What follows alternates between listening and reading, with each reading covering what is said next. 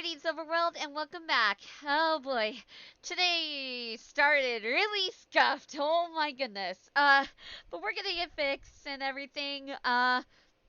Apologies that my cool 7 TV emotes are not there. A lot of stuff happened. I had to refresh a bunch of stuff. So, yeah. uh, I'll get that fixed by next stream, I promise. Also, Cheryl, holy fucking shit! Thank you for the 10 gifted subs, and thank you so much for 9 months. Holy shit! Wow! Thank you so much! You're amazing and wonderful! Thank you so much! Ah! Yay! It's very cool of you. Very cool. Very rad. But yes, we are playing Beacon Pines today, and it's gonna be awesome. Oh god, is my sound alerts not working too? I don't know why everything isn't working!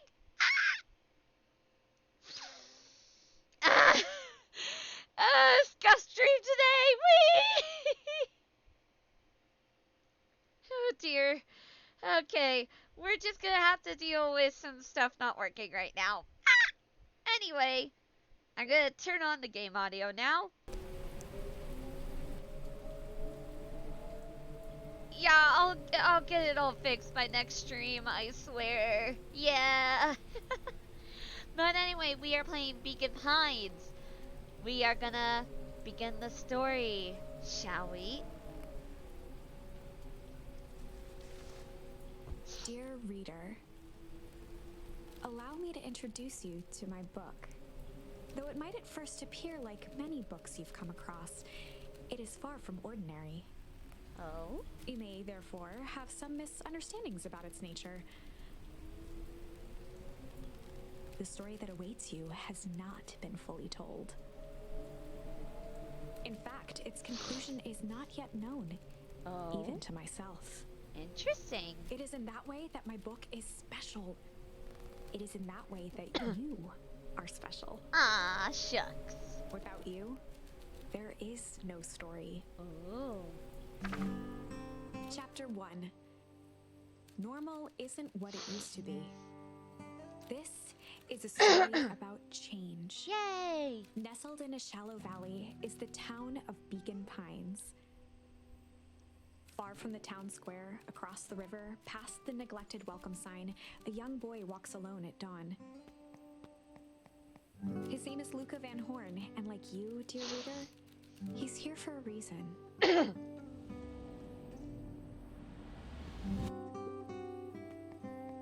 how cute this art style is! Oh my god! Hey, Dad. How are things going? Also, Cheryl, the volume isn't too bad, is it? Today's the first day of summer vacation. I start middle school next year, I guess. I was 6 years old when you died. It's been 6 years now. From here on out, you'll have been gone longer than when you were here. It feels like that should mean something. Mom always said that this tree was your favorite spot in the world.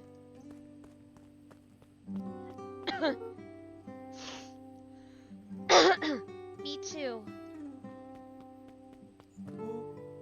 Hey, Luca. I knew I'd find you here. Rollo was Luca's closest friend. He possessed many fine qualities, but subtlety was not one of them.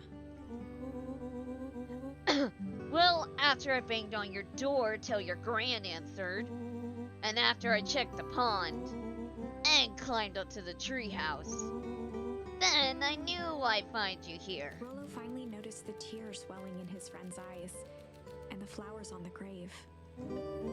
Oh, yeah, right. You and your mom always did this on your dad's birthday. Yeah. I didn't know if you were going to keep doing it now that your mom's gone too. Oh my god!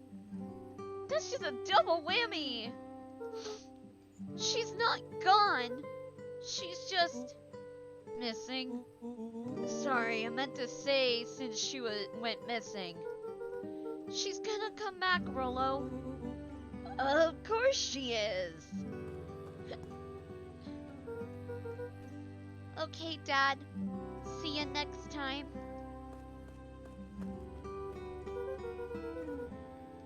I think I'm ready to get out of here. Sure, lead the way. It's so pretty! Dandelions! Achoo! Tickle.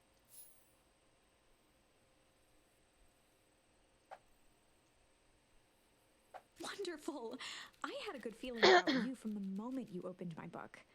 That charm is a very special thing. Very special indeed. Keep hold of it for now. Its purpose will reveal itself soon enough. Wee. Achoo! It's so cute! Ah! Hold on, let me go back really fast to make sure I'm not missing anything here. Because I always double check stuff. Leave me alone. I want to hide in my bush. My bush. Very cute. Achoo!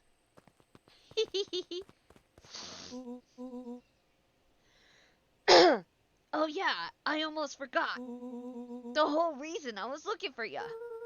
I was wondering if you'd ever get to that. I found the perfect way to start our summer. How's that? Rollo looked to the side suspiciously. Not here.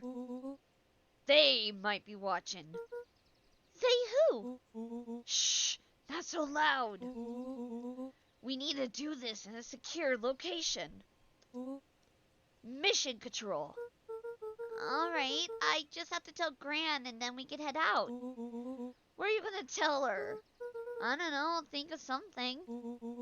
If it's all the same to you, I'll meet you at the welcome sign. Your Gran still kinda wigs me out. I don't do well with new people. She moved in, like, half a year ago. Just meet me at the sign when you're done. Suit yourself. I won't be long. Tell Gran before heading out with Rollo. Oh, that's nice. Let's see. Hold on. I'm trying to see if there's any other charms I can find. Look at the jump animation! Ah, it's so cute! Oh my god, this game is adorable. Oh my goodness. Wait, wait. Oh, okay.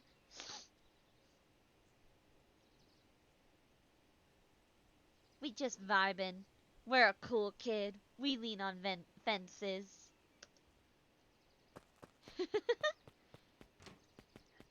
Dear reader, forgive me for this interlude. Remember that charm you found in the dandelion patch? There are more of those special charms to discover throughout Beacon Pines. You think? They've been known to reveal themselves to those who are willing. Some of them can be found in this very house. Ooh.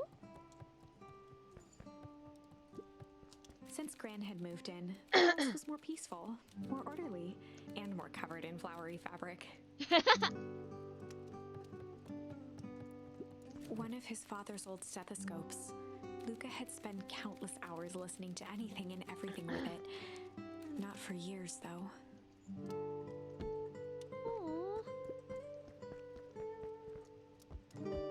Ah! This is so cute! Hey, we found a charm. Nice. He just slides off the chair! Wait, no, do that again! Whee! That's so cute! Gran had already lit the fire. She kept a warm house, as if by grandmotherly obligation. Of course. Grandmother knows how to keep things very comfy.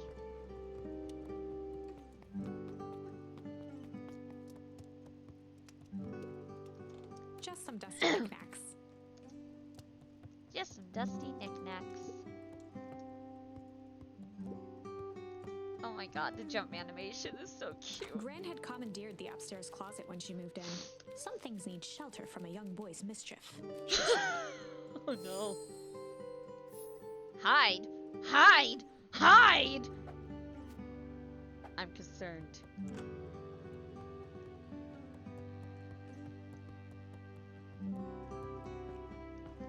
Is this my room? Luca tossed on his favorite old sweater. Even though it was the first day of summer, a chill still hung in the air. Cute! Gran's moving in meant that most of Luca's things had been crammed in the corner. Luca was somewhat annoyed by the situation. Bruh. Look at the little sweater! Ah! I'm gonna go like crazy over this, okay?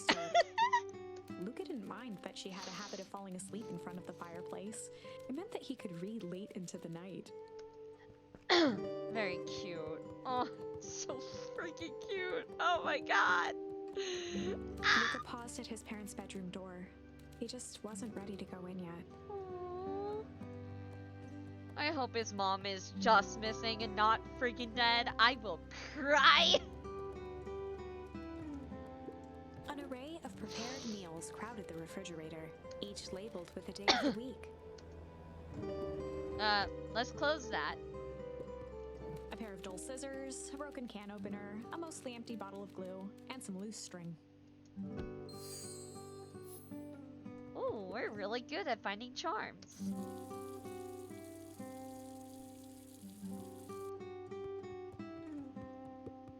The only piece of furniture Gran had brought when she moved in was an old hutch.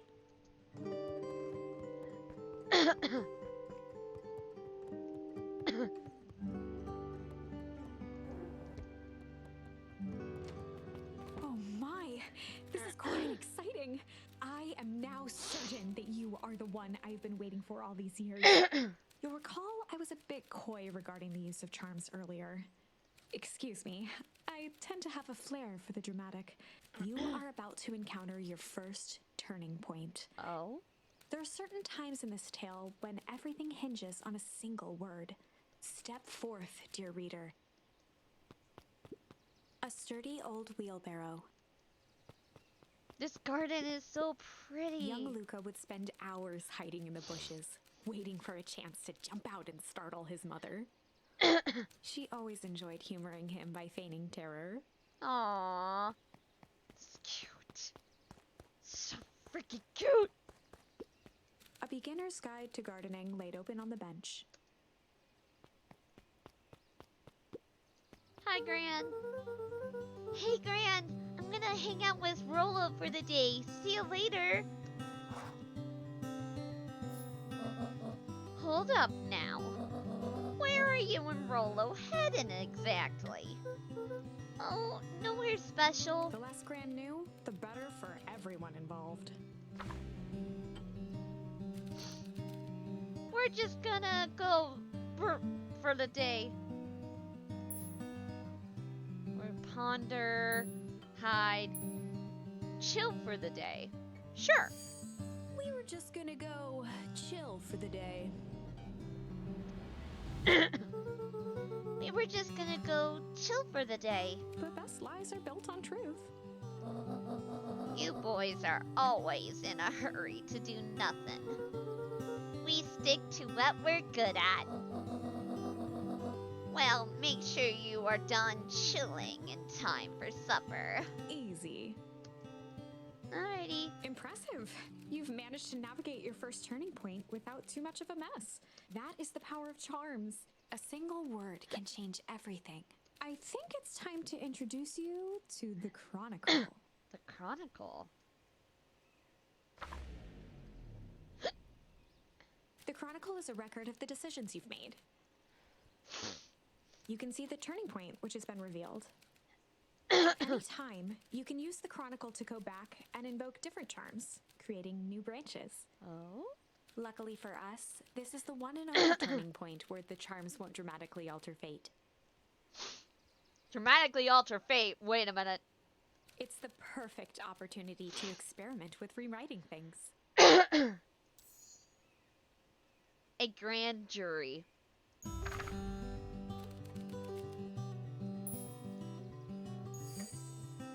just gonna go ponder for the day. I'm just curious. We were just gonna go ponder for the day.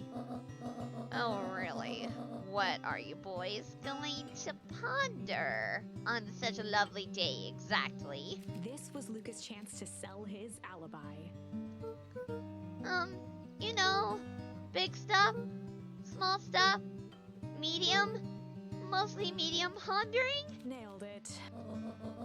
Well, make sure you don't overburden yourself with a preponderance of pondering. Huh? Oh, forget it. Off with you now.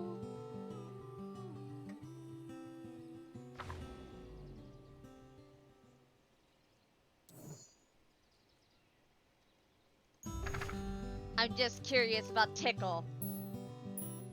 Oh, not Tickle. We can't use Tickle here. Hide. We were just gonna go hide for the day. We were just gonna go hide for the day. Hide. Traditionally, when one is trying to hide something, they avoid literally using the word hide. Yeah, I guess Rolo bet some other kids that we could beat them at hide and seek. Aren't you a little old for that? It's not like there's much else to do around here. Well, make sure you boys are done playing your little game in time for supper. All's well that ends well.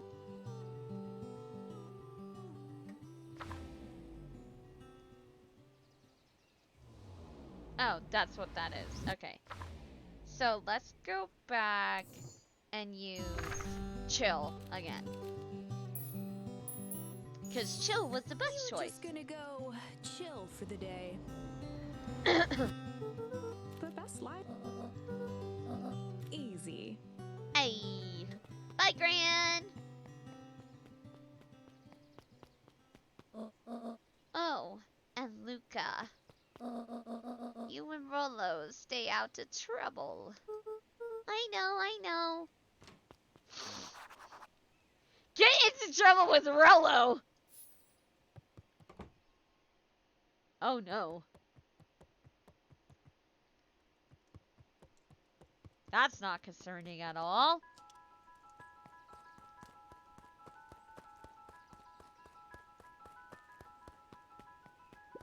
Alright. We're just a cool kid. We're a cool kid. We lean on fences. Yeah. Thus the life. Oh my god! Come on! Woo! Dang it, Rolo. Well, hold it. I want to see what's this way. The road leading to Beacon Pines was long and uninspiring. A sort of natural barrier for the impatient. Aw. For a town that saw few visitors, the welcome was perhaps more grand than necessary.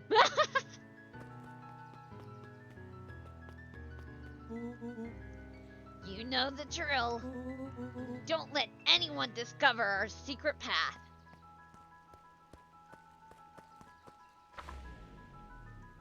Chapter 2. The art for this is cute. All I can wonder is when it turns into horror. The thing is, it's like I saw the trailer that, because this game is coming to Nintendo Switch too, I saw the trailer and, yeah, there's definitely some aspect that seems creepy. It's like, it's cute and wholesome. When is it gonna go wrong? Welcome to Beacon Pines. For many years, this valley had been a small mining outpost. It wasn't until Sharper Valentine built his fertilizer company that Beacon Pines was established. Over the next 30 years, the town had grown and prospered until the foul harvest and his sudden death. The what now? In the 6 years since, everyone was simply trying to get by. The what now? Hey, Mr. Kerr. Hey there, pal. William Kerr was the CEO of Perennial Harvest Company. He had become a fixture around town over the past few years. After the failing of Valentine fertilizer, the town was hungry to welcome a new source of employment. Excited for the big festival? Oh, sure. Come on now, when I was your age, there was nothing more exciting than a town festival. IDK man, you always play these cute aesthetic games that turn out horror and spooky, Lamau. True. The food, the music, the dancing. Sounds pretty alright. You're gosh dang right it is. I'm looking forward to letting off some steam myself. Make sure to invite all of your little friends. I couldn't keep Rolo away if I tried. Excellent.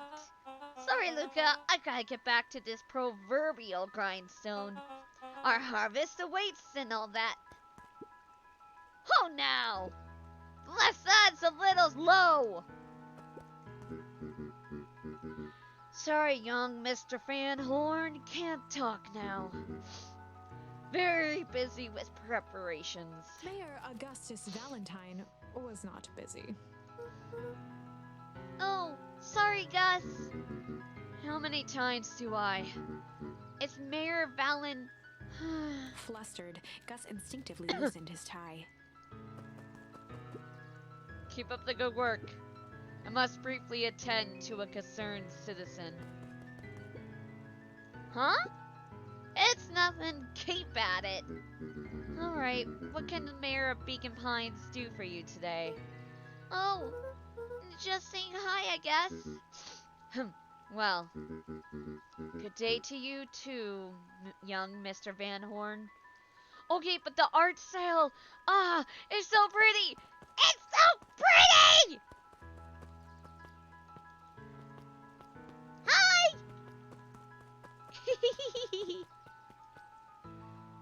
Cool kids lean on all the fence posts.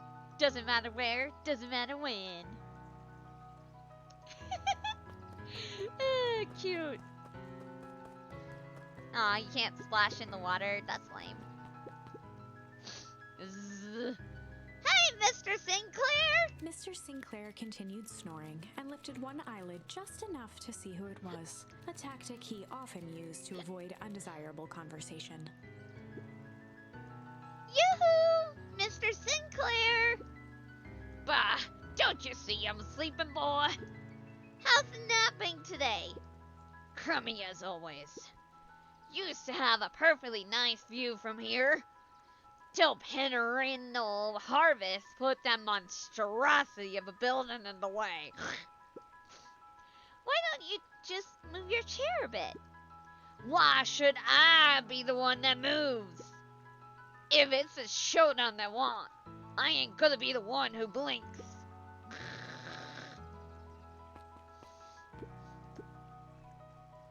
Come on, Indy, grab his wallet. I'm sorry, Iggy, I can't. Do it, or we pound ya. Yup. But my mom said... Yeah, but... If I had a nickel for every yeah, but...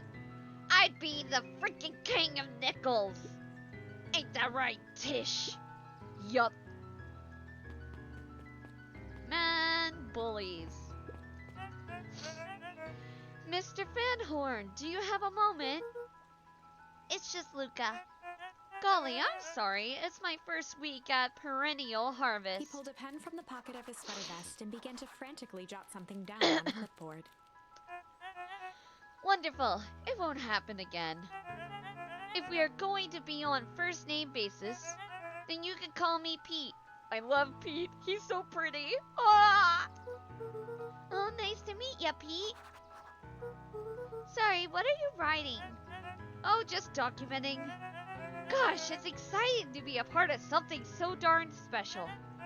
You know, it's not just about the new fountains and phone booths. We're gonna change the world. And it all starts here, in Beacon Pines. It's gonna go really bad. Isn't that amazing? Uh-huh. Anyway, I'd better get... Oh, that reminds me. We'd love to hear your thoughts. My thoughts? You bet. If we're gonna change this town, we need to get every detail right. That sounds intense. Changing the world is intense. So what do you say? Could you answer a few questions? Well, I guess if it's quick. Wonderful. Open to answering a few quick questions. One down. See, it's not that hard, is it? Oh, okay. We're going already. Question 2. What is something you love about Beacon Pines? I've never really thought about it before. Perfect. It's the only place I've lived. See, that wasn't so painful. Pete stopped scribbling and glanced up from the blackboard. Was it? I guess not. Huzzah! Our first 3 questions answered in record time. Are you literally writing down everything? Thank you so much for your time. I need to process these answers. We can save the rest of your thoughts for later. Okay. Our harvest awaits. There he goes.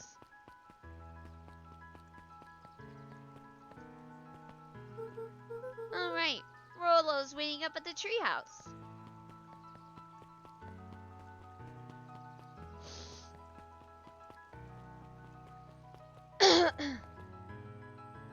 It's a puppy.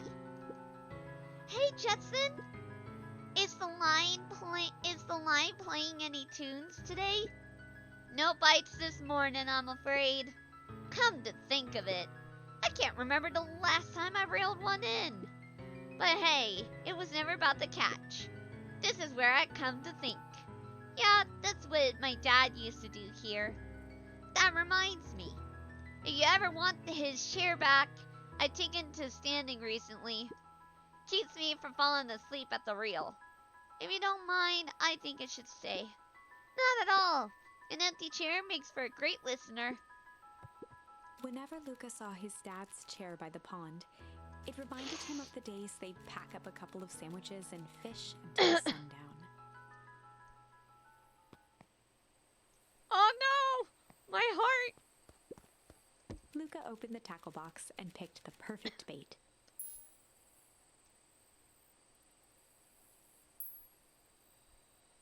Luca tied a shoestring to the hook. What fish could resist a nice shoestring? Okay, you can't go that way. Give it a good cast now.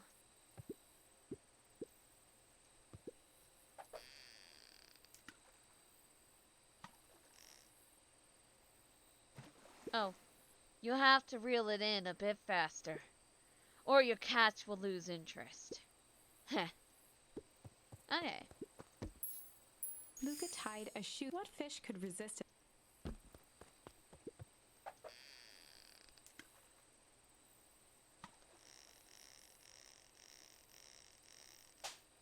Uh-oh. Easy there, Buckaroo. You don't know your own strength. Goodness. Luca tied a shoestring. What fish could resist? Okay, try again.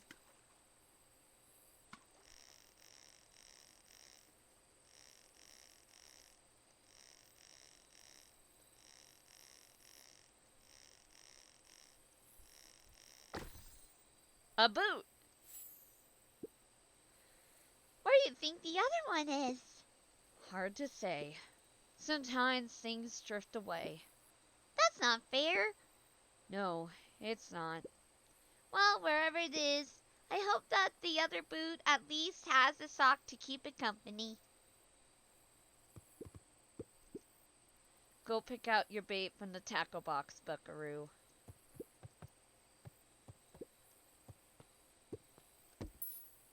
Luca gently baited a feather onto the hook. Good for skimming the surface.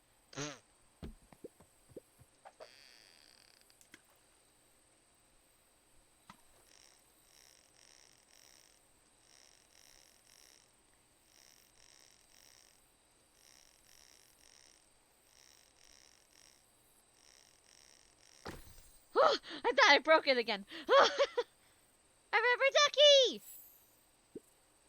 Well, I'll be switched. It's your old rubber ducky. You were just a little drooling ball of fur when you lost that. Cried for days. I told you I'd turn up. Oh, my heart.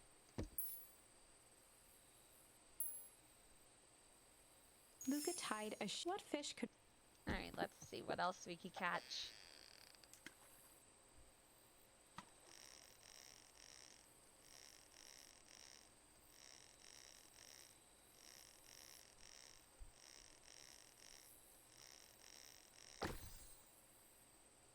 Oh.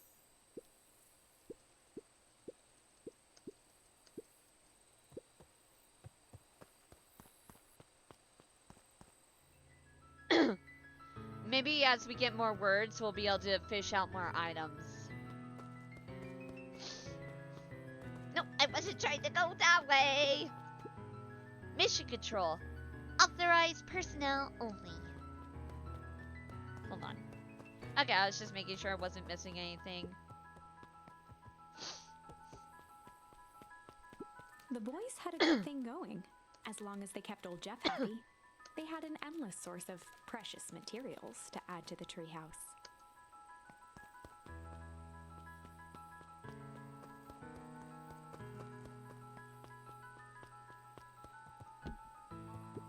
After Luca's father had passed, Rollo became obsessed with them building their own Hank atomic star scraper. It was some time before Luca realized it was Rollo's way of keeping him occupied. Aww. Good friend.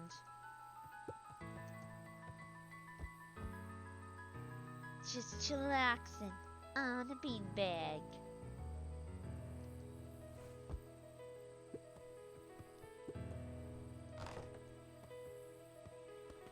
Oh, that just lets me back down. Okay.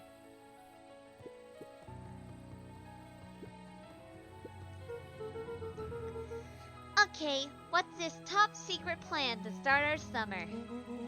So you know the abandoned warehouse by my place? The old Valentine building? Yeah, well it isn't abandoned. What makes you think that? Get this. Last night, it was glowing. Glowing? Are you sure? Kinda.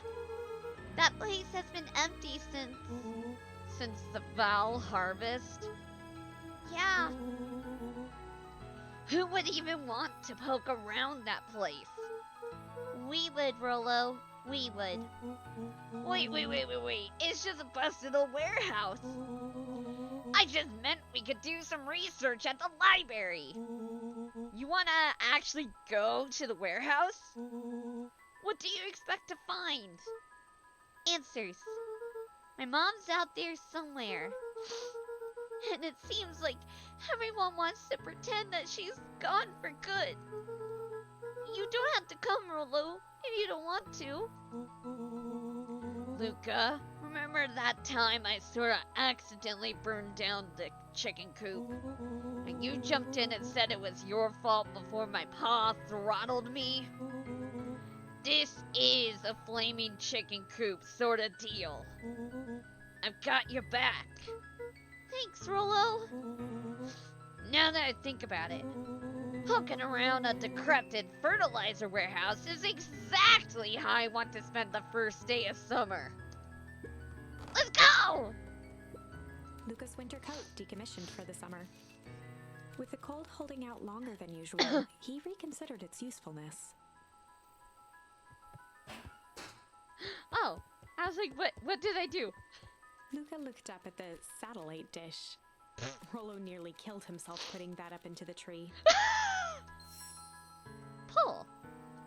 While it didn't turn the radio into an interstellar communicator, as he'd hoped, it did at least boost the signal enough to overhear truckers one town over. Interesting. On certain nights, when the clouds were just right, the boys could tune into strange patterns of static. Rollo thinks it's aliens. He always thinks it's aliens. He's great. Rollo, my man.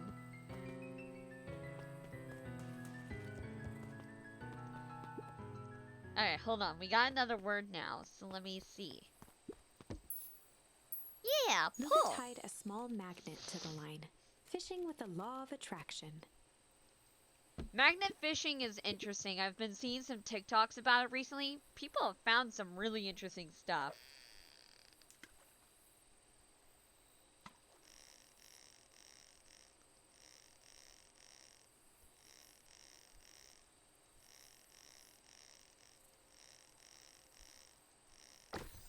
A key!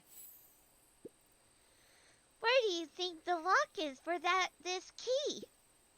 Now why would we want to find that? Because then we would know the secret. God, that's no fun. The second we know what it unlocks, it just becomes a boring old key. Right now, this key could unlock anything. Cool!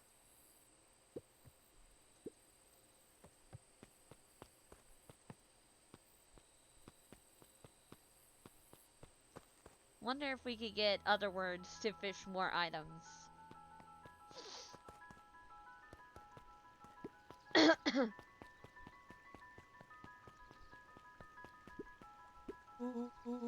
I'm just catching my breath a bit. Go on, I'll catch up.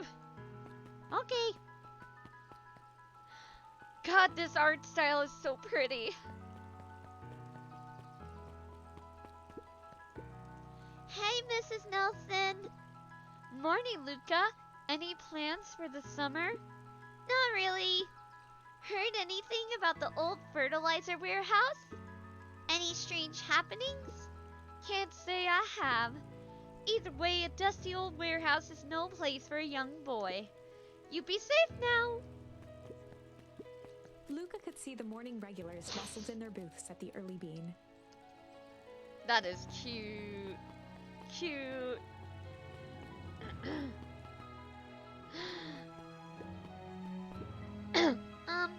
Piper? Oh, hey, Luca, what's up? You know it's summer break, right? Of course. And it's like the morning, Correct. and you're studying? Like they say, the early bird gets the proper education required for a successful and fulfilling career later in life. Mm-hmm. Hey, Zariel. Hiya, Luca. Could you please tell this lazy butt to help out in the cafe? Lumi, Zariel would like you. Luca, let me give you a little gem of advice. If you never do what you don't love, then you'll never work a day in your life. Wow. You're really setting the kid up for success.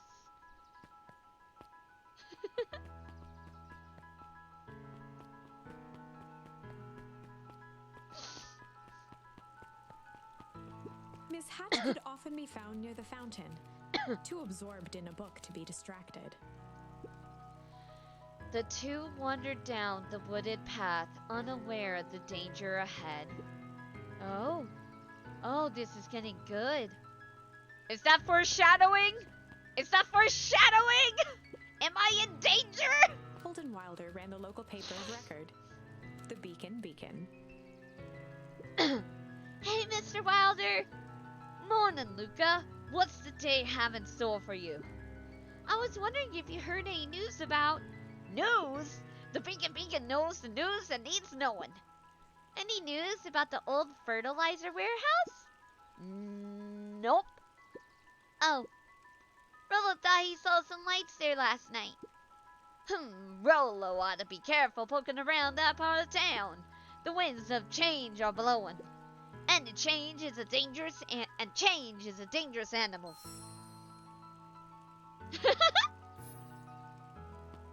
Okay.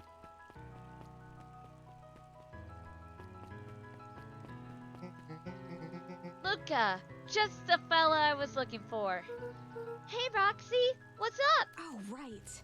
Rendezvous with Roxy. This is an important turning point. Oh? The first time where your charms will change the course of fate. Oh.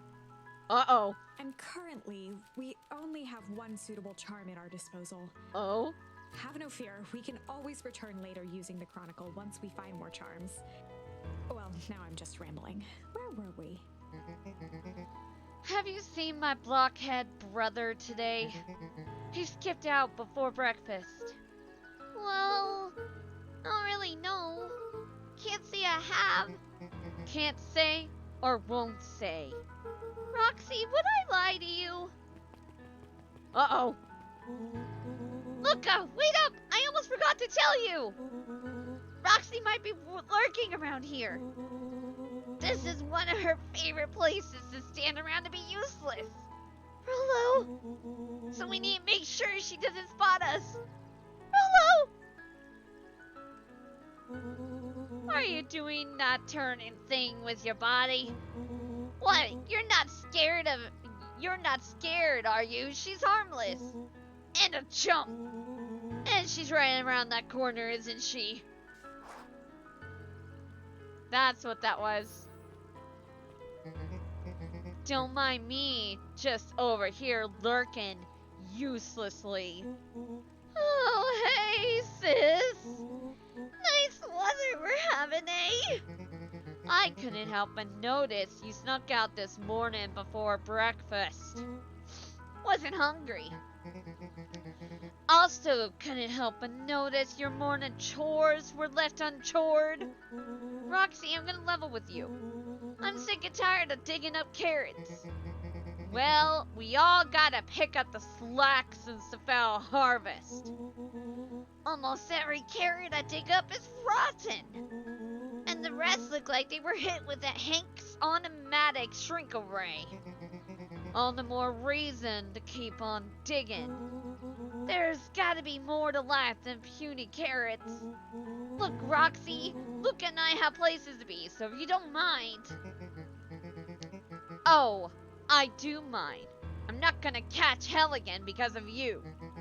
So either you march yourself home and harvest those carrots, or I haul you home myself. Rolo froze as Roxy took a step toward him, cracking her knuckles. Yikes! Luca knew he had one chance to save his friend from being dragged home. In the past, he found the best day to deal with an enraged Roxy was to be a little chill. In the past, he found the best way to deal with an enraged Roxy was to be a little chill. Oh no. Come on, Roxy. It's the first day of summer. The sun's shining, and we just want to take it easy. Let's leave tomorrow's problems for tomorrow. That's great and all, but Rolo's problems have a way of becoming my problems. And Pa always says, tomorrow's work is best left for yesterday. March, you big O! Oh, rats. I expect a full report about the Valentine place. A full report!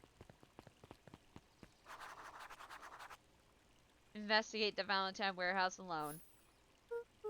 So, Fitz, what are you up to this lovely day? Nope! Cool.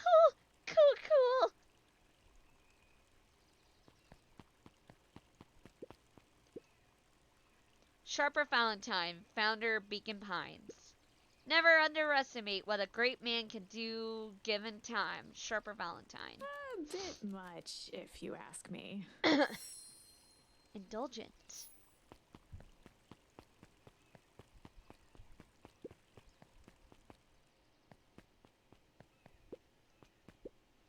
Hey, Dawn. Sorry to wake ya. No problem. It comes with the job. Dawn had dreams of becoming a big-time reporter. At night, she searched for the story that could be her big break. By day, she hawked papers at the newsstand.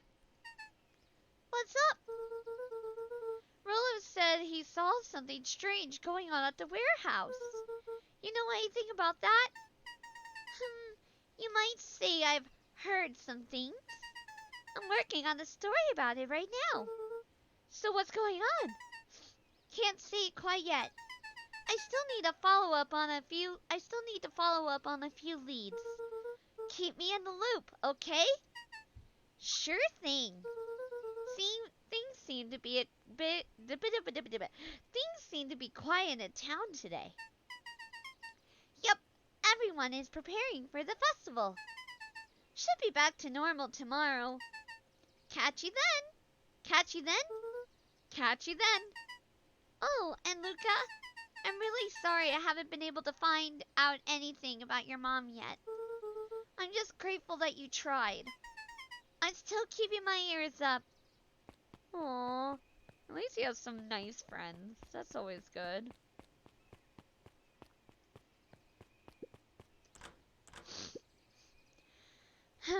Guess Miss Fartelli is getting ready for the festival.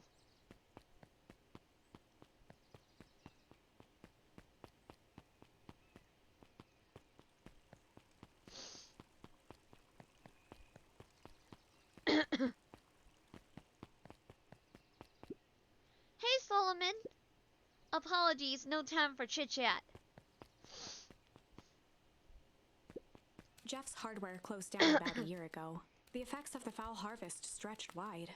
When there are no crops in the field, tractors don't need fixing. Aww.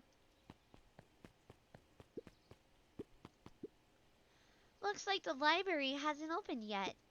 I'll check back later.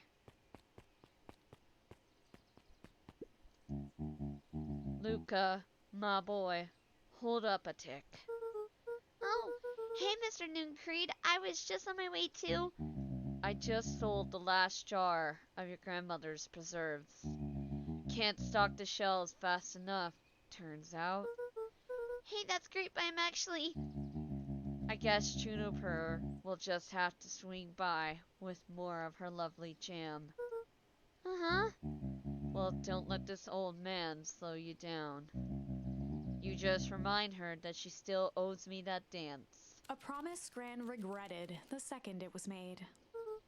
Will do. She's a fine woman, that Juniper. Yeah, she's pretty cool, I guess.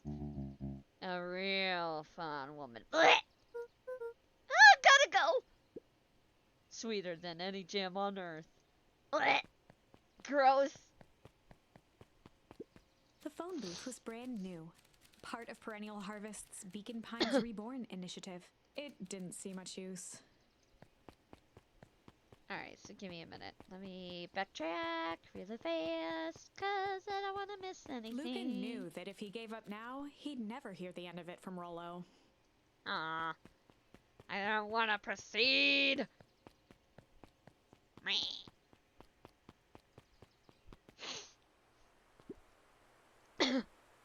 Oh, hey, Luca. Hey, Joey. How's the bug hunt going?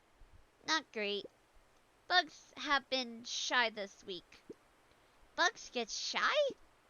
Oh, sure. Bugs aren't that different from people. Sometimes they just want to be left alone. If you're going into the Weeping Wood, just be careful where you step. No bug crunching. Got it. Luca peeked up at the beehive.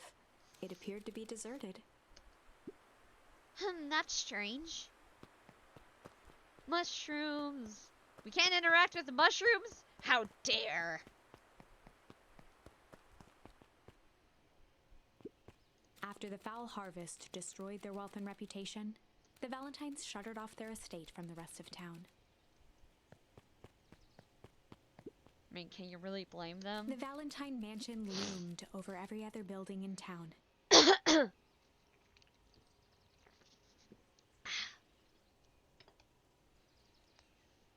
Both figuratively and literally.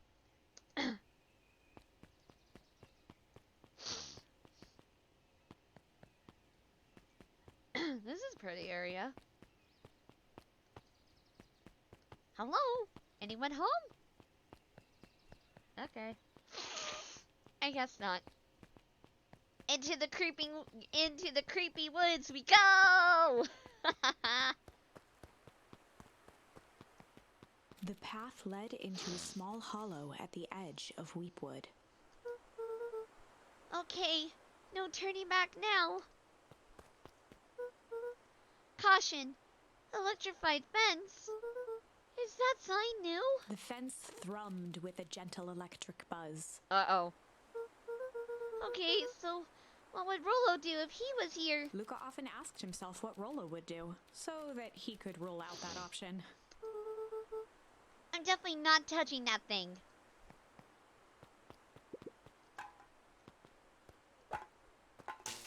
Oh. As sparks flew from the fence, the light atop that section shut off.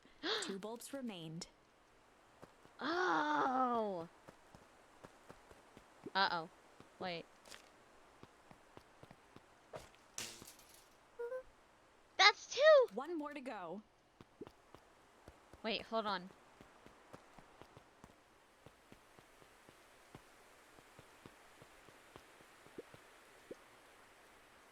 Property of Valentine Fertilizer Company. Looks old.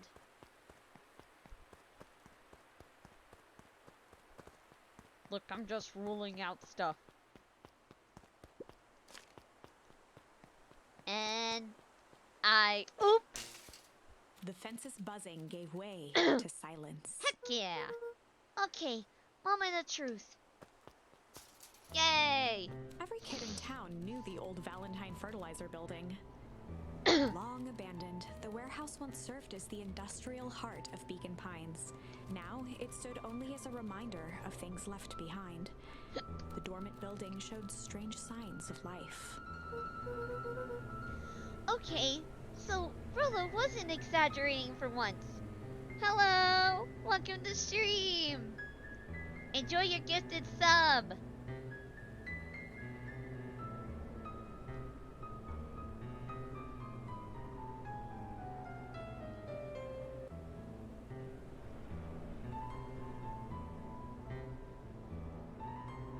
Hold on. Or, wait. Okay.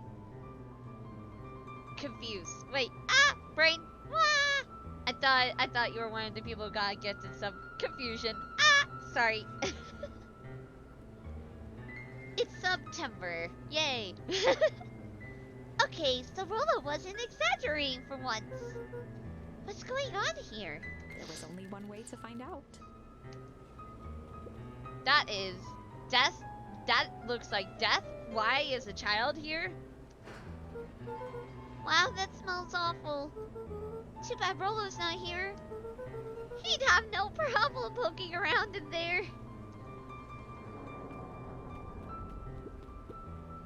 The hose emitted a subtle sound. It was actively draining some kind of liquid. Oh. The water looked almost diseased. It Ugh. flowed slowly into the woods. GG, see ya, have a good day. Okay, you have a good one.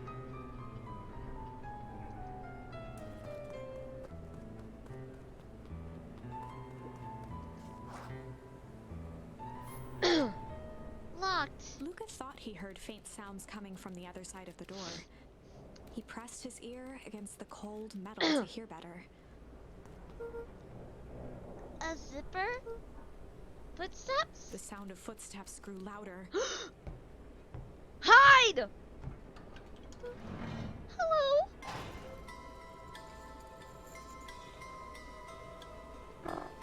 Shit.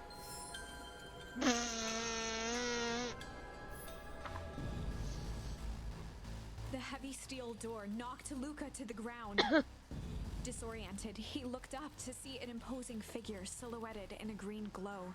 It lunged toward him. He tried to scramble away, but felt a gloved hand latch onto his ankle.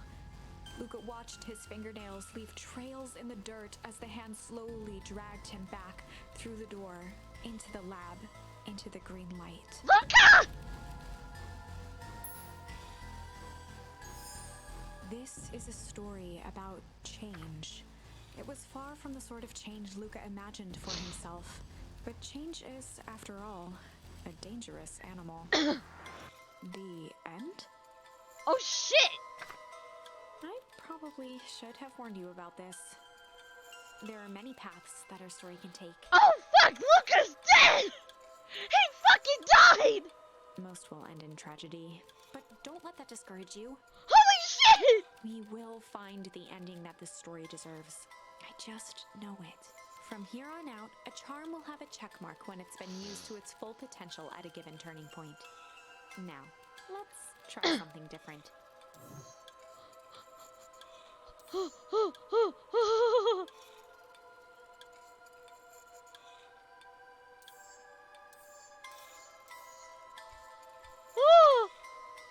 Oh, are we gonna say shit to are we gonna say shit to the sister?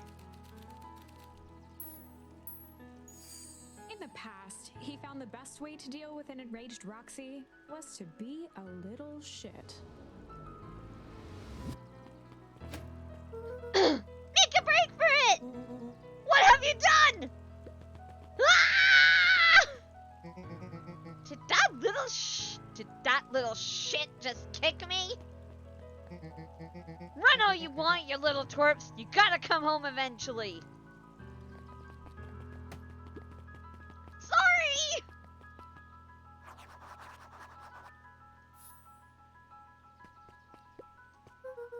Sorry about that. Rolo can get overexcited sometimes. Solomon Valentine, current ward of and future successor to the Valentine fortune, huffed as he brushed off his pants. A town of complete and utter fools. One wonders if it's worth taking anything here seriously. Either way, I'm really sorry. No matter, how are you doing? Me? Yes, with all that business about your mother and whatnot. Oh, I'm getting by. Still no word from her at all? No. That is truly a shame. Bruh! Your grandmother has taken residence to keep house. Yeah? And how is that going? We mostly stay out of each other's way. You make it sound like she's rarely at home. It's not like that. She just has a lot to do. Mm-hmm. She's still settling in and trying to figure out how to make ends meet. Indeed. Well, count your blessings. It's better to have a caretaker who is rarely around, in lieu of one who tries to compensate by smothering you with attention. That doesn't sound so bad. Trust me when I say, it's best to rely on yourself. Family has a way of creating more problems than they solve. Uh-oh. Solomon trifled a gesture toward the approaching heiress Valentine. Speak of the devil.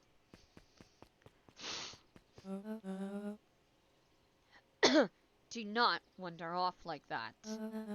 I'm much too busy to be looking all over for you. Apologies, heiress. I was just taking a stroll through town. Strolls are for commoners. You're a Valentine now. I want you to be present for the construction of the History Museum. The future of this town relies on its ability to remember our family's great past. Of course.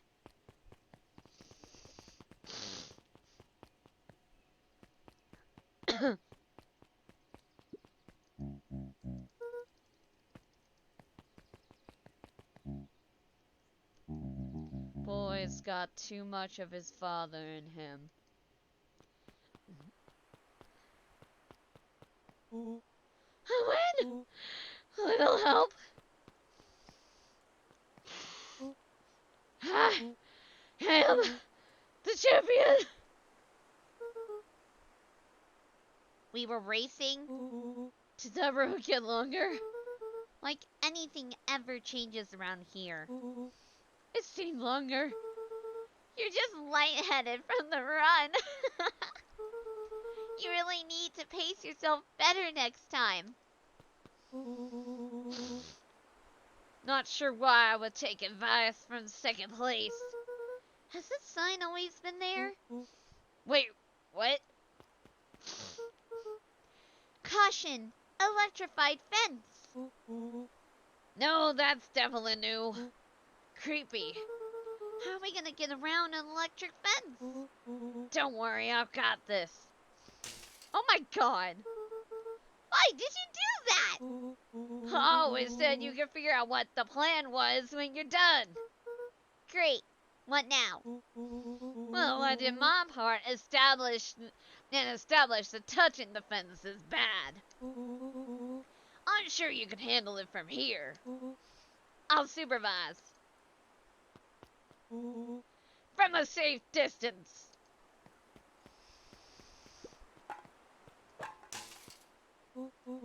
Oh, you're a genius.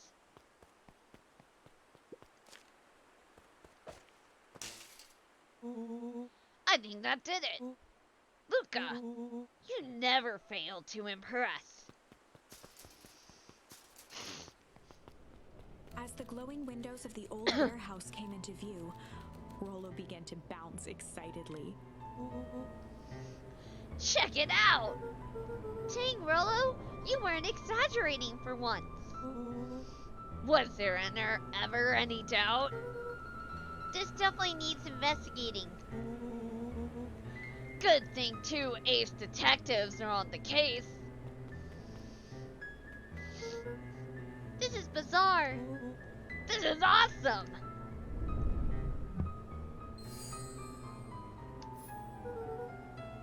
Did you feel that? What, the excitement in the air? You bet your butt I did. Check out this puddle! That's not normal. And this hose! Don't go to the door! Oh man, the door's locked! Try harder. No dice, it won't budge. Oh well. This dumpster is new, right? I bet it's got stuff in it. I can't really see what's in here. Who did all this? My nose is itching. I think I smell some treasure. Are you sure that isn't the hazardous waste? Just help me get in. Rollo, it would be my honor to throw you in the trash. Come on, Lady Luck. So what's in there? Let's see. There's a squishy bag of squish, Wow. a good inch of stagnant sludge. Your natural habitat. Wait, hold the phone. Hold 2 phones. Check these bad boys out. Are those walkie-talkies? Just like Hank Atomic Communicators. Do these actually work? Oh, they're disgusting. Wipe them off first with sanitizing wipes. Ah! Ground command to Hank Atomic. Hank, do you read me? This is Hank Atomic, ground command. You're coming in 555. How are your vital readouts, Hank? It's getting a little stuffy in here. Pressing assistance for evac. Helping on the way. Uh-oh. Uh-oh! What was that? Someone's coming. Give me your hand. I'm trying. My hands are covered in squish. Oh, shit! Scoot over and coming in.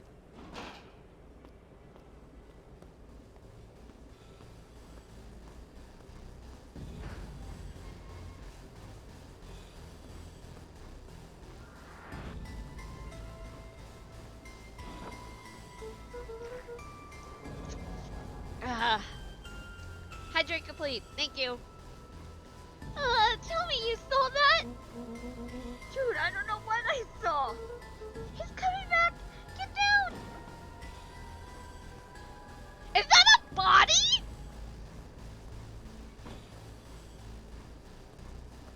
Bro!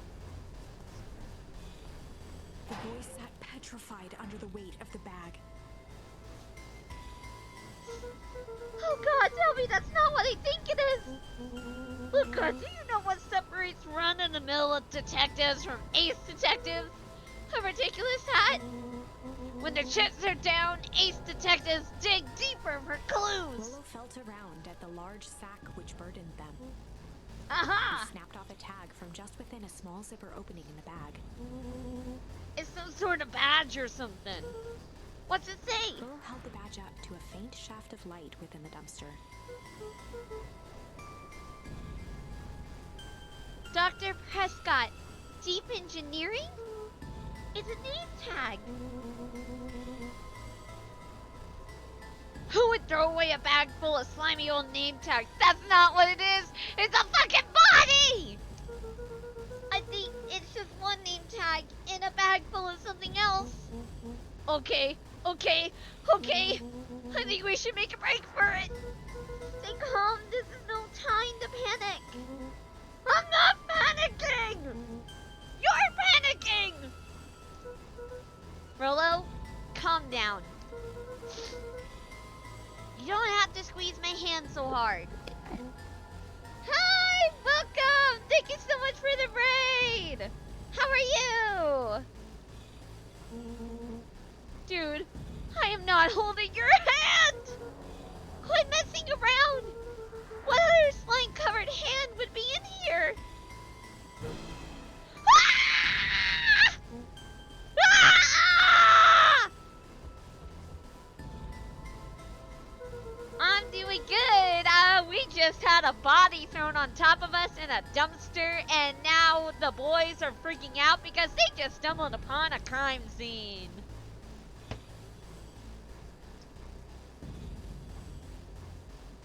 Cheryl, can we get a shout out for Lucidity HD? Thank you. Ooh, Minecraft, fun. I am beginning to see the benefits of your Run for Your Lives plan. Right, we clearly established that I'm faster than you, so I'll go first. Why not go together? Flaming chicken coop, Luca. I'll make sure the coast is clear. After I go, count to 100. If you hear me yell, run.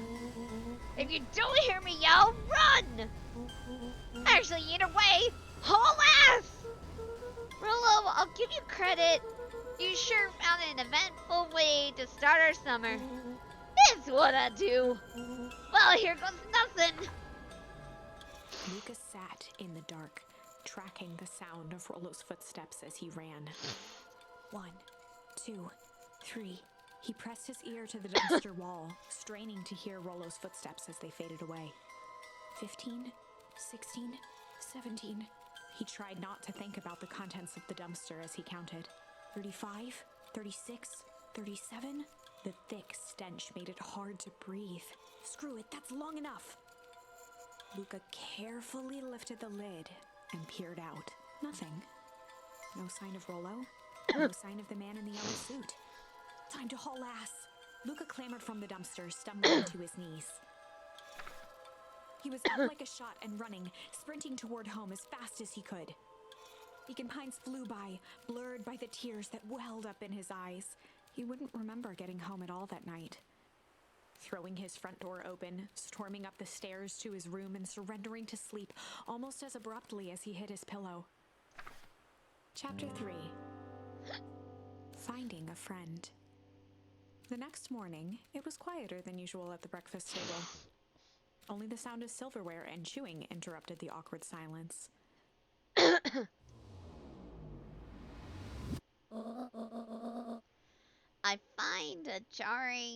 I finished jarring a mess of jam last night.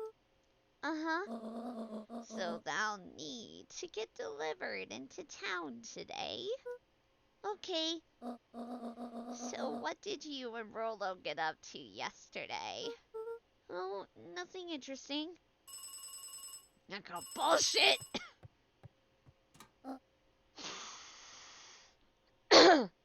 Hello? calm down. No, of course it was the right thing to do. Start gathering, folks. I'll be right there. Are you sure there isn't anything you want to tell me about yesterday? Anything I want to tell you? Not really. We just sort of ran around a bit. Gran's brow furrowed. She let out a long sigh. Her voice was quiet and even. I have to go take care of something. You are to stay in this house for the day. Under no circumstance are you to leave. What? If I am not back by dinner, there's stew in the icebox. But nothing. You are to stay here, understand? Yeah? Say it. I'll stay here till you get back. Good.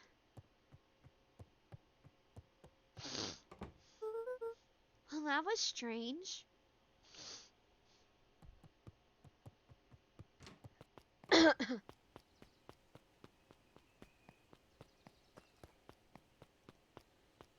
That's totally not sus at all. Nope. Nope.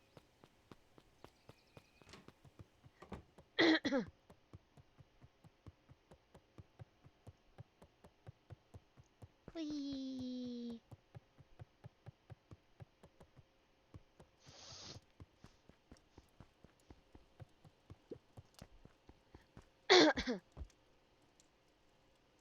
Whee! A faint electronic sound floated in the air. Is that coming from upstairs?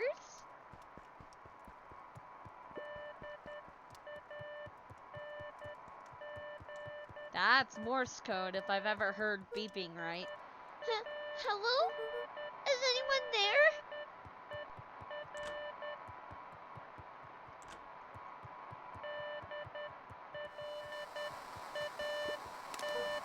Hello?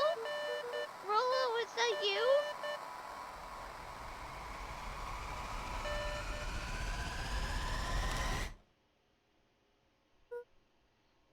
I love how this art style looks. Same! Over? Strange.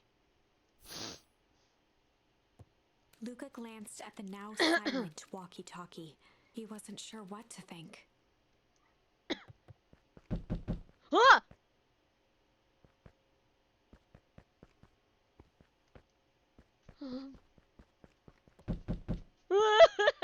Who's there? Ah!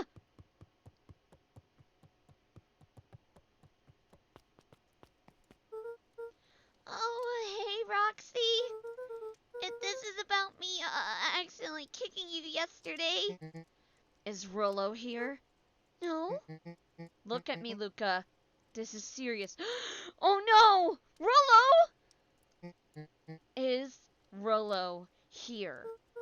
No, I haven't seen him since yesterday. Rollo didn't come home last night! Rollo! What? A pit formed in Luca's stomach. Where was the last place you saw him? We were playing around in Weepwood, and then it was late and we went home. Weepwood?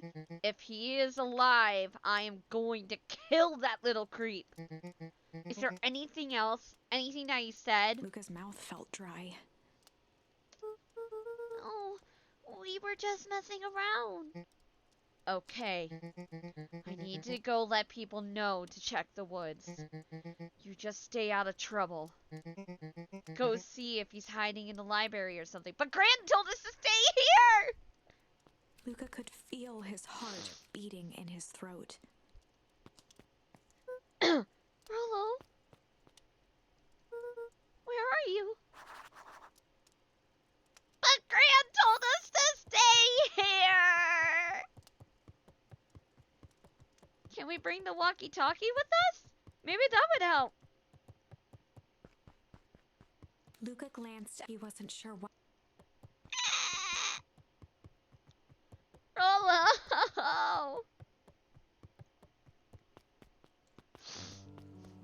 I'm sorry, Gran, we're disobeying you!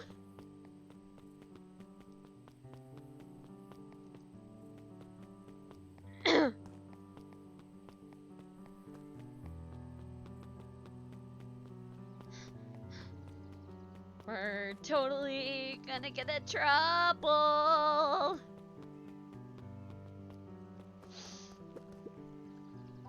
Hey, Bert, have you seen Rolo? Nope. Though I've mostly been talking to clipboards. They're sending out lots of stuff for the festival. This one said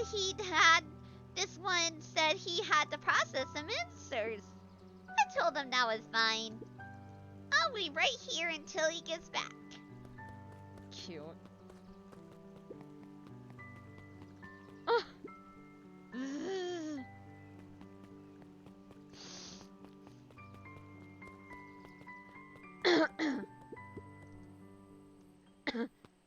Look, I just want to make sure. Okay.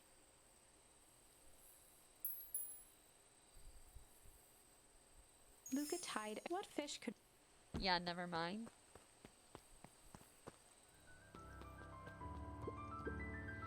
Hey, Jetson, have you seen Rolo come this way by any chance? Afraid not. As elusive as the fish in this here pond. Rolo, where the fuck?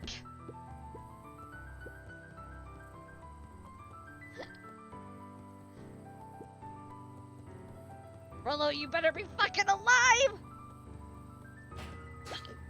Nah, pardon. I really think we should have brought the walkie-talkie with us.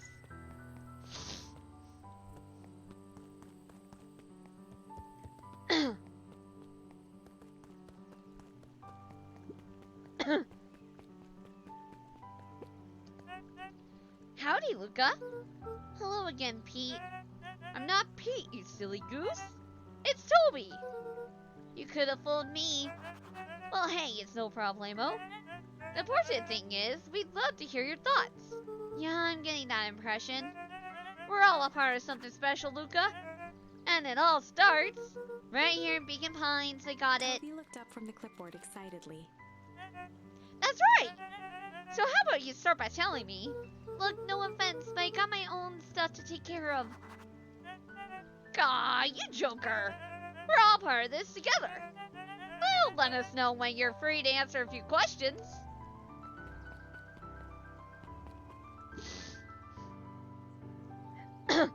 We really need to get back to work. Just a couple more minutes. If Roxy said she will be here, then she will be here. I just don't see why I'm standing around, doing nothing, and waiting for Roxy, when I could be standing around, doing nothing, and getting paid for it. Come on, Lumi, Roxy needs our help. My parents wouldn't listen. No offense, but isn't Rolo always getting into trouble? Something feels different this time. What can we do to help? We need to check where the adults aren't. So I guess it's up to us to check Weepwood. Our shift doesn't end for another couple of hours. We could spend the time making posters. That would be great, I guess. Right, Fitz and I will check Weepwood. We'll be back later to pick up the posters. I think my dad has a map of Weepwood. Let's swing by my house and grab it before we head out.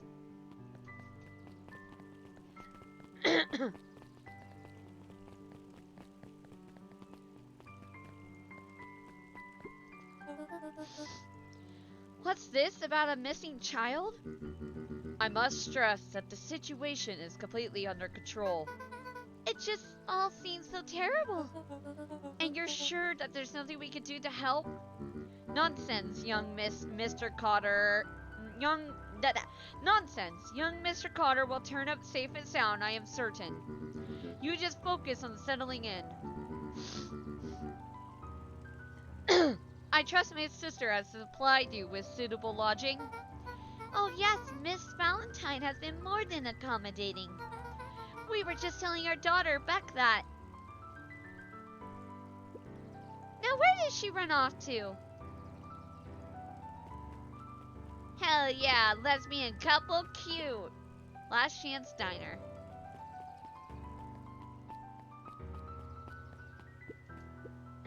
Hey Dawn! Is it true about Rollo? Yeah, he didn't come home last night. I wonder if it's connected. Connected to what? I was checking in on reports about increased activity around town. What sort of activity? Windowless trucks, mechanical noises, strange lights. Your typical shady stuff. Who would be doing all that and why? Well, I have a few leads. The Valentine family is always suspicious. Perennial Harvest certainly has the resources. Do you have any idea where Rollo could be? The best place to start working is where the trail went cold. Where did you see him last? We were in Wheat Wood, right by Valentine's fertilizer. I'll check out Wheatwood when my shift ends. I do my best work at night.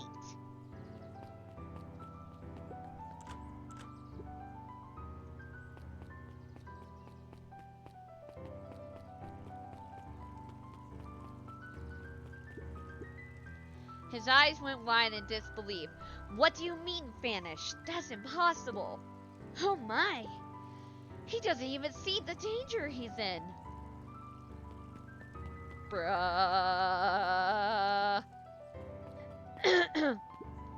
Hey Luca, what's up? You haven't seen Rollo around recently, have you? He doesn't come around here much. Not since they made a rule that he can only order decaf.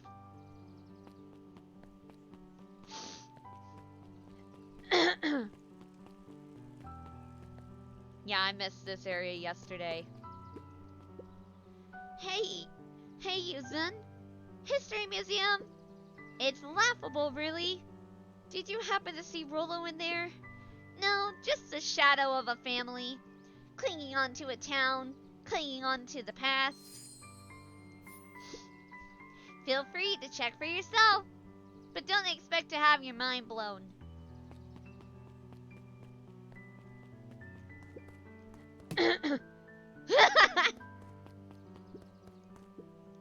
Hey Griffin, has Rollo been by? Haven't seen him all day. I'm sure he'll show up safe and sound. When he does, tell him there's a strawberry chocolate double scoop waiting for him. On the house. He'll like that.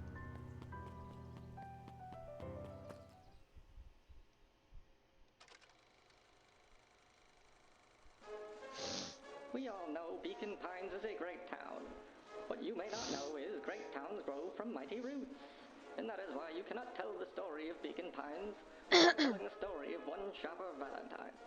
Young Shopper's keen intellect and strong moral fiber led to a grand vision. A vision of a community dedicated to a better tomorrow. In his own words, a better tomorrow is within our grasp, but it requires a singular mind to harness it. Lucky for us, he decided to grow that vision here, in Beacon Pine. And how does one grow a better tomorrow? With fertilizer, of course.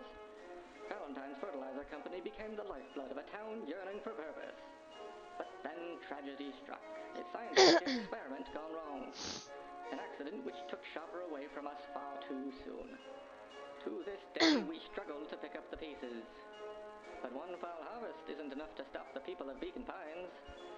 The spirit of Shopper Valentine lives on. It lives in the hearts of everyone with a dream for a better tomorrow. Together, we will follow his example and grow a bountiful future. Paid for by the Valentine family and the Valentine Fertilizer Company.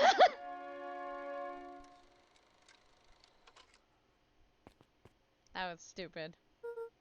That was unhelpful. Very.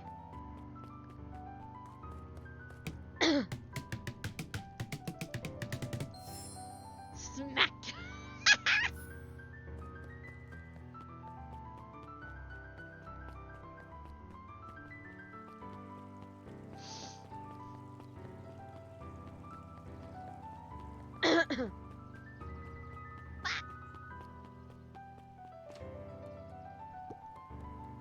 Kato volunteered at the library during the summers. He wasn't very social, so he'd dedicate each summer to becoming an expert in a single subject, making him a reliable source of very particular knowledge. If you were to ask Kato something he didn't know, he'd escape into the dusty old bookshelves and return with just the right thing. Hey, Kato! Kato was lost in his reading. Luca crooked his neck to see the title, Introduction to Melitology.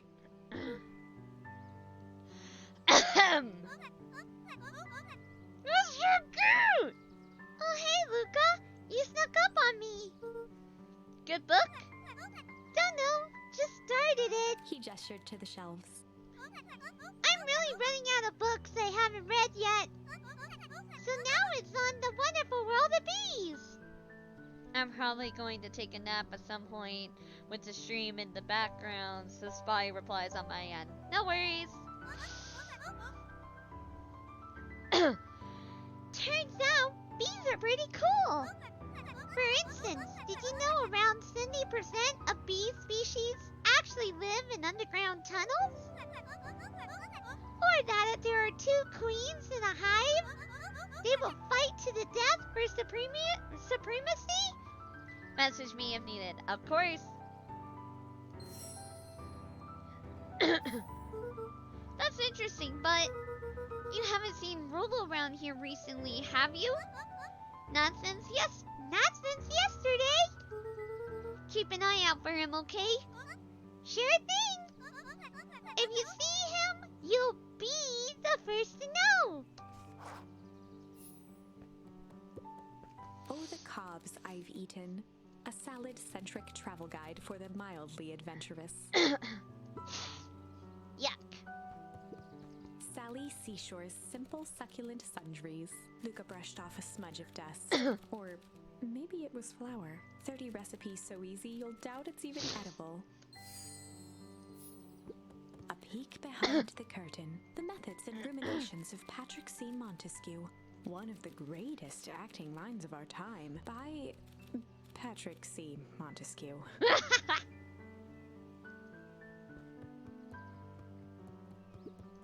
There were rarely any actual new additions. Simply a variety of existing content rotated into the front display each week. Not fooling anyone.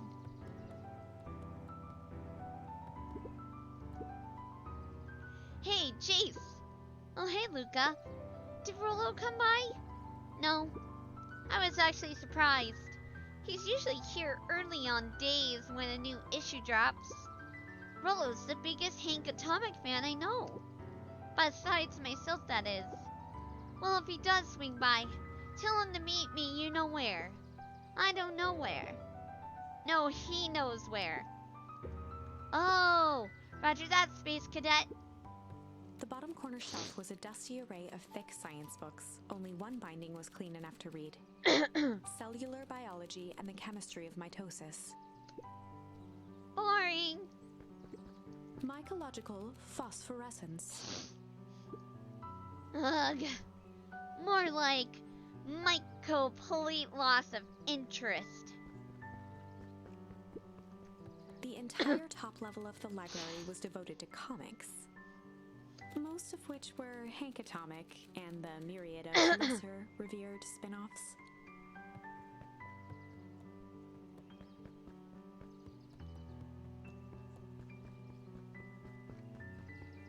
Okay. Oh dear. What sort of monster puts candy behind a locked door? Oh, yeah, Mr. Nugencreed works weird hours sometimes. Of course he does. How about you? When do I work? No, what's your name? Luca Van Horn. You new here? Yep, not by choice. Beck's family moved often, giving her little time to establish any real connections. She would tell you she prefers it that way. I'm looking for my friend Rollo. He didn't come home last night. So he's missing. I guess so. Like missing. Does that sort of thing happen a lot around here? Luca shifted his feet uncomfortably. Welp, that sucks. Yeah. So I should probably get going. Hey, wait up. What? Beck pulled a coin from her pocket. I'm coming with you. What? So says the unlucky penny. Unlucky? Yep, well, technically it landed on heads. Leave this kid to find his friend alone. But I always do the opposite. So, oh, that's kind of like me and Rolo. I guess Rolo is my unlucky penny. That sells it. A person should never be without their unlucky penny. Let's go find him. The name's Beck. Pleasure to meet you, Beck. I suppose I could use some help. Try to keep up.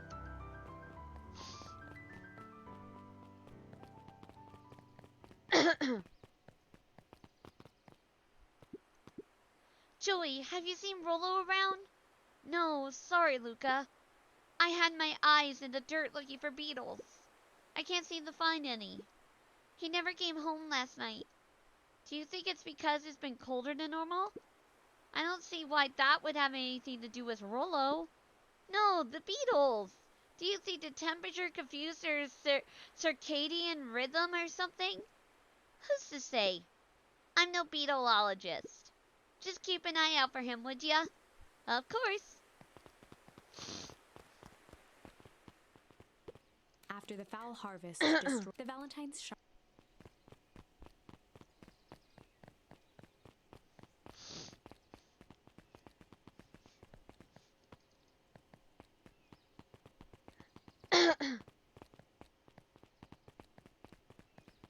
I check everywhere.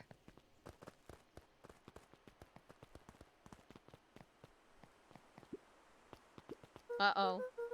Dang, they boarded up the way in.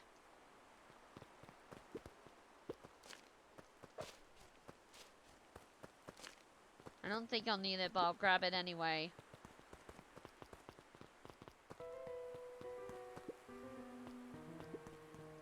Luca felt a chill as he approached Beck. Her eyes were locked on the strange green liquid.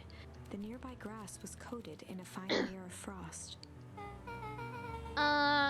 Is this sort of thing normal around here? Because puddles of glowing ooze are definitely not what I expected from this place. I have no idea what that stuff is. Well, the next obvious step is science! What does science suggest? Poke it with a stick! Luca watched as Beck dipped a broken tree branch into the goo. Beck's eyes widened as flowers grew from the dead wood.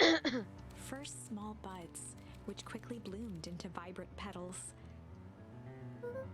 What the? Cool! As quickly as they had grown, the flowers began to shrivel and turn gray. Beck dropped the stick with a grunt of disgust. Okay. So the science tells us that this skunk is weird as hell. Yeah, it seems dangerous. Hey, Tish, look what the cat dragged in. Yup. I don't have time for this right now, Iggy. Oh, don't say things like that. It hurts Tish's feelings. Ain't that right, Tish? Yup. She looks fine to me. Why, hello. I don't think we have been properly introduced. Iggy's the name. This is my compatriot, Tish. Yup. You've probably heard of us. Can't say I have. I'll forgive you just this once, on account of you being new around here. Why would you want to hang out with this dud? Oh, he seems pretty alright. Iggy, why do you have to be so... you? Has he even told you that his parents skipped out on him? Shut up. It's true. They got tired of having such a pathetic kid and left him. Iggy, I'm only gonna say this one time. Don't talk about my family. Well, look who's grown a backbone now that a girl's around. First, his pops croaked. Then his mom finally couldn't take it anymore and bounced. Iggy took a step towards Luca, his sneer lit by the glowing puddle. Beck could see tears welling in Luca's eyes, his fists clenched. Some things about Beacon Pines were very different from the city, but a bully from a hayseed town is really no different from a city bully. Beck took a deep breath and thought. Well, time to bust out the... strange? Well, time to bust out the strange. Alright, Luca. Looks like you need a little mud bath. What's wrong with you, new kid? We're about to pound your friend. Beck stared in silence, the only sign of life being the twitch of an eye. It's weird when people don't talk. Yup. Stop being a weirdo. Hello? Are you some kind of wackadoo?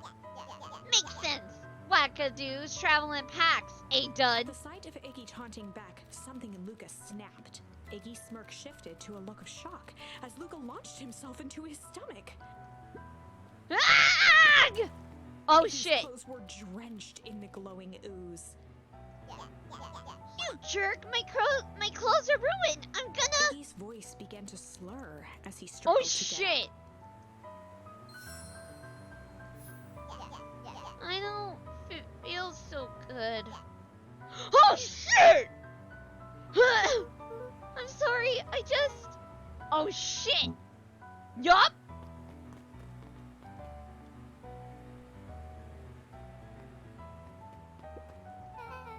That was intense. Iggy's gonna be okay, right? Nothing about this seems okay. The person at the warehouse, this strange ooze, and what it did to Iggy. Was Rollo caught up in all of this? We have to find Rollo. You took the words out of my mouth. Hold up.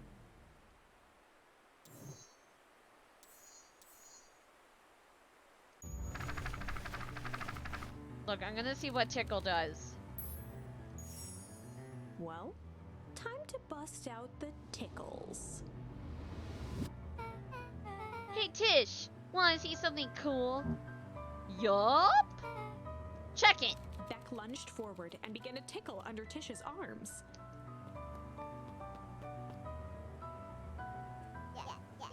What the? Tish, is she tickling you? Yup. Hey up. Hey up. Tears began to form in Tish's eyes as she gasped for breath between gales of laughter. Yup, yup, yup, yup. Beck redoubled her efforts until Tish finally had had enough. Help! What just happened? She seems nice. Sorry for the interruption. I think you were just threatening us. Iggy's eyes darted around, a realization dawning on his face that he was now outnumbered. I just remembered. I have somewhere to be. Mm-hmm. See you around, new kid. Iggy kicked at the puddle before making his escape. Oh shit. Whoa. What a little creep. Oh, Beck, I think you've got a little ooze in your hair. Beck shook the ooze out of her hair as best as she could. Is it bad? It depends. What are your feelings about having a more mature, refined look? Oh, God. Chapter 4. The Best Policy. Luca paused for a moment, catching his breath. He'd only just met Beck, and somehow he already managed to drag her into this mess. Hopefully he could make it up to her. But finding Rollo was his primary concern. Yeah, no. I'd rather deal with mutant Iggy.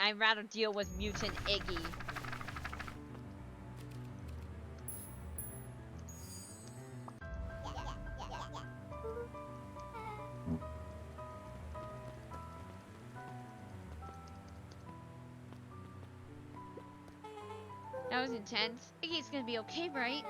Nothing about this seems okay. The person at the warehouse. This was Rollo caught. We have to find Rollo. You took the words out of my mouth.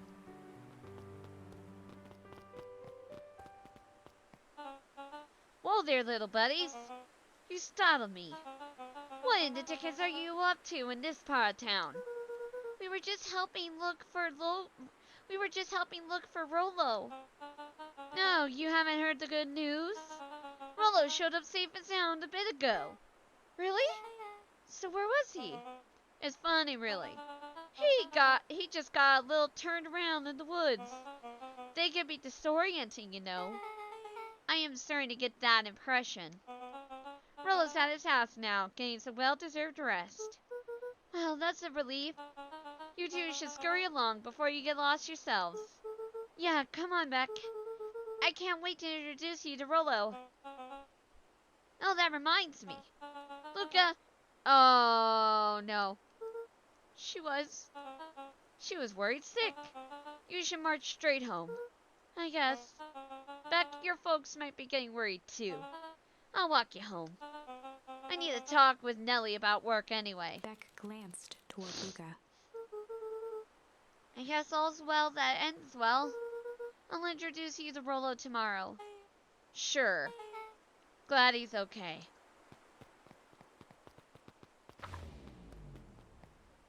Rollo was safe. A wave of relief washed over Luca, which was quickly replaced by a sense of dread. Gran is going to kill me. If he hurried, he might just make it home before sundown. Chapter 4. Our harvest awaits. Luca took a deep breath and gingerly opened the door, steeling himself for Gran's wrath. Gran? I'm home. Everything's fine. Gran? Gran? I know I wasn't supposed to go anywhere. I was just helping look for Rollo. Not out here. Shit, if his Gran is dead. Gran, Roxy came over. She was worried about him. So I figured you wouldn't mind if I helped look for him. Turns out Rollo is safe and sound. I swear to fucking God. Luca was alone. The house was empty. So Gran's not back yet? I guess that's a good thing. Nothing to do now but sleep, I guess. Luca was sitting by the pond, listening to small waves lap against a rock. His father sat in a folding chair in front of him. Without turning, he spoke. "Why don't you grab me some nice bait?" "Sure thing, Dad." Luca hopped over to the tackle box and popped open the lid. Inside was a rolling, buzzing mass. "We're fishing with bees?" Luca's father gave a warm chuckle. "Well, you catch more fish with bees than honey. Pick us out a good one." Luca closed his eyes and plucked out a bee. He could feel its wings struggle between his finger and thumb. Holding it at arm's length, he hurried over. His father deftly baited the hook and examined his work. "Interesting choice." With a practiced flick of the wrist, the line buzzed in a graceful arc. The water accepted it without a splash or ripple. The wrong choice. What? But I respect it. The pond began to freeze over. Sometimes we gotta make the wrong choice before we can make it right. Pallid ice propagated across the still surface with an alarming speed. What? Luca scrambled back as the ground beneath him turned cold. "Dad, I don't understand." "Sorry, kiddo. Understanding isn't always part of the deal." The relentless ice shot through the fishing line toward his father. "Dad, look out!" His father casually wound the reel. "None of it's your fault, you know. Never was." Oh my God, did we "Dad, do something we wrong? have to go." Luca grabbed his father's shoulders, trying to pull him away. "Please, you have to run." The ice crackled as it spread across his father's hands. That's the thing about fishing, Luca. His chest began to crystallize. You toss your hook in, and you never know what you're gonna pull out. A shock of searing cold ran up Luca's arms. He gave one last desperate tug. The chair tipped backwards in a single frozen mass. Luca tried to stop the momentum, but it was too late. He watched the icy form of his father slam into the hard ground, shattering into 1,000 pieces that crowded around his feet. Dad, I don't understand. What does all this mean? The gentle rustle of leaves was the only reply.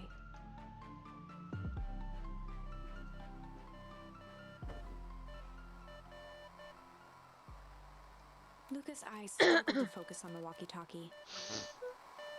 Rollo? Faintly, he could hear Rollo amongst the noise. Luca! Rollo, is that you? Luca! There? Rollo, it's the middle of the night. Luca, thank God. Listen, I don't know how long this thing will work down here. What?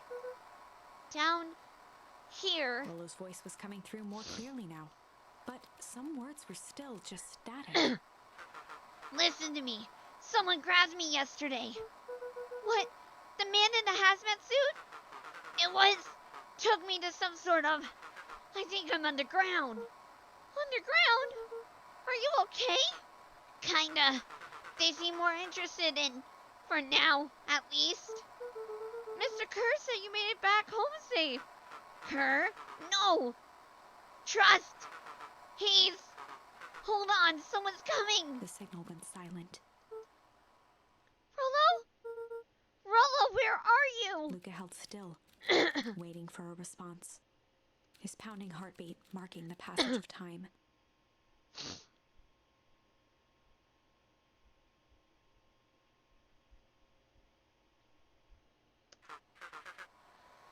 Okay, I think they're gone. Getting worse. I can barely hear you. Rollo's voice began to fade. Losing signal. Not much time.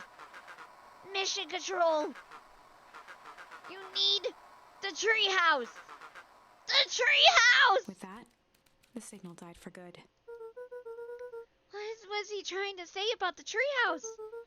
What's at the treehouse? Your satellite dish. The antenna! He wants me to use the antenna in the treehouse to get a better signal. Rollo, you're a genius. Luca grabbed the walkie-talkie and sprinted to the treehouse.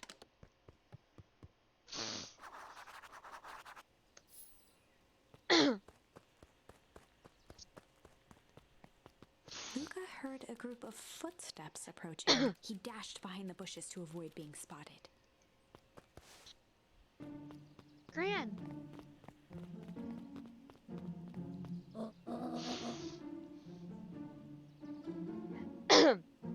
So, we all understand our roles. You can count on me. I still think we need more time. This wasn't the original plan. Mr. Tolliver paused, shifting his eyes to one side. We're all in danger now. I, for one, refuse to sit idly by while that danger persists. Hiram, you just keep your wits about you. Mr. Tolliver took one long, quiet breath.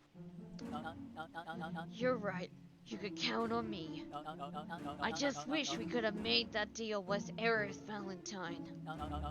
Her resources would have still come in handy. As I said, we have no time to contact her after your call this morning. Plans change.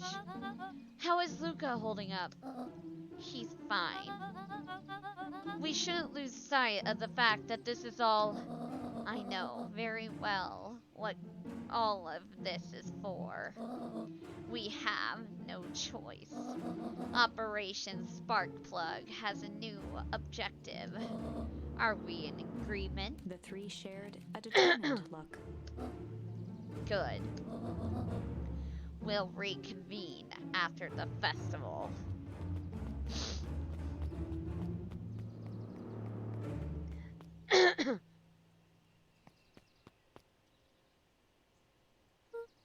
Gran?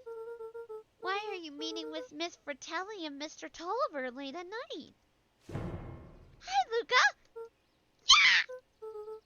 Dawn, you scared me! How long have you been there? Oh, just a few minutes. Earlier today I saw Mr. Tolliver and your grand enter the diner together. When my shift at the newsstand was over, they still hadn't left. So I used the greatest tool of any investigative reporter. Time. When they left, I tailed them here. What do you think they're up to? Whatever it is, they seem organized and determined. They mentioned the festival. Yeah, I heard that too. Has your grand been doing anything different recently? Anything strange? She got a phone call this morning and rushed out the door. A call from Hiram Tolliver, it seems. She was either furious or terrified. Or both. Luca, be careful out there. I think we might be in the middle of the scoop of a lifetime. I will. Aren't you coming out? Nah, I'm gonna stake out here for a bit longer. See ya, Luca. That's slowly sneaking down.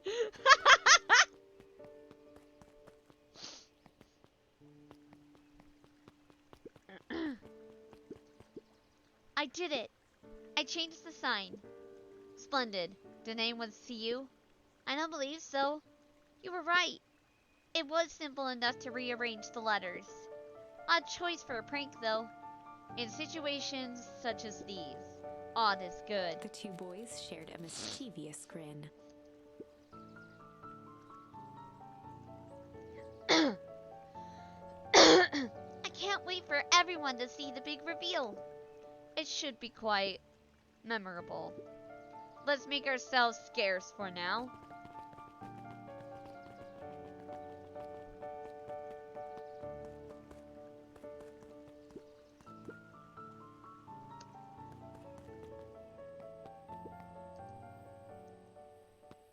I'm just curious. Aha! Luca wrapped some tape around. Hey, you never know.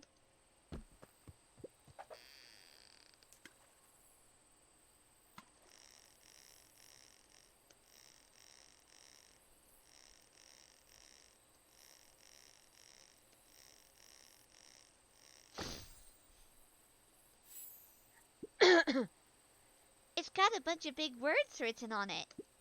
Let's see that. We regret to inform you that your application for property rights with respect to the Beacon Pines CBD and surrounding area has been rejected. Who is that for? Applicant, Valentine Estate. Good. Good. Interesting. Luca stuck a toy stretchy hand onto the hook. Bruh. Those things always get dirty anyway.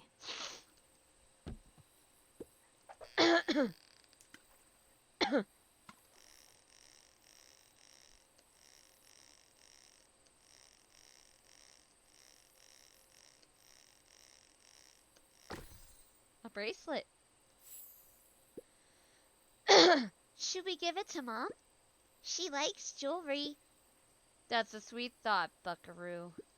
But I'm not sure she'd fully appreciate a pawn bracelet. Luca placed a sinker on the line. Sometimes the best stuff is at the bottom of the pond.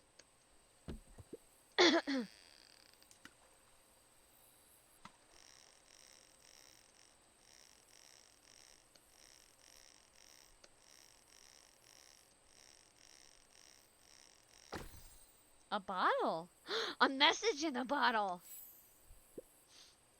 Malice 80 proof whiskey. A hard liquor for a hard man.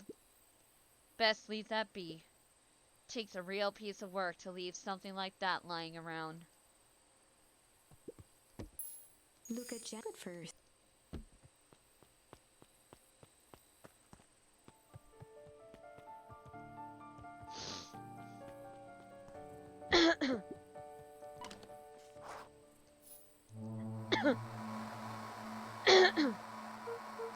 Rollo! Rollo, are you there? I'm at the treehouse now, Rollo. Mr. Kerr said you were alright. What happened out there? Dang it, Rolo, where are you?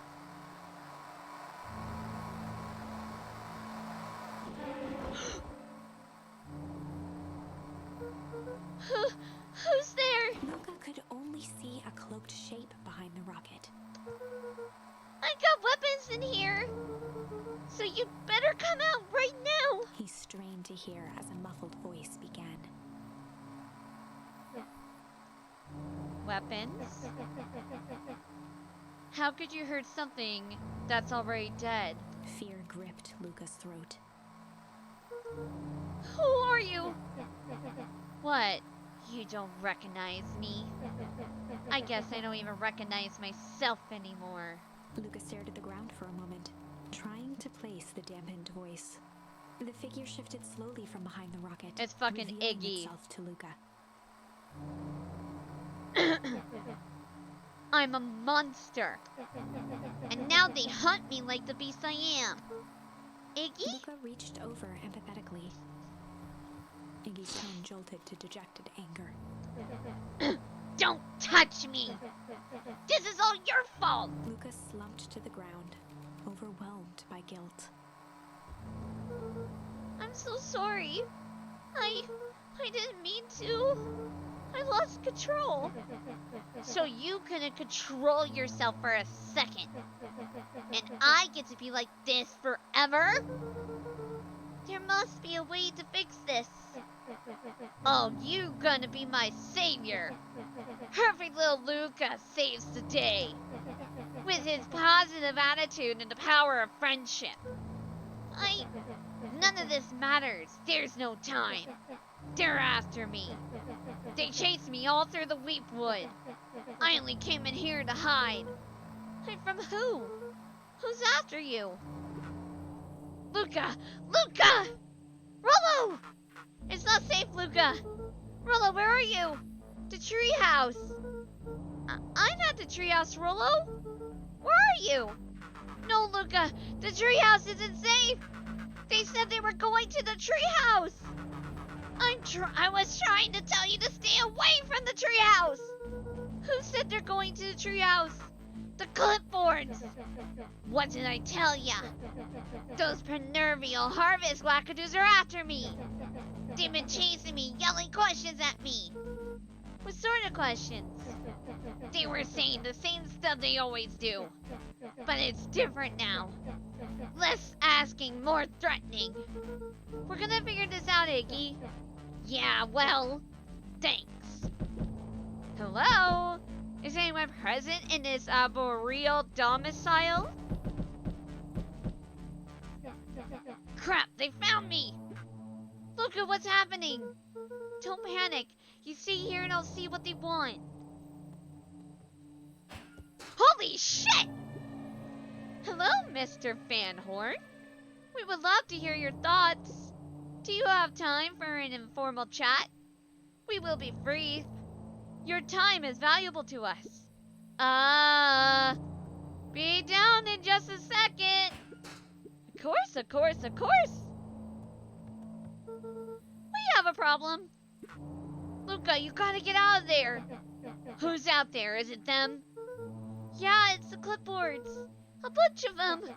How many? Maybe all of them? And yeah, you were right. They're all saying the same stuff with the creepy knob cranked to 10. Might young Iggy be present? We would love to hear his thoughts. Run! Iggy slumped to his knees. I don't know what to do. I'm just so tired. Luca, what do we do? Luca grabbed the walkie-talkie and headed for the window. Follow my lead. Luca and Iggy climbed up the back of the treehouse to its roof, where Rollo had constructed his MCDC, the Mission Control Defense Cannon. From behind the crowd of clipboards, William Kerr strode forward, a warm smile on his face. Iggy, there you are. You gave us all a heck of a scare. Go away, just leave me alone. Oh, I'm sorry, Iggy, but no can do. Don't worry though, we're here to help. I fucking doubt that. Help? Then why were you chasing me? Luca, can you talk some sense into your pal here? Just look at him, he's not well. What's wrong with him? What did that gunk do to him? Well, that's a pretty honkin' big question, Luca. All you need to know is that he is sick. He's real sick, Luca. I just need you to let us up there and take care of him. You told me Rollo was okay, that he was back at his place resting. He is. Poor fella just got a little lost. That's a lie. That's a hurtful thing to say, Luca. I thought we were buddies. Why? Because he lets you ramble on like a wackadoo? Nobody likes you, you creep. Kerr's smile faltered. Why don't you pop on down here so we can have a face-to-face? Fuck no. Yelling like this is gonna give us all a heck of a sore throat. And who wants that? Luca's grip tightened on the MCDC. What did you do to Rollo, you liar? Well, shucks, Luca. The only teeny fib I told you was that he was at home. He is resting and he is perfectly safe. For now, at least. What the fuck? What happens to him next is up to you, Luca. Look around. We're in quite the pickle, and I am the only person in the whole wide world who can help you. You get to decide how this ends. Fuck! Luca's mind raced. He was caught in a trap. What do you do when there's no hope? Iggy wiped his cheeks with a sleeve. What are you gonna do, Luca? Luca drew himself up and decided to take the only option he had left. Fight. Luca drew himself up and decided to take the only option they had left. Fight. He swung the mission control defense cannon around, aiming it confidently at the smirking face of William Kerr. Hey, Mr. Kerr. Luca summoned his most insolent demeanor. Rollo sends his regards. Hey! That was uncalled for, more than a little rude. And just plain unsanitary. Luca, I really did think we were good pals. What a shame that it's come to this. Kerr turned his back on the two boys. End this. With a nonchalant wave of the hand, he made his exit. Fuck? As the clipboards began to slowly advance on the treehouse, Luca looked to Iggy with resignation in his eyes. The end. Oh, fuck. That escalated quickly. Maybe discretion was the better part of valor here. Let's put a pin in this for now.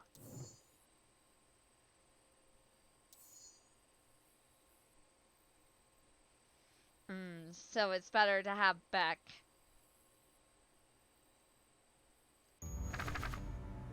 It's better to have Beck tickle. Chapter 4. The best policy. Luca paused for a moment, catching his breath. He'd only just met Beck, and somehow he already managed to drag her into this mess. Hopefully he could make it up to her. But finding Rollo was his primary concern. Okay, it stops you from going into Guck.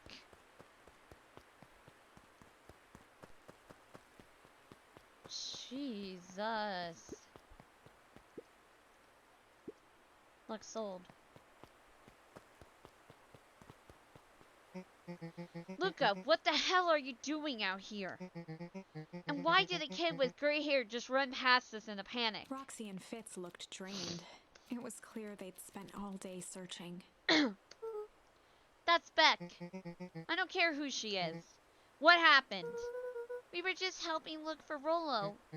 Luca, I need you to start telling me the truth. Roxy's temper could often be dismissed as the impatience of an older sibling, but this was the most intense Luca had ever seen her. Her eyes were wild and unfocused, looking straight through Luca. We're running out of time. In a torrent of rambled words and tears, Luca broke down. Rolo and I weren't just playing at Weepwood yesterday. We were investigating the lights at the old Valentine warehouse. When someone was there in the strangest suit, and we hid in a dumpster and had a heavy bag dropped on us. And I think it was a body. And so we ran, but we got split up. And I ran home. And it's all my fault. And now my best friend may never come back. Wow. Just wow. Roxy, still exhausted and angry, softened briefly as her eyes hunted the ground in thought. With a determined sigh, she looked up at Luca. It's not your fault, Luca. Rolo's gonna be okay. I promise. Roxy drew herself up. I'm gonna fix this. Luca, go home. But I want to help. This is too dangerous for a kid. I can't just sit around. I have to do something. Roxy tried to think of the safest place to send Luca. Wow, just wow. You go back to that little tree house you two like to play in. Wait there in case Rolo shows up. Sound like a plan? Luca wiped his cheeks and gave a quick nod. You did the right thing telling me the truth. Now scoot. You really believe his story? What other option do we have? Things have been strange around here leading up to the festival. My dad has been acting weird lately. Weirder than normal. Looking into the puddle, Roxy rubbed her arms to warm up. Why is it so cold here? This place gives me the willies. Wait at the treehouse in case Rolo shows up.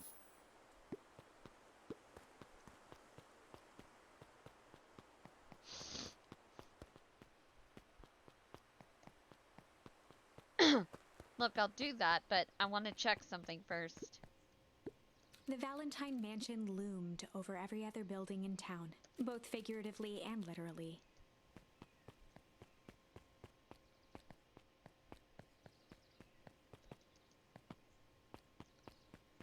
Oh, Rolo, fuck. So obviously Hyena Man is a bad guy, along with his little goons of red pandas. Mr. Nuncreed jumped with a start. Whoa, don't sneak up on an old fella like that. Sorry. Who are you talking to? What? Luca motioned to the phone booth. Oh, no. I was just checking because I thought I heard it ring. But the dang thing never does, of course. Yeah, I've never seen anyone use it, really. The whole thing's a waste of money, if you ask me. Any word from Rolo yet? Not yet. Long time for a boy to lose his way. Rolo knows those woods too well to get lost. I suppose you're right. Silly boy's antics have this whole town worried sick. Antics? We all know Rolo likes to play his little pranks. You think this is a prank? What other possible explanation could there be? He's not playing a prank, and he didn't get lost. Someone took him, I know it. How would you know that? Unless... Luca, is there something else that you know? Mr. Nuncreed gently placed one of his substantial hands on Luca's shoulder. Dang it, boy. If there is something you know, something that could help your friend, you need to tell folks. Yeek! Luca peered up at Mr. Nuncreed. Kind eyes warmed a stern face. There was a deeper emotion hiding beneath it all. It was subtle, but Luca could sense something eating away at him.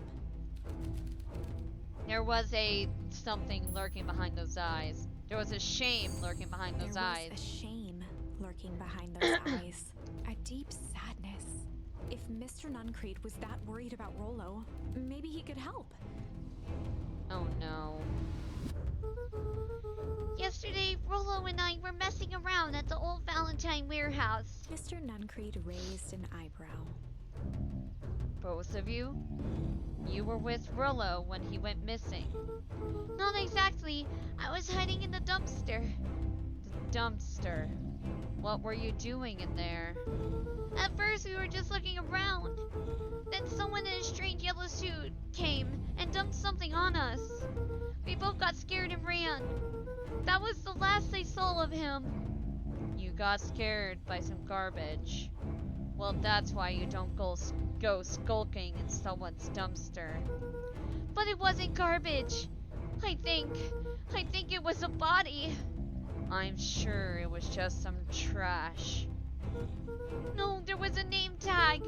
It said Deep Engineering. Mr. Nuncreed's shoulders slumped. I wish you wouldn't have said that. A deep sigh bellowed from his Bad guy! chest. Bad guy! Why did you have to? I tried, Luca. God knows I tried to keep you safe. Luca attempted to take a step back, but Nuncreed's hand clamped down on his shoulder. But you Van Horns just can't help yourselves, can you? We were all so close to being done with this. With a firm shove, Nuncreed manhandled Luca into the phone booth. Bruh! What are you doing? It's out of my hands now. The door latched shut with a mechanical hiss. Shit. As Luca pounded the glass, the floor dropped from under his feet. The inside of the phone booth was now a loose capsule plummeting at gravity's whim. Luca winced and pressed his hands to the walls. As he braced for impact, the capsule hurried to a surprisingly smooth stop. He felt a cold rush of air and opened his eyes with hesitance. Two large figures in Oh, hazmat suits fuck. occluded his view. Luca heard the deep, resigned voice of Mr. Nuncreed over an intercom. He knows too much. Bruh! And No! wait, no. This isn't the end. I know there's still much more. Somehow this went wrong. Okay, let's try something else. Bruh!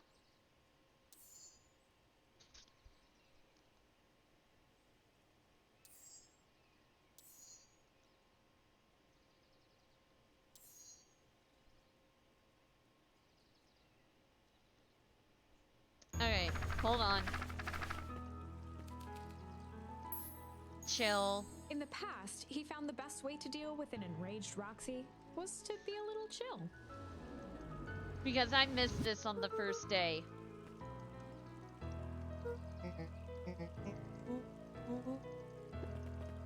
A full report.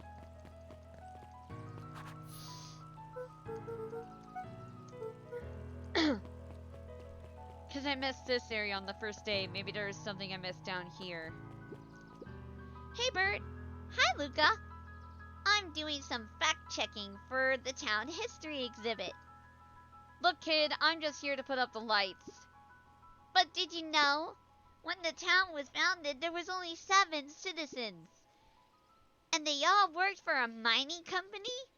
And there was only one dirt road leading to town? And There is still only one road leading to town. alright.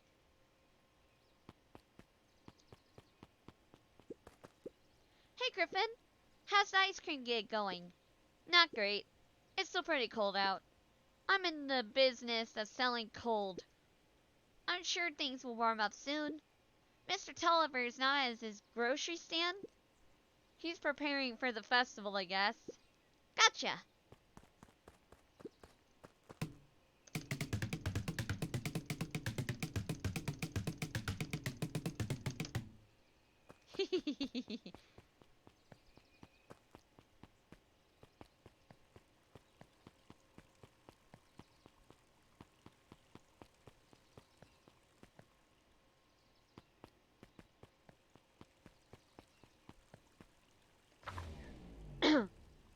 Okay. I can't say anything else to Gran, but I could struggle here now.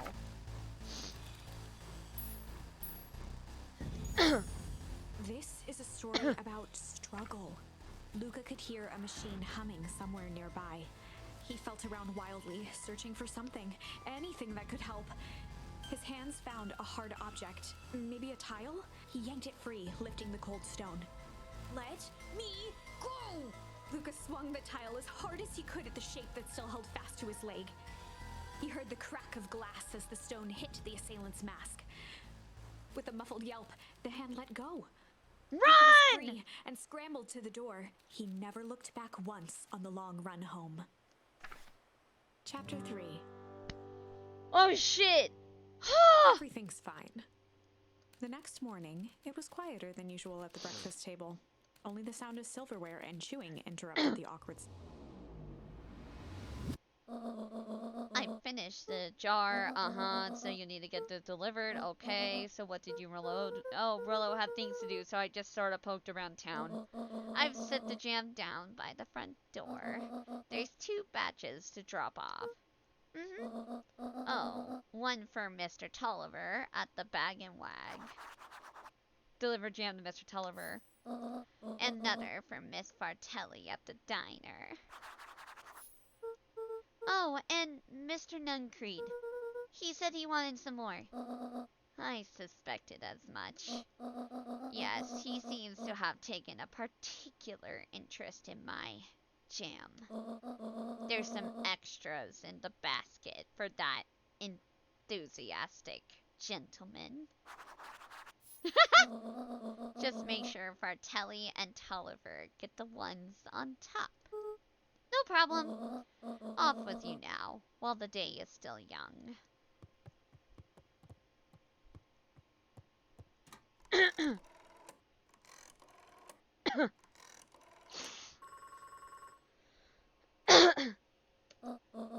Hello, it's Jennifer Hartford. Before you hang up, just hear me out. I have a business proposition. The simple matter is we both have the same problem that needs solving. Very well. We can meet tonight. Alright, well before I go, making sure I'm not missing anything. Oh my god, the struggle saved our fucking lives!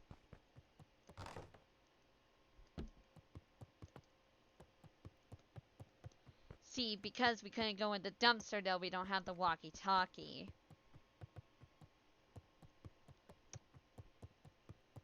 Oh my god, though, the fucking Lundcreed! I knew he was sus!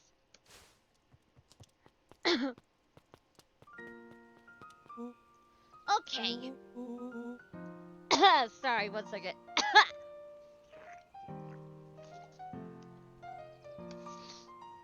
My throat.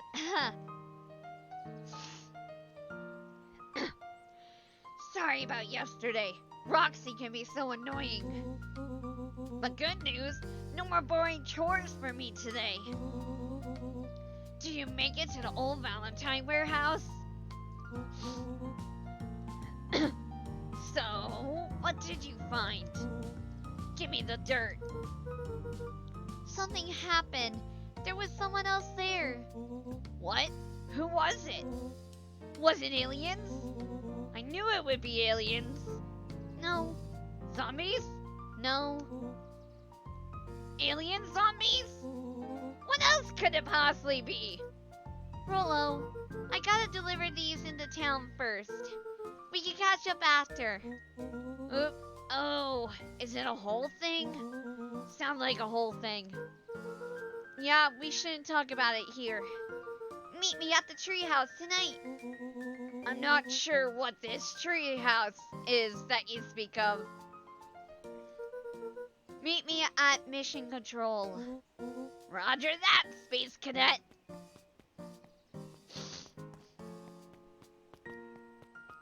Dad, look at this jam I got. Alright, let's go actually deliver it now.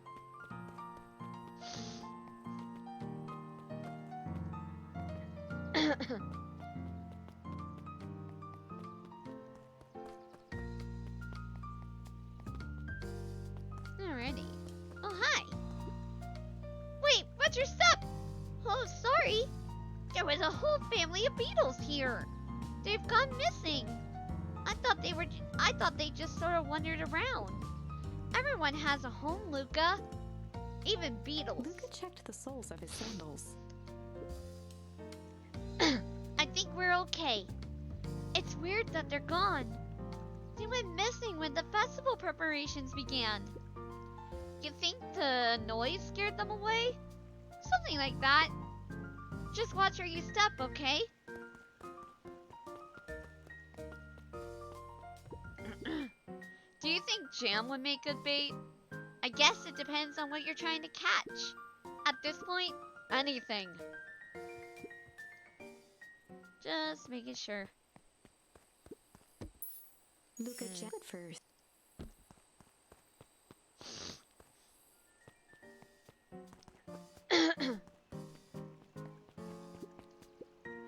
You could tell those jerks. It doesn't matter how many boxes they pile up. I ain't moving.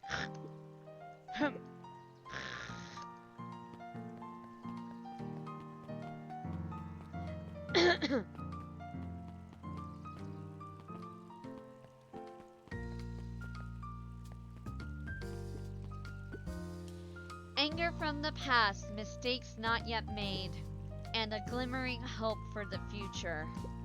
He carried them all in equal parts everywhere he went.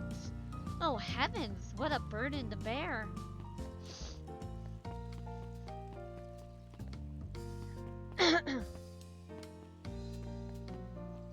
Okay. Whee!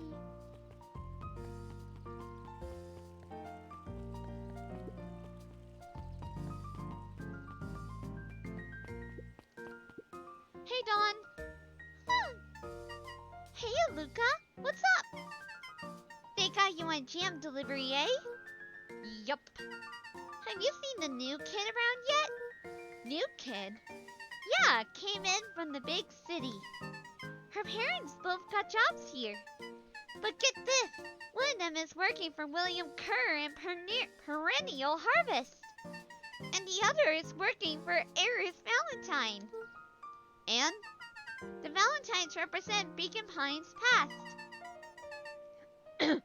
Perennial Harvest has positioned itself as this town's future.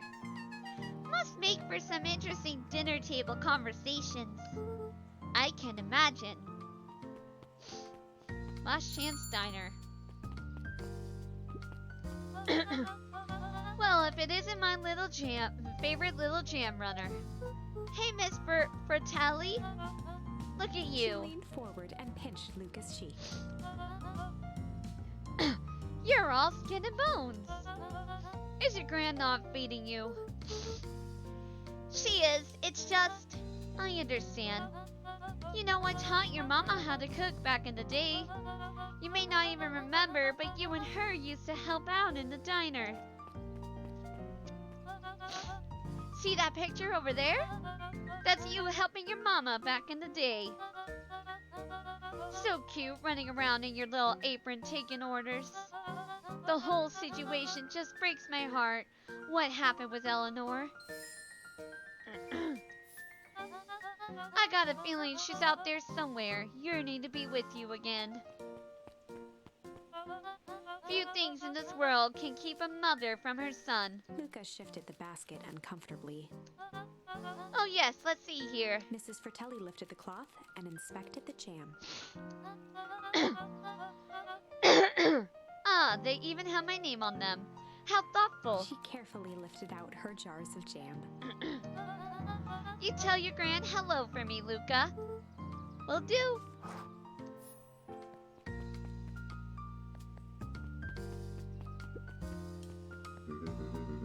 If I could just be left alone, young Mr. Van Horn. Oh, sure. Sorry to bother you. It's just that Mr. Kerr has asked me to make the opening speech at the festival. Being mayor and all, you might expect me to be a charismatic speaker. The truth is, I'm terribly nervous. I really don't think I'm cut out for this sort of thing. Cut out for being mayor or for public speaking? Both, I suppose. I never really chose any of this. It's more of a duty to my family. For our legacy. That sounds like a heavy burden. As for the festival, just speak from your heart. I'm sure it'll be great.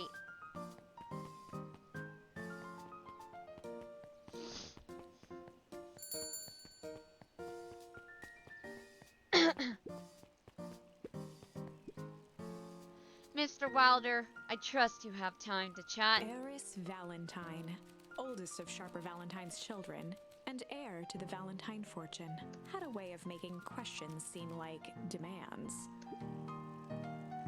Certainly. What seems to be the problem? Mr. Wilder had learned to assume that if he was hearing from Eris, it was because she had taken issue with something he had put in the paper. I couldn't help but notice that the front page of this morning's paper was consumed with stories about this silly festival. Well, yes, that's the news of today. But there was no mention of the museum, nor the foundation through which it was endowed. I'm sorry, Miss Valentine. My readers are more interested in this town's future, rather than any one family in particular. There was a time, Mr. Wilder, when the going-ons of my family was the only thing this town cared about. Well, things change, ma'am. And you know, change is dangerous. If you finish that thought, I will make that monocle a permanent fixture of your anatomy. My apologies. Good day, Miss Valentine. Did I give you the impression that this conversation was finished? Mr. Wilder averted his gaze and began to polish his monocle. Well? Good day, Mr. Wilder.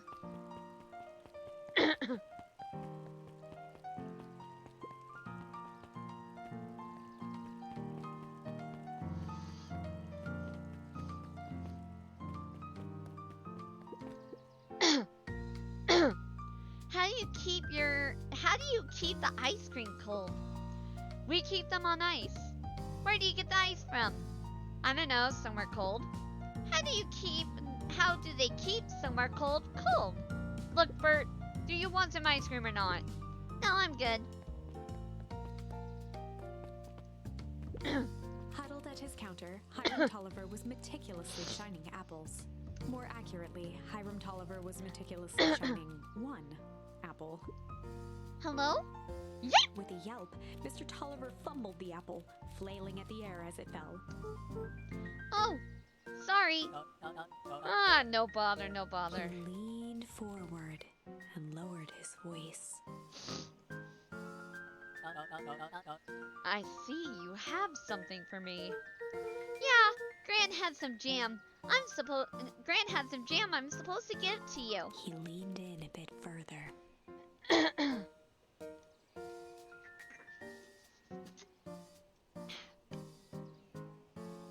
Hydrate complete. Thank you for the hydrate. Jam? Yeah, these ones on top.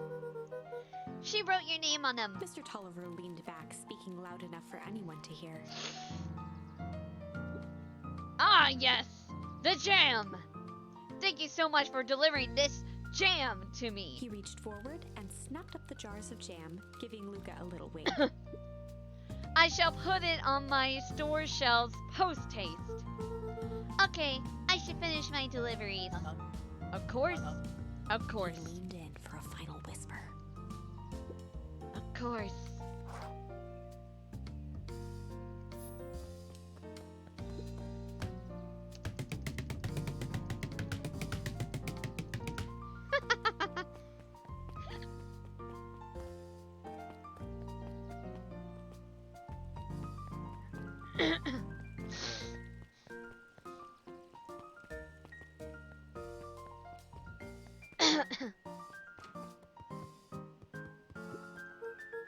Hey, Kato. Good afternoon, Luca. Can I help you find something? Maybe, maybe not. Try me. Well, there's been some weird stuff going on at the old Valentine warehouse.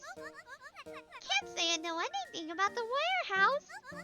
But empty hives don't stay empty for long. Huh? Kato motioned to the book in front of him. The more I read about bees, the more similarities I see with people. If a hive collapses and fails, it doesn't stay empty for long. A new queen will set up shop pretty quick. So you're saying it would make sense for someone new to start using a warehouse? Natural abhors a vacuum.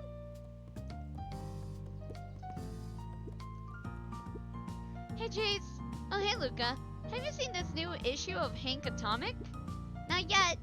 No spoilers, please. It's awesome. It's a flashback. No spoilers, please. We get to see how mild mannered Henry Adams becomes. Hank Atomic, man of space justice. Jace! No spoilers! Oh, sorry. My point is, you're gonna love it. Alright, Jace. Catch you later. Roger that, Space Cadet.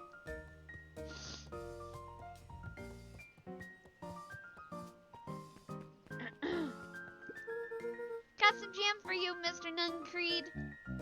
Luca, you seem chipper. Well, aside from being on delivery duty, it's a nice day. Mr. Nuncreed eyed Luca for a moment, then nodded in agreement. I suppose it is. So, do you want your jam? Oh, right. Usually Juniper drops those off herself.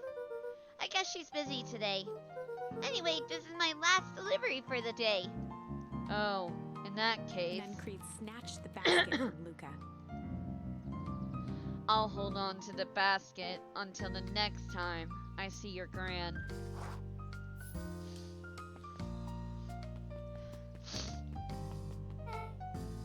Hey you! Anchovies or pineapple? What? Don't think.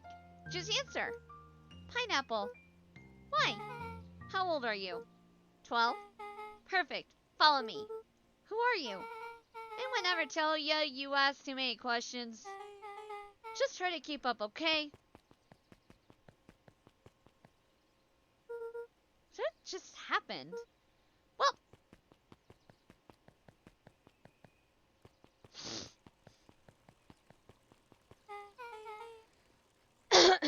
hey, what a crazy coincidence. Here's my new friend I was just telling you about. Oh, that's wonderful. Yep, we just hit it off. Oh, really? Get this. His favorite pizza topping in the whole world is pineapple. Oh, and what is your new little friend's name? Beck locked eyes with Luca. The look on her face was equal parts expectant and desperate. Luca Van Horn. Nice to meet you. I'm Nellie, and this is Iona. We're Beck's parents. We love to see two lesbian parents. Let's go! Beck gave Luca a quick nudge. Oh yeah, Beck told me all about you. Already feels like we've known each other for years. So you both could stop obsessing about me making friends. Oh darling, we never doubted you. It's just that for children with fewer than 5 close friends, their probability of a stunted development doubles. Well, 1 down, 4 to go, I guess. What Nellie means is that we just want this mood to be as easy on you as possible. You can relax. A friend has been friended. This calls for a celebration. Luca, you must join us for dinner tonight. Dinner? Wow, another coincidence. I actually already asked him and he said he'd love to. It's just wonderful. In that case, we should pick up some groceries. You two don't get into too much trouble now.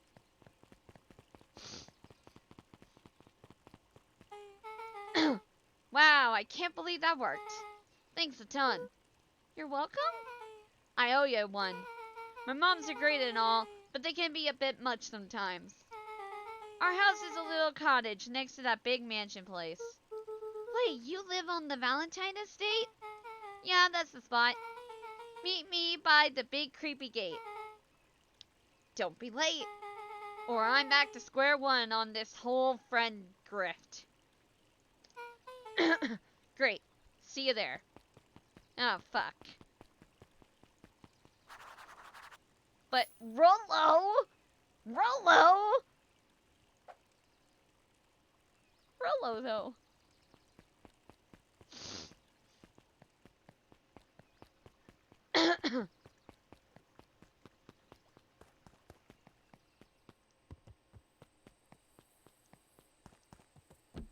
Dang it.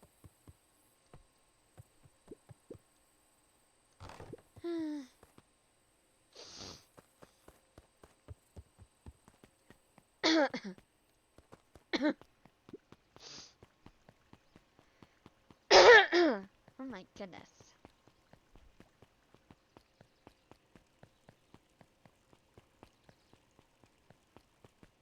Ah, I was trying to go up. Nope, can't talk to them.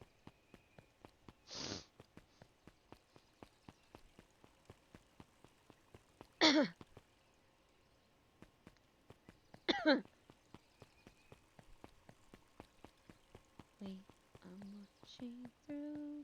Hello. Good morning, Geoff. What's so good about it? Another day further down the tubes, if you ask me. Come on now, it's not all bad. The festival is coming up. The festival? Old man Valentine used to put on a cockamamie shindigs all the time. And where did that get us? Well, it's the perennial harvest putting on this one. And they're doing it for the whole town.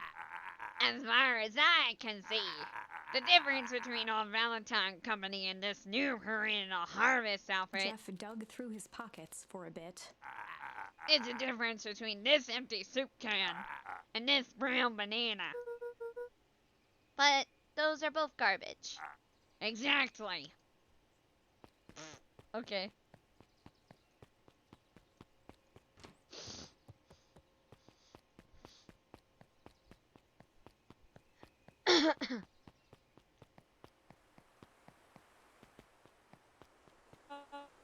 Oh there, little buddy.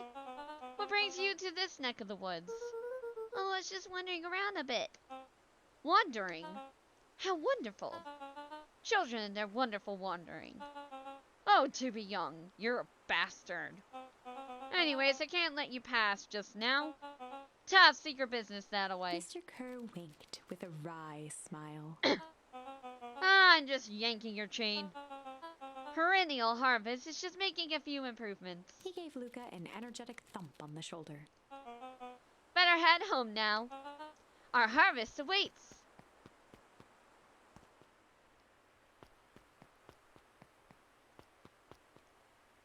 Wait, hold on. Shouldn't we let Gran know where we're gonna be?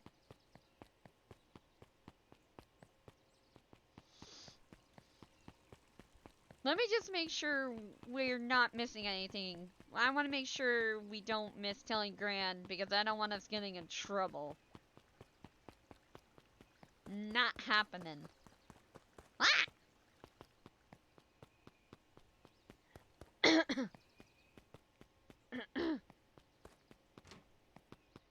Gran, I got the shit done. Creepy Lund Creed took your basket. Gran? The fuck? Where'd you go?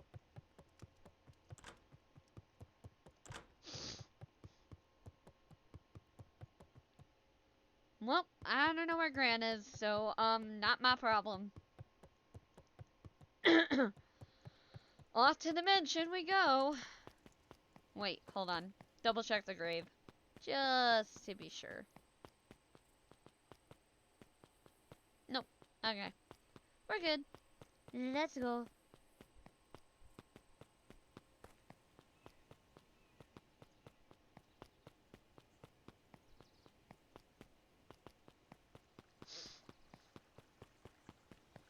We're mewing. Mew.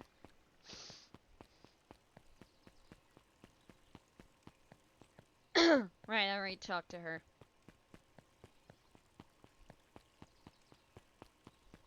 Woohoo!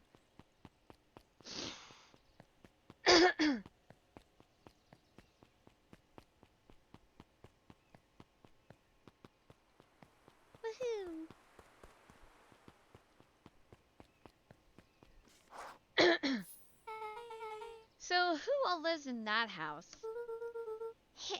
Eris and Gus Valentine grew up there, and Solomon moved in a few years back. That creepy little kid in the vest? That sounds like the one. So, just 3 people live in that huge thing. I bet a bunch of shady stuff happens all the time in a place like that. Not really. The Valentines pretty much keep to themselves. So empty. It's empty and boring. Pretty much. What a waste. Mom says that it used to be way busier back before Sharper died. Before the foul harvest. Okay, that's like the 5th time someone mentioned this foul harvest thing. And you all use the same ominous tone. Eventually you're going to explain to me how that harvest got all fouled up. But we can't keep my parents waiting anymore. This way.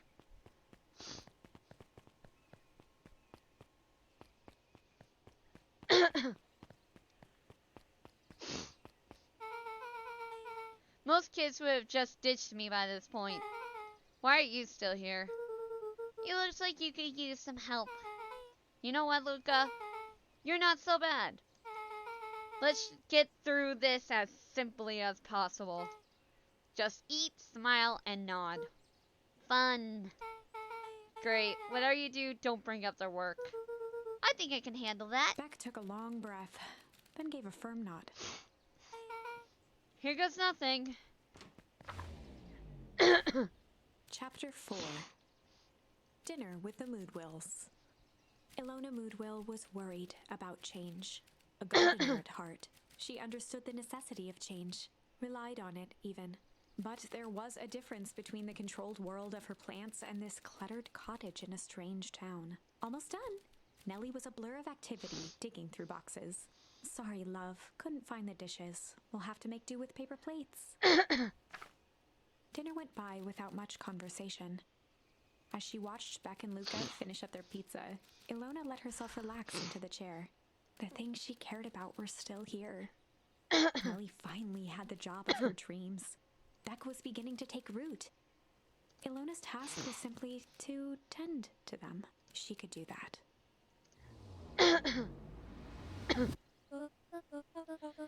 So, Luca, tell us a bit about yourself. Where do you live? Oh, I live with my grandma. Over on the other side of the river. Your grandma? Where are your parents at? Beck, manners. It's alright. My dad passed away in an accident at the fertilizer plant 6 years back. Oh dear. My mom's been missing for a few months now. Like, missing? Luca's eyes were fixed to his plate, pushing a chunk of pineapple around with his finger. Nellie was the one who eventually broke the silence. Luca, how did you like the pizza? Oh, it was good. Very good. Normally, we'd have put more effort into dinner. Ilona nervously gestured toward the boxes. We aren't fully settled in, and Beck had mentioned that it's your favorite. I'm sorry, are we just skipping the part where he said his mom was missing? Beck! I'm sorry, Luca. This move has us all a little tired. Luca wiped his face with his sleeve. No, it's fine. So, Beck said that you moved here for work? Beck gave Luca a swift kick under the table. Ow! I mean, what brought you to Beacon Pines? Oh, you were right the first time. We're here for work. Nellie won't tell you this, but she's a brilliant chemist. I don't know about brilliant, but I do love it. She's brilliant. Perennial Harvest just made her the newest lead researcher of deep engineering. Oh no. Oh no. She makes it sound more impressive than it is.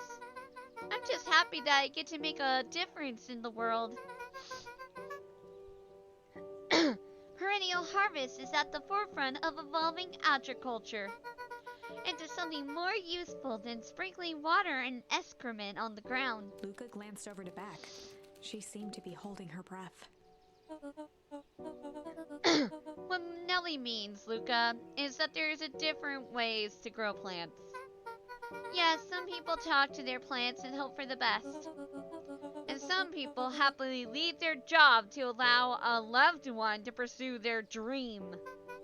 You swore you Beck didn't. slammed her fist into the table. Perhaps harder than she intended. Hey, Luca. How about some dessert? I actually have to meet my friend Rolo soon. Luca glanced outside to gauge the time. The sky was darker than he expected, filled with ominous clouds. Looks like there's a storm brewing. I should get going. Oh, I didn't think there was any rain in the almanac. Yeah, almanacs aren't that useful around here. Luca wiped his mouth one last time with his napkin and started to get up. Thank you all for the pizza. It was really good. See you at the festival, Beck.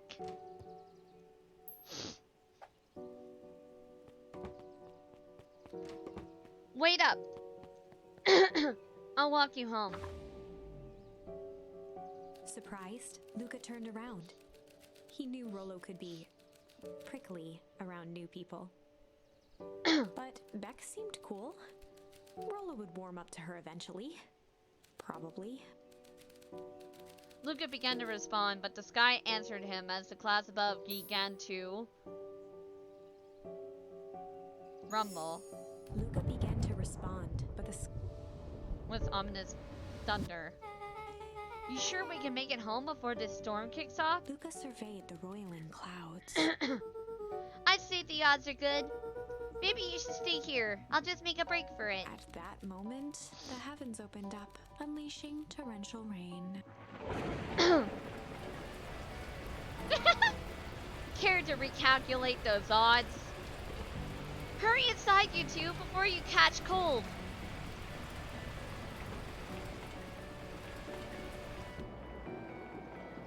Luca, Nelly will keep trying to reach your gran on the phone. In the meantime, you two hold tight. Sorry, not much to do up here. Most of my stuff is still in the boxes. Mind if I poke around? Be my guest. Luca squinted into the eye hole of the microscope. This looks wild. What is it? Gum. Gum? Luca adjusted the slide with his fingers to get a better look. I'm tracking the structural integrity of gum with increasing amounts of chewing. Chewed that one for 47 days. Luca wiped his hand off on the sweater and gave a nervous laugh. It's weird, I know. Beck looked down, timidly tapping the ladder with her feet. You think it's weird, don't you? A little. But weird can be cool. Oh, wow! Rolo and I have a radio just like this at the treehouse. Probably not exactly like this one. Mom and I tore the whole thing down to the bolts. Fitted it with some state-of-the-art vacuum tubes. She seems pretty awesome. She gets carried away sometimes. I think she feels guilty for working too much. So when she does have time for me, she showers me with high-tech overcompensation. Luca flicked at one of the toggles. I bet you could get all sorts of stations on this. Not out here in the boonies. You wouldn't believe the stuff I could pick up back in the city. But around here, it's all form, reports, and static.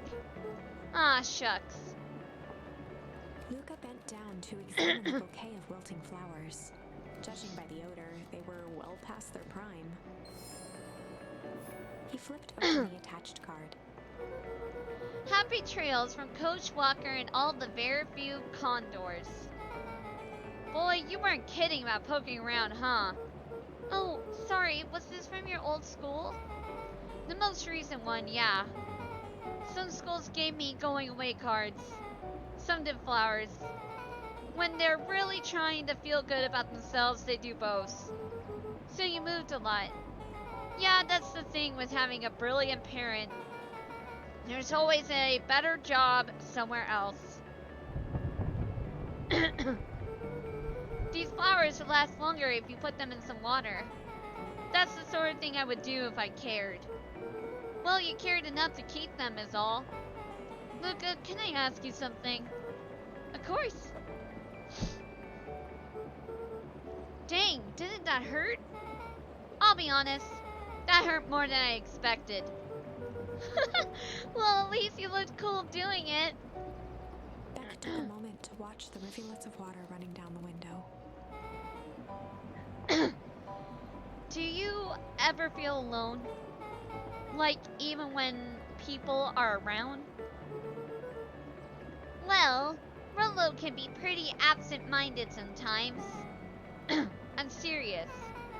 Does it ever feel like your family doesn't care what you want? It didn't used to feel that way. I know Gran loves me, but sometimes when she looks at me, it's like she's looking at a problem? Luca took a deep breath, exhaling slowly. I know the feeling. How do you deal with that?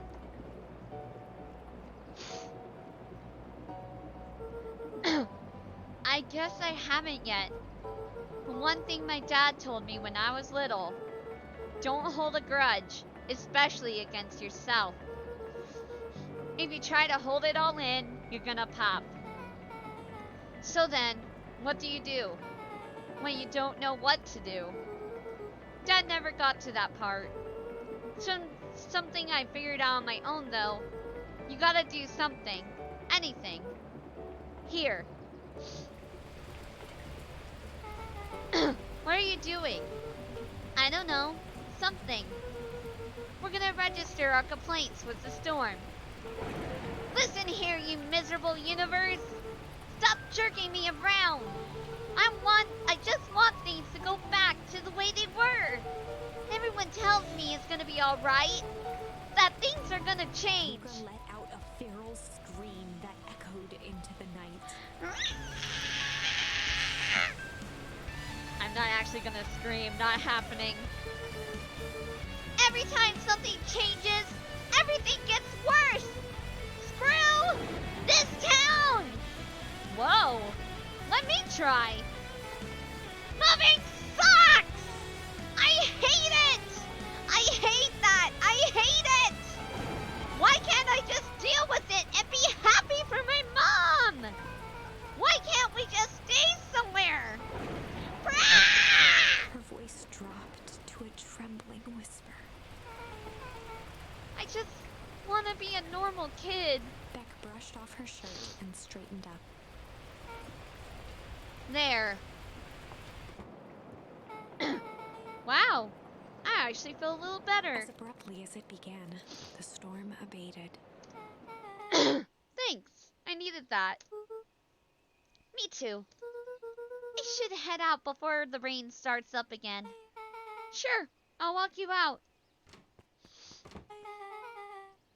See you and Rolo at the festival? Sounds good. Luca, don't let the universe jerk you around. Beck gave Luca a light thump on the arm before heading in. Chapter 5. Friendly Feud. The air was heavy with the hard rain's residue. The smell of wet things. Despite his dreary surroundings, Luca felt at peace. He'd never shared those details about his dad with anyone. Not even Rolo. But it's not like this changed anything. Rolo was still his best friend. Adding Beck to the group would help balance things out. Everything's better in threes. This is what Luca told himself as he headed to the treehouse.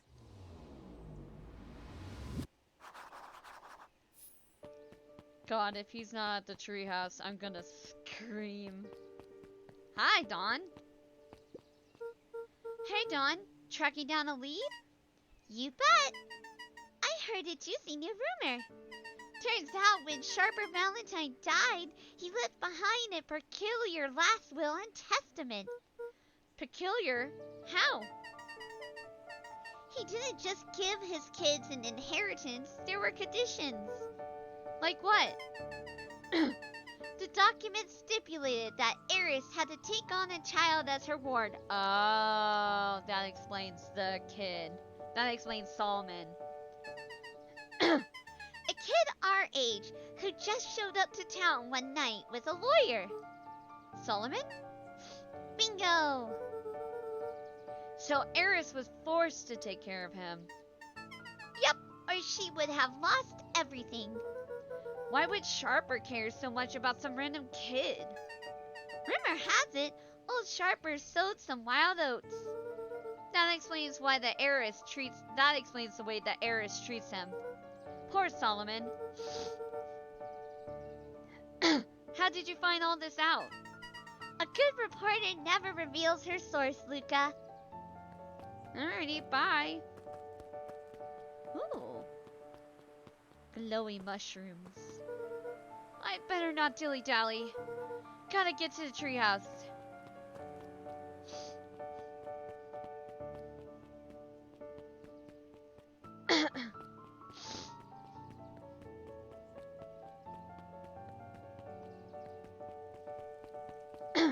She's still out here reading her book? What?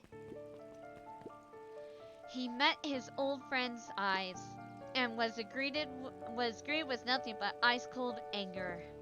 Heavens! This is no time for fractured friendships.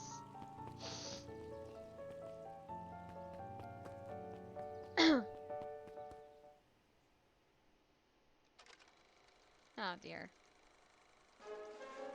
We all know Beacon Pines is a great town. What you may not know is great towns grow from mighty roots. Gosh And that darn is it. why you cannot tell the I story thought of it would Beacon be Pines different. without telling the story of one Sharper Valentine. Young Sharper's keen intellect and strong moral fiber led to a grand vision. A vision of a community dedicated to a better tomorrow. Gosh darn it. In his own words, a better tomorrow is within our grasp, but it requires a singular mind to harness it. Lucky for us, he decided to grow that vision here, in Beacon Pines. And how does one grow a better tomorrow? With fertilizer, of course. Valentine's Fertilizer Company became the lifeblood of a town yearning for purpose. But then tragedy struck. A scientific experiment gone wrong. An accident which took Sharper away from us far too soon. To this day, we struggle to pick up the pieces. But one foul harvest isn't enough to stop the people of Beacon Pines. The spirit of Sharper Valentine lives on. It lives in the hearts of everyone with a dream for a better tomorrow. Together, we will follow his example and grow a beautiful future. Paid for by the Valentine family and the Valentine Fertilizer Company Fund.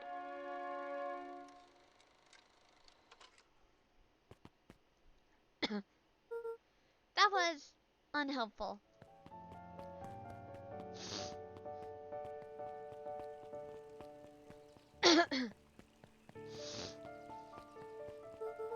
I better not dilly-dally. Gotta get to the treehouse.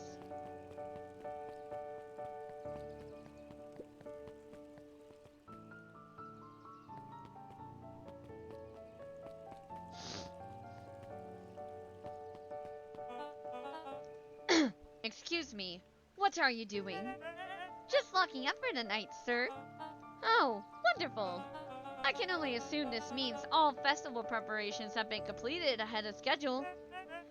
Not exactly, sir. The storm set us back a bit, and it's getting late, so we all decided to... You all decided? Yes, sir. I was unaware that your job involved deciding things. We are all here at the Perennial Harvest. We are all here at the Perennial Harvest because we believe in creating a better future, yes? Yes, sir, very much, sir. Do you want to be the only one? Do you want to be the one to tell this town that we failed them? No. That we gave up because there was a little rainstorm and we all got sleepy? Of course not, sir. Good, then it's decided. Yes, sir, we'll work till the task is done. See that you do. Our harvest awaits! Oh my.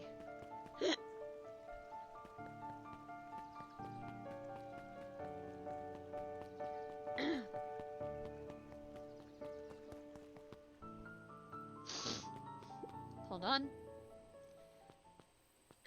I bet you punching in something.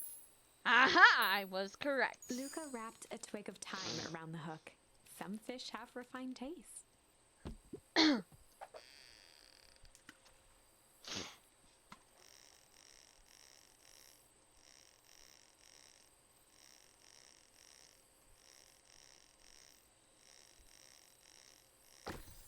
Ooh.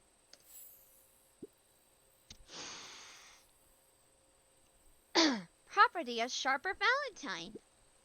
Figures. If he had his way, property of Sharper Valentine would be written on everything in this town. Should we give it back to him?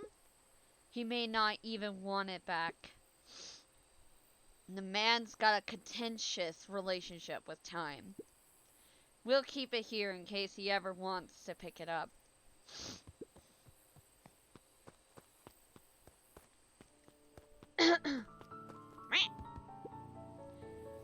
Rollo, are you still up there?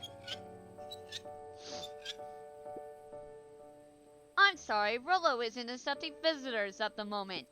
Come back never. Luca had only ever heard him speak in this stiff yet gentle tone a few times, and it always meant one thing. You're upset. Oh, what makes you say that? Maybe because my best friend abandoned me for no reason. I didn't abandon you. I'm just a little late. Rollo scoffed. The rain held me up. Liar! You weren't even home. What? The storm got bad, and I got worried, so I went looking for you. Imagine my surprise when I made it to your house, and you weren't there. I hadn't made it back yet. I'm not a fool, Luca. It doesn't take all day to deliver some jam. No, the storm rolled in out of nowhere, and I got stuck after dinner at Beck's. Luca stumbled on his words, knowing he'd said too much. Beck? Dinner? What the heck is a Beck? She's a new kid in town. She's actually kind of cool. You'd like her. She needed help convincing her parents that she made new friends. New friends? I spent all day waiting for you. And you were off making new friends? It's not like that, Rollo. You know, while I was waiting, I made some upgrades to mission control. It was gonna be a surprise. But you took so long, the storm knocked it all down. Just like you knocked down our friendship. What does that even mean? Luca became instinctively angry in response. Both boys were now shouting across the distance. It means you're a bad friend. You don't care about me. Of course I care, you ass! I knew I'd get in trouble waiting so late for you. But I kept my word. 'Cause that's what friends do. Don't be like this. It's never good, and it will always end in a bad way. Don't do this shit.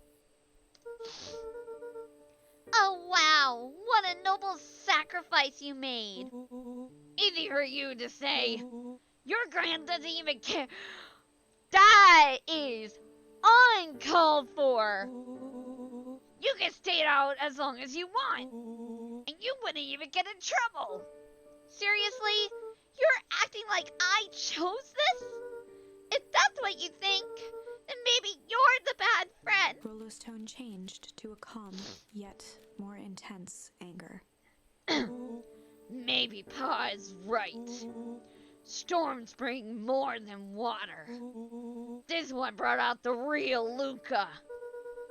Stop quoting your pa's nonsense like it means anything. Yeah, well, at least my Pa is still right. Nuh-uh. The words hung in the cold night air. No! Nuh-uh! You motherfucker! Rollo's stomach dropped, knowing he'd crossed a line. but it was too late. Luca, good night, Rollo. Dang it.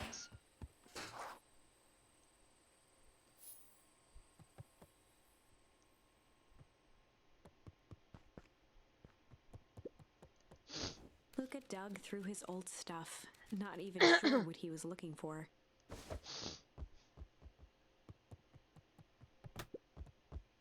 Rollo, what a jerk.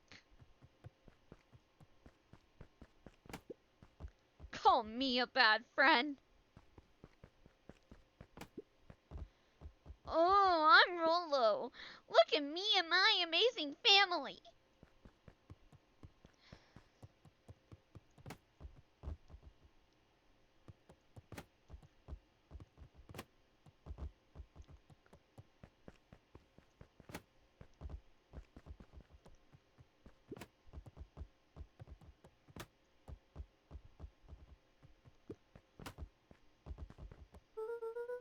If Rollo thinks I'm still going to the festival with him, he can shove it. I guess I'm just never supposed to make new friends.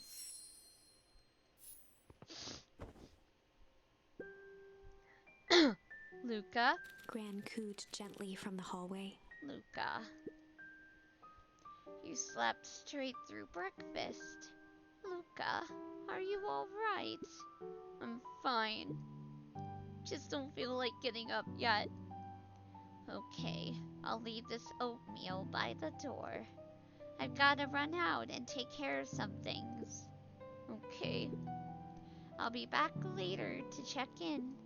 Sure. Luca just wanted to be alone. He waited to hear the sound of the front door closing.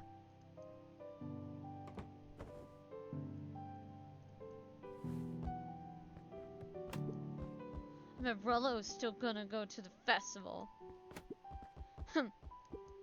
He's gonna be miserable.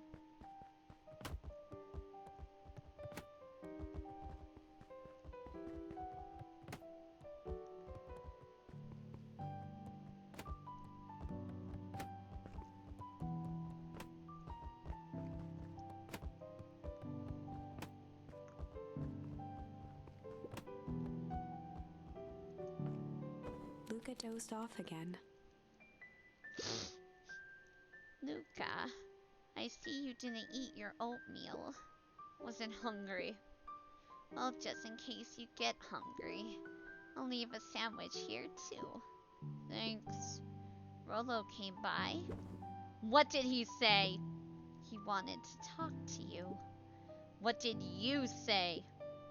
I told him you weren't feeling well. Good. So your plan is just to sit in your room all day? Pretty much. Well, I need to pop away again for a minute. If you decide to end your pity party and go outside, I think it'd do you some good. Noted. Luca still couldn't bring himself to go out. Besides, if he ran into Rollo, he'd have to actually confront the situation.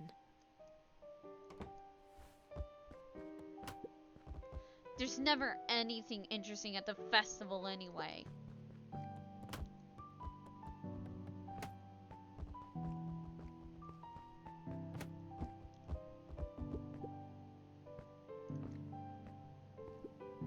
The Adventures of Hank Atomic. The complete first volume. Luca carefully opened the cover and began to... Rollo had received it for his birthday. A special hardcover edition with behind-the-scenes commentary and bonus art. Rollo cherished it, but asked that Luca keep it at his house. Luca wasn't sure if it was because Rollo didn't trust himself with it, didn't trust his sister around it, or just wanted an excuse to come hang out at Luca's more often. Whatever the reason, Luca didn't mind, but it had stayed right there where Rollo had stashed it ever since.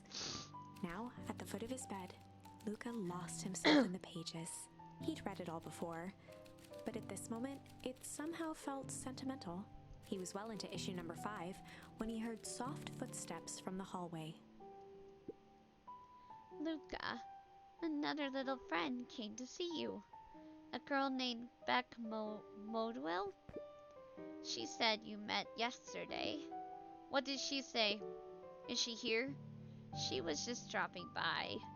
I told her you weren't taking visitors today. Oh, she seems nice. Yeah. You had a fight with Rollo, didn't you? Can I come in? Maybe later. Alright then. I'll leave dinner on the kitchen table, in case you want a bite before bedtime. Without realizing it, Luca had pouted away the entire afternoon. He once again felt the weight of it all and allowed his weary eyes to close. Luca stood in a vast black expanse. He looked up at his father standing beside him. Walt was working a straw at the bottom of a fountain glass, trying to collect the last bits of milkshake. Dad, where are we? Taking a final loud gurgling sip, his father peered up from the glass. He jangled the straw playfully with a warm smile, then lifted the empty glass as if to point into the darkness. The source? Luca's eyes followed his father's gesture. In an instant, he was sitting in front of a blazing campfire. Across from him sat a large figure in a yellow hazmat suit. The figure's voice was a scratchy echo. Well, if it isn't the man of the hour, make yourself comfortable. Luca held his shivering hands over the flame to warm himself. It doesn't work that way here. Their yellow-gloved hand pointed to the base of the flame. It's a cold flame. See? Luca peered at the base of the fire. It wasn't wood that was burning. It was Beacon Pines itself. Tiny buildings, freezing and crumbling as they were consumed by flame. Luca could see small shadows moving in the burning city. People. Luca leapt to his feet. We've got to help them! The figure gave a dismissive wave of their hand. Why waste energy helping people who can't even help themselves? The figure bent down to examine the panicked crowd as they desperately tried to stop the flames. They only care about what's right in front of them. Not like us. Luca's voice was a trembling whisper. Us? The figure slowly stood up, grabbing its helmet with both hands. With a jolt and a twist, the suit emitted a gasp. A cloud of torpid mist escaped, slowly revealing the face within. Luca's own face looked back at him. Older, worn, distant. The sensation was oddly familiar, as if he'd caught his own reflection by surprise in the mirror. The doppelganger smiled. I tried to help once. He gestured towards his face. And all it got me was this. Luca staggered back. You aren't me. Luca felt a hand catch his shoulder. His father was there again, beside him. Every choice sets us on a path. This is the end of one of your paths, son. Luca watched his older self shake its head ruefully, its face twisting into a cruel grin. Welp, Dad. If you wanted him to see this, far be it from me to disappoint. Luca watched in shock as the figure took a confident step forward and plunged into the flames. In a flash of cold light, he was gone. What does all of this mean? Luca felt a reassuring squeeze on his shoulder. Just remember, why we choose matters just as much as what we choose. Luca woke up to see a hazy figure at the foot of his bed, silhouetted in the morning sun. Mom? No, dear. It's only Gran. Luca rubbed his eyes. The kind, concerned face of his Gran came into focus.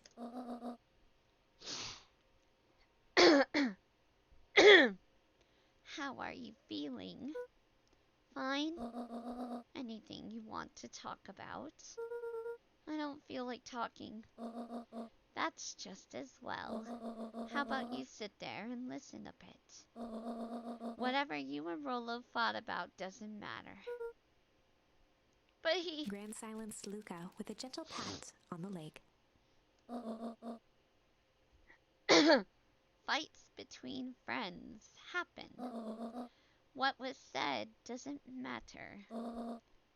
The important thing is that it's not the last thing you ever say to each other. But he said stuff about Dad.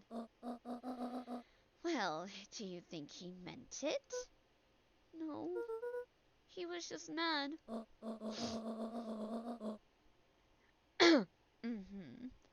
did you mean any of the things you said to him?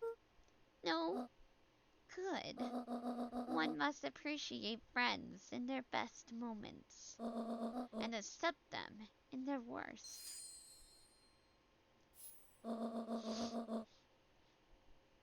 Now get your little butt out of bed. The festival's today. You don't want to miss that, do you? I guess not. Seems like a good opportunity to make amends with Rollo, doesn't it? Luca gave a reluctant nod. So buy him a corn dog and apologize. But he's the one that... What did I just say? Buy him a corn dog. That's a good boy. Everything's better with corn dogs. I need to get going now. Got some last-minute festival business to take care of. I'll come find you at the fountain a little after lunch. Alright. I love you, Luca. Love you too. Luca took a deep Okay. Chapter 6. Through thick and thin. Despite Luca's bitterness, Gran was right. He needed to hash things out with Rollo. A big fight changes the nature of a friendship. Whether, in the end, it is for the better or for the worse, all comes down to understanding. If one is not careful, the same familiarity that builds the strongest of bonds can become the wrecking ball that shatters them. Luca emerged from seclusion, taking in the crisp festival air. But the events of the day weren't on his mind. He had to find Rollo.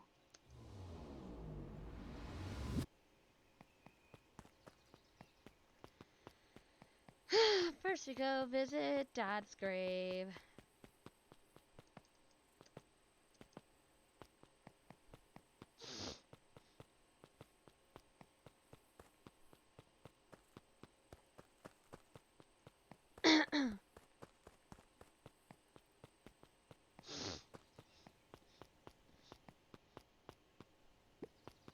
There you are.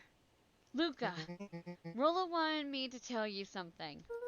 What is it? Roxy rolled her eyes, shaking her head.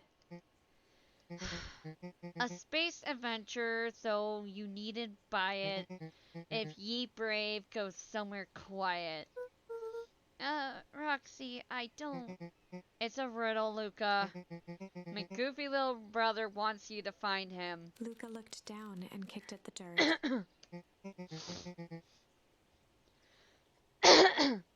Look, I know you two had a fight.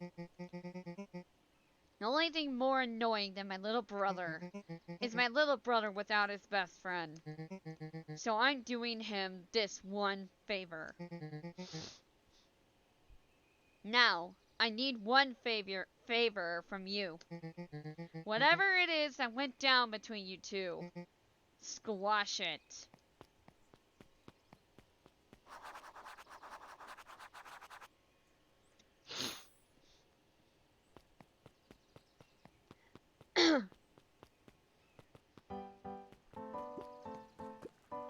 How goes the beetle hunt? Pretty rotten. I haven't seen so much as in that. It's not just the beetles. This morning I couldn't find any critters at all. It's like everything that buzzes or skitters just packed up and left. I'm sure they're out there somewhere. Maybe all the commotion of the festival just spooked them. Yeah, maybe that's it.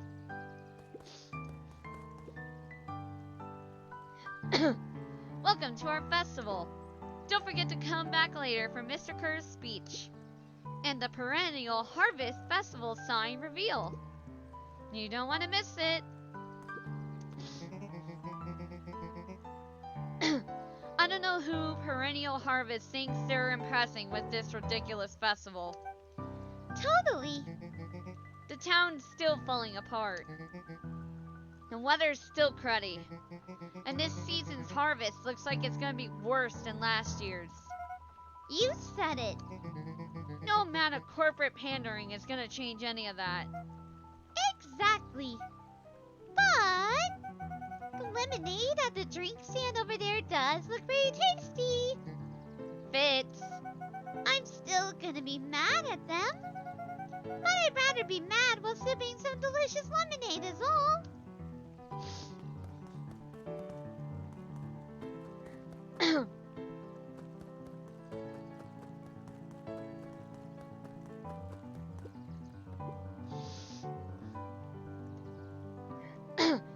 Unique New York, unique New York. Huh? Oh, don't mind me. I'm just warming up for my big ceremony speech. Mr. Kerr pointed to his grinning mouth. Gotta limber up the old gap bucks. You nervous? Oh, heavens, no. Well, break a leg. Give me the gift of grip socks, I guess.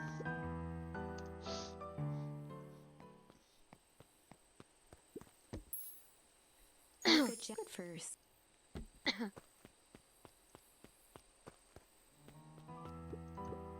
Did you hear? After Mr. Kerr gives his big speech, they're gonna have the first annual Biggest Catch competition. As long as a boot qualifies as a catch, I'm a shoo-in. Good luck!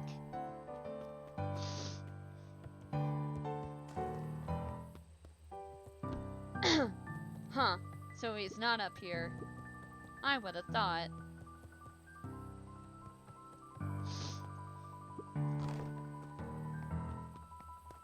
I have a bad feeling we're going towards a really bad ending right now.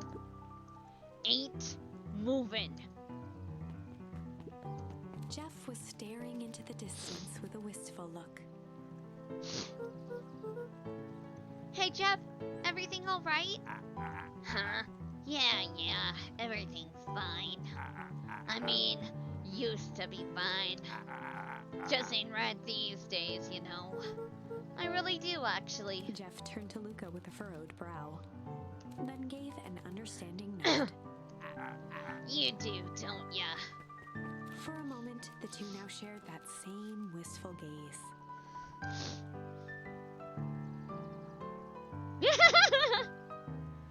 They itch their nose at the same time. That's funny.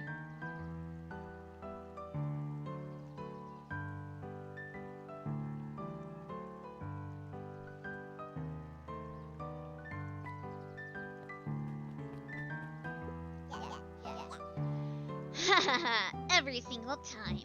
Yup. Wait for it.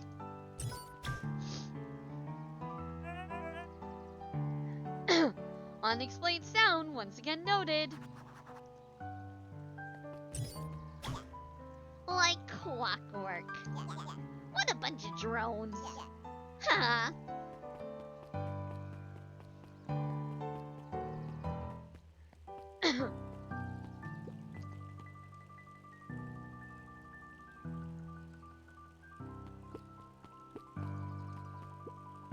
A most welcoming of welcomes.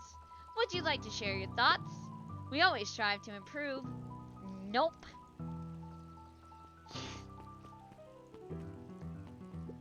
This is the first time I've seen this many smiling faces since the fall harvest.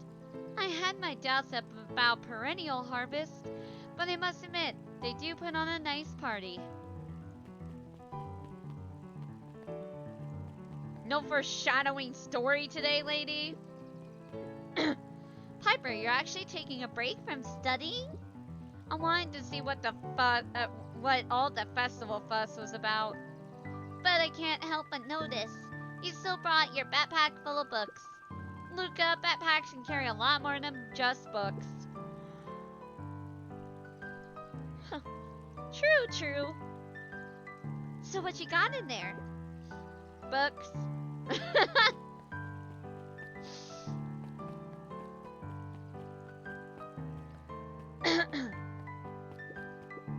Hiya, Luca. How's Griffin doing? What? Oh, nothing. Sorry, all became flesh. Just pretend I didn't say anything.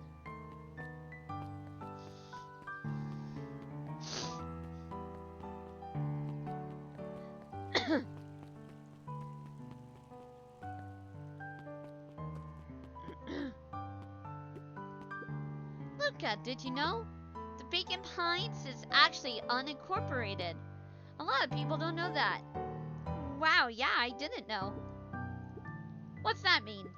It means most public works are handled internally. We do all the pipelines, the water treatment, building regulations. That's great. Census taking. Emergency services. Hey, Luca. So you're done at the library? Huh? Oh, nothing. Griffin looked away suspiciously. Nothing at all. Uh-huh. So that's where he's at.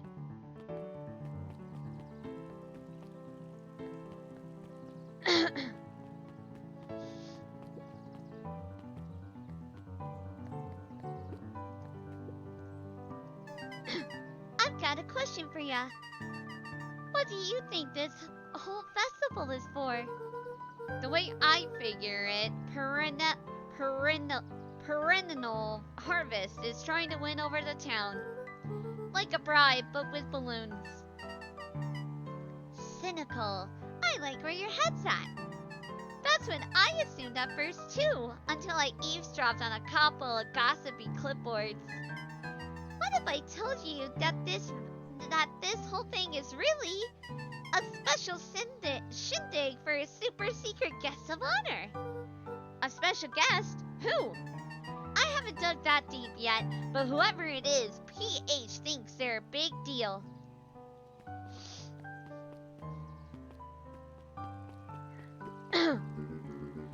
I was able to return the Perennial Harvest safety suit you borrowed. I don't think anyone noticed. Good. Now will you tell me what you needed it for? It was a favor for an enemy of an enemy. This isn't going to harm Mr. Kerr, is it? All you need to know is that it's for the good of the family. Oh no.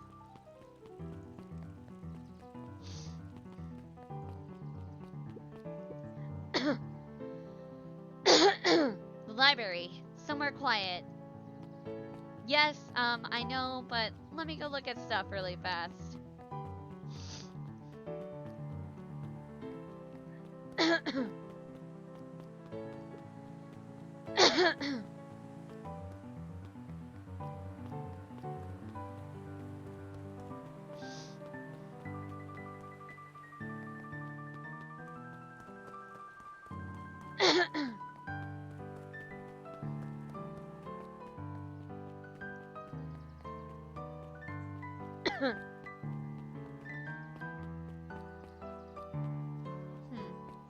Okay then.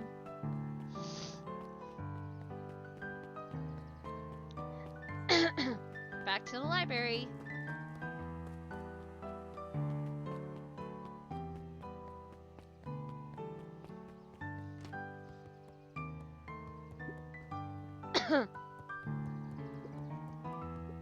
Hi, Jace. Still working through the newest Hank Atomic? You know it. Some fascinating canon towards the end. Did you know? Hank Atomic Shrink Array doesn't technically shrink stuff. It uses inverse quantum particle decay to literally grow the entire universe around the object, leaving that object unaltered. So it just looks shrunk compared to everything else. Bingo. That's wild. But Jace, no spoilers, please.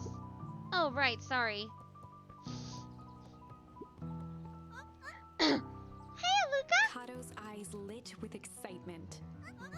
I've been expecting you! Bravo on deciphering the first riddle! The first? Oh, you didn't think that was all, did you? Rollo does go all out, doesn't he? Kato straightened up and cleared his throat as if preparing to sing. Ahem. On Planet Farpole, you may take issue. When the fifth king dies, you'll need a tissue. Kato stared at Luca eagerly. Get it? Want me to tell you? No, Okay, let me figure it out. Alright, when you find it, bring it here to be verified. And if you decide you want a hint, the offer still stands. Did you go to the library first? I can tell you one thing, it's not out there. What you need to find is inside this library somewhere. Oh.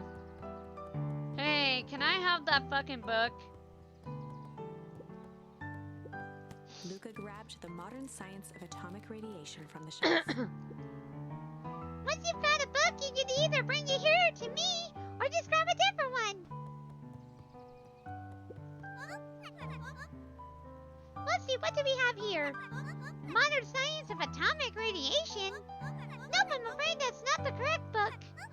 Okay, here's a hint. The words I emphasize are important. 5th issue. Luca grabbed The Adventures of Hank Atomic, issue number 4, from...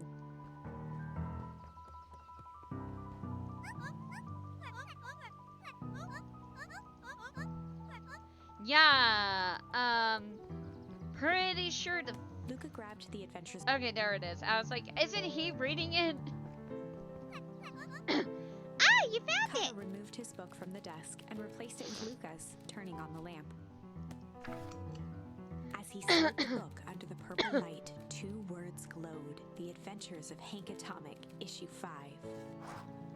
Luca clicked his tongue with recognition. Rollo's cipher pin. He used to write secret messages everywhere with that. And only I had the special flashlight needed to reveal it. But I had lost it. Well, apparently he traded Tia for this purple light bulb. Parted with his entire Halloween candy stash. Oh, Rollo. Now let's see here. Kato began flipping through the pages, stopping when he hit a glowing word. Get away with such a He grip. continued flipping. Only found in Grub. Grifting Grub. Cart. Reaching the end of the book, Kato looked up. That's it. Grift in Grub Cart. Grifton. Griffin. Griffin's grub cart. He wants me to go Griffin's snack stand. Oh, brilliant! I guess you're out then. Good luck on the rest of the scavenger hunt. Thanks, Kato.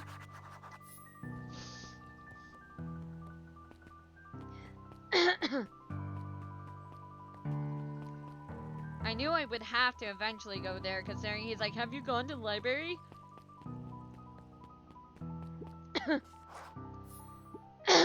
Hey, Griffin. Did Rollo come? Before Luca could finish his sentence, Griffin handed him a corn dog. Oh, That's it? bought and paid for. Enjoy. I thought there was supposed to be a riddle or something. Luca shrugged, taking a sizable bite out of the corn dog. Blech! It's cold. Oh yeah, that's been sitting here for a while. Rollo wanted to be sure to give you that one specifically. Well, that's just... Luca tongued at his cheeks, feeling something rough between his teeth. He reached into his mouth and pulled out a slip of paper. What the fuck?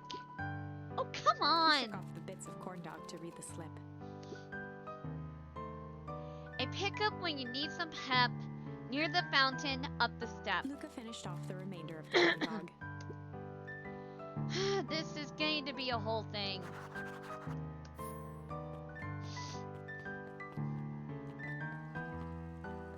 Fountain by the steps.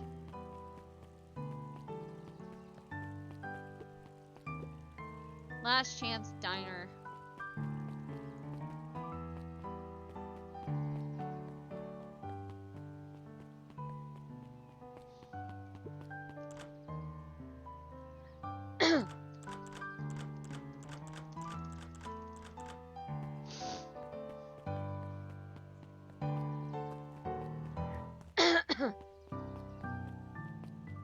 Unless you mean the coffee shop? No, she still doesn't have story for me. So, coffee shop. Bleh! Oh, that's why she was acting weird. There you are, Luca. There is no way I'm actually doing this. It's way below my pay grade. Oh, come on, you big stiff. Let the kids have some fun. Fine. But Rollo owes me one. Lumi waved his hands around sarcastically as he began. What takes flight but has no wings? Your final task of friendship brings. See, that wasn't so hard. I feel cheapened somehow. I think it's sweet. What takes flight but has no wings? Your final task of friendship brings. Good luck, Luca. What takes flight but has... Oh. Hey. Hey. Did you find the comic book? Yup. And you got the corn dog? Yeah. Well then, I know it doesn't make up for what I said, but here, you've earned this. Rollo sheepishly handed Luca the balloons.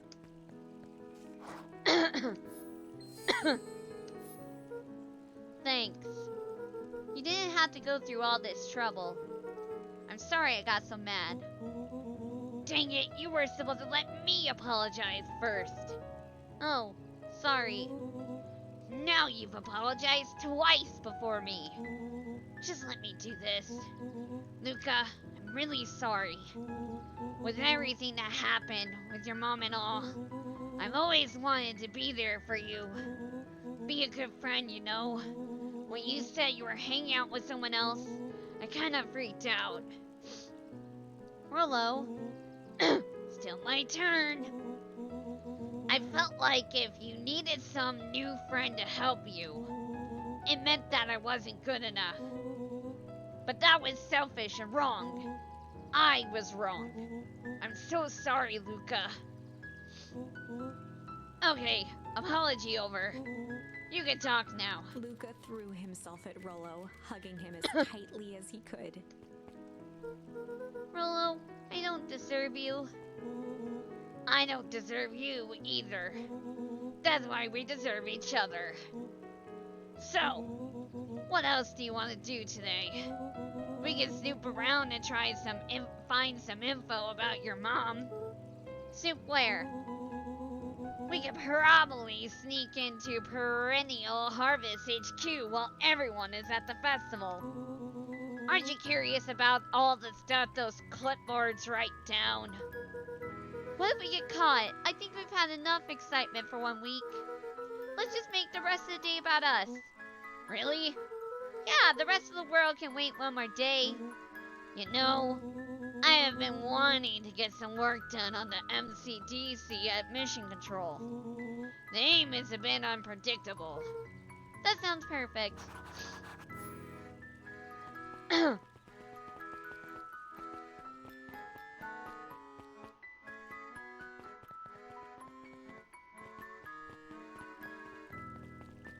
My god, the way the balloons move, I'm sorry. It's just kind of funny.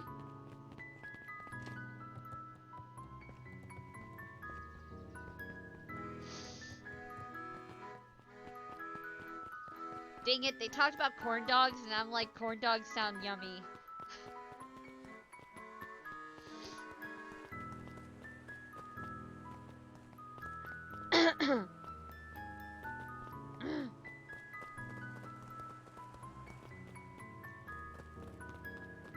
I'm just making sure we can't find Beck.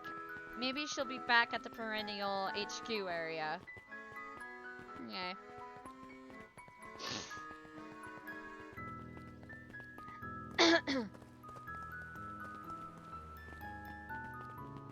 Alrighty, to the treehouse. Let's go.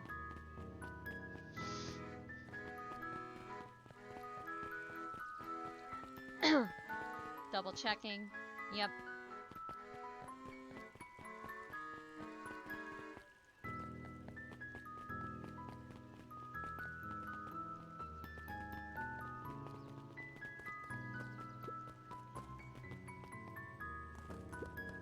Dang it.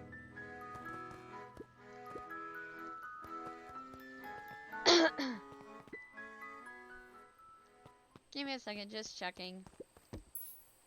Luca Okay. Jet for Da-da-da-da-da-da.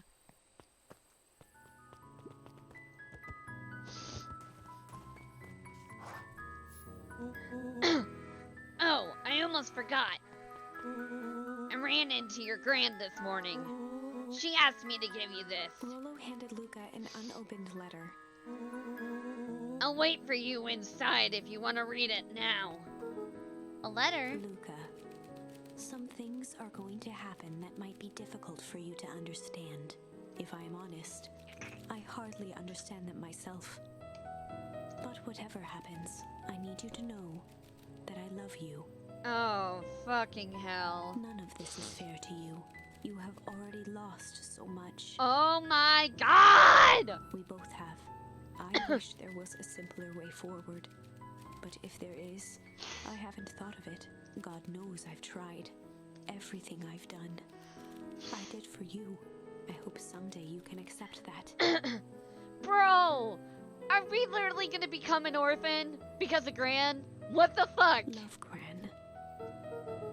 I love you too, Gran. Luca folded the paper into his pocket and headed up the ladder.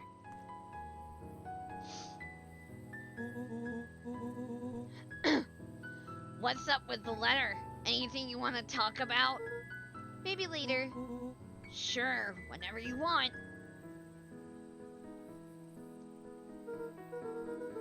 You know, you really didn't have to go through all that trouble just to apologize.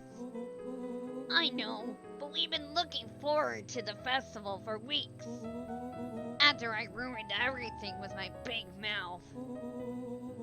This was the best way to make sure you still had a good time without me. Rolo, Luca was at a loss for words, but that was fine. Words aren't always necessary. The festival seemed nice. Was it nice? we could still go. Nah, this is fine. Well, there's always next year. Sadly, this was untrue. Oh no. A distant rumble shook the treehouse. Huh? What was that? Oh man, we missed the fireworks. I don't think that was fireworks. It was not fireworks. It was something the boys couldn't possibly comprehend. Something as old and cruel as time itself. Can we not get up to go investigate? Oh shit!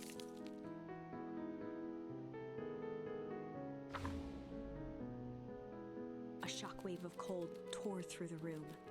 A bitter, unfathomable chill. Before they could react, it encased them in ice. Two boys, reunited by friendship, only to be cruelly separated by a malevolence beyond reason. And so, our story ends on this melancholy scene, in a silent treehouse turned statuary, in a town brought low by its secrets for the rest of time. The end. No, can't be the ending. It simply can't. I won't accept it, and I hope you won't either. There are more endings. Yep. More possibilities. We are just going to have to sort through them all until we find the one that fits. Okay. I wanted to try brakes, so let's go ahead and try it. Luca began to respond, but the sky answered for him as the clouds above began to break, revealing patches of star-filled summer night. Moonlight filtered down, shimmering in the treetops.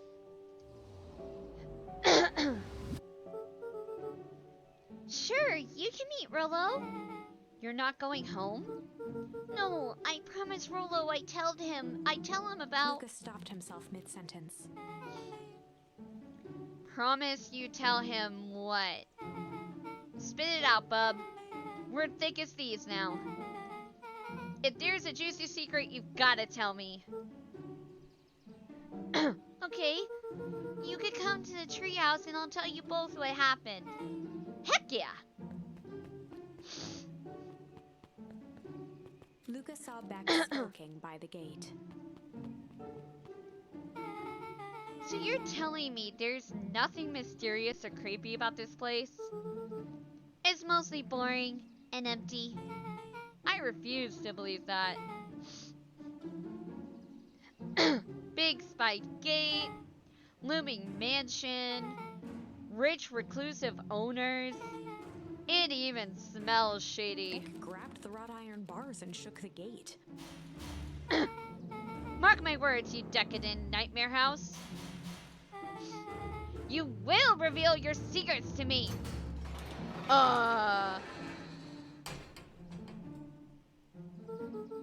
What did you do? First of all, I told you so. Second, hide!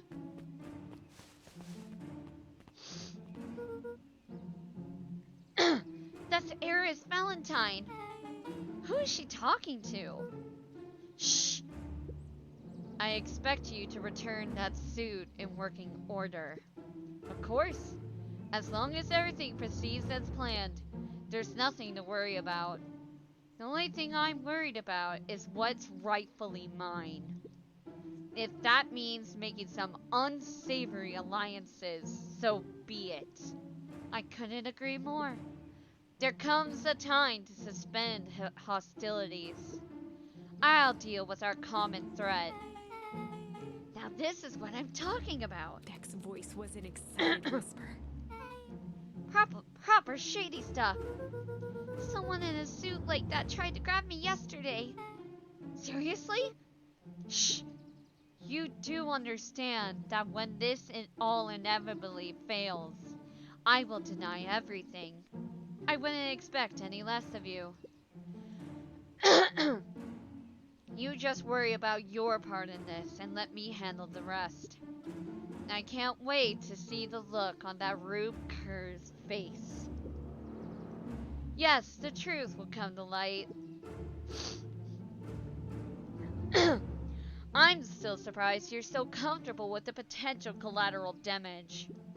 If there's one thing I've learned, it's that change is painful. Wow, I was expecting shady, but that's just flat out supervillain talk.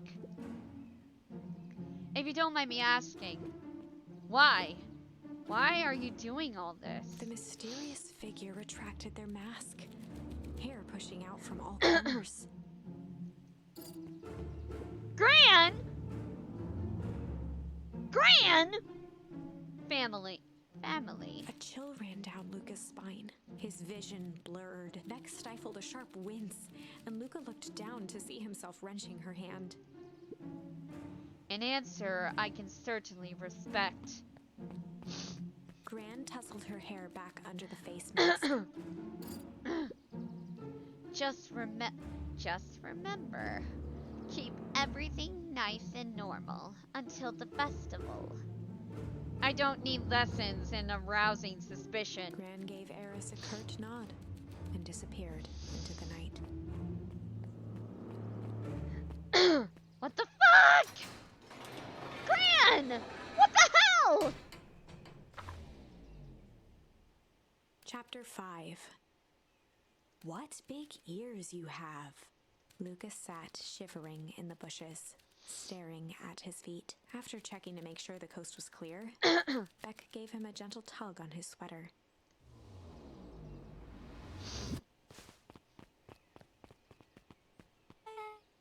What's wrong? You look like you've seen a ghost. Why were you so scared of that old lady in the hazmat suit? That was my gran. That was your gran? Yeah. Okay, well, I'm sure there is a perfectly reasonable explanation for all of this. Let's just get to the treehouse and figure things out there. Lead the way. Gran, what the fuck?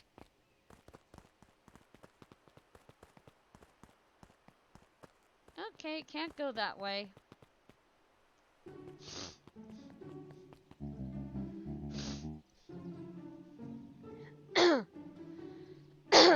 For the last time, there's nothing to worry about.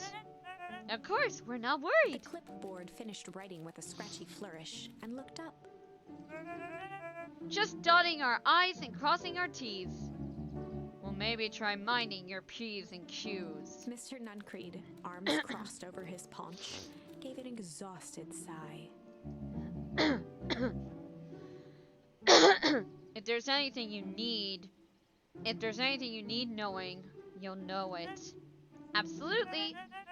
If you'll just sign here acknowledging everything is accurate, we'll be out of your hair in a flash. Oh, for the love of... He snatched the pad and scribbled his name so hard the pen nearly snapped. There. And would you like my internal soul as well? The clipboards looked at each other for a moment, almost pondering the possibility, then broke into laughter as they walked away.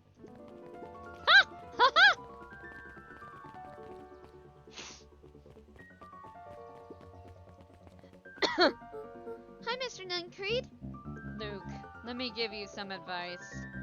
The next time someone you don't know asks to hear your thoughts, give them a good hard bop right in the kisser. Oh, Gran tells me to just keep away from the clipboards. That's good. That's good. Your gran is a smart lady, Luca. Speaking of which, you better run along home now. Too dark out to be wandering on your own.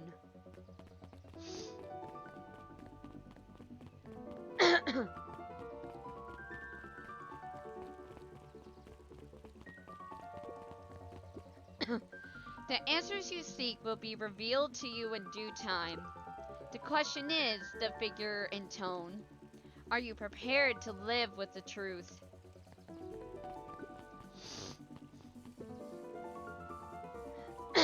Another day, another dollar. See you tomorrow, Z. Have you noticed how all the Perennial Harvest folks order the same drink? Decaf cappuccino with extra foam. Why? I don't know. Just thought it's a little odd. Pretty weird for sure. Well, the customer's always right. See you bright and early tomorrow. I can't wait.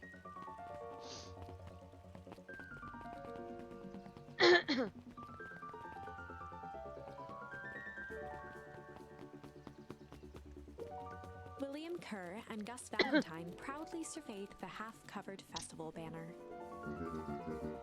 It's all coming together quite nicely. Couldn't have done it without you. The mayor gave a half-hearted shrug. I'm not so sure about that. Nonsense. That reminds me, I wasn't able to thank your sister for her contributions. Yes, she has been indisposed of late. She doesn't like me much, does she? Oh no, that's not it at all. She's just been busy. Of course. Regardless, I would be forever grateful if you could pass my thanks on to her. The History Museum adds a real air of importance to the whole affair. And we couldn't very well celebrate the story of Beacon Pines without including the Valentines. My father was a great man. You darn tootin' he was. Kerr locked his arm on Gus's shoulder. But I mean the entire Valentine family. Present company included. Can I ask you something, Mr. Kerr?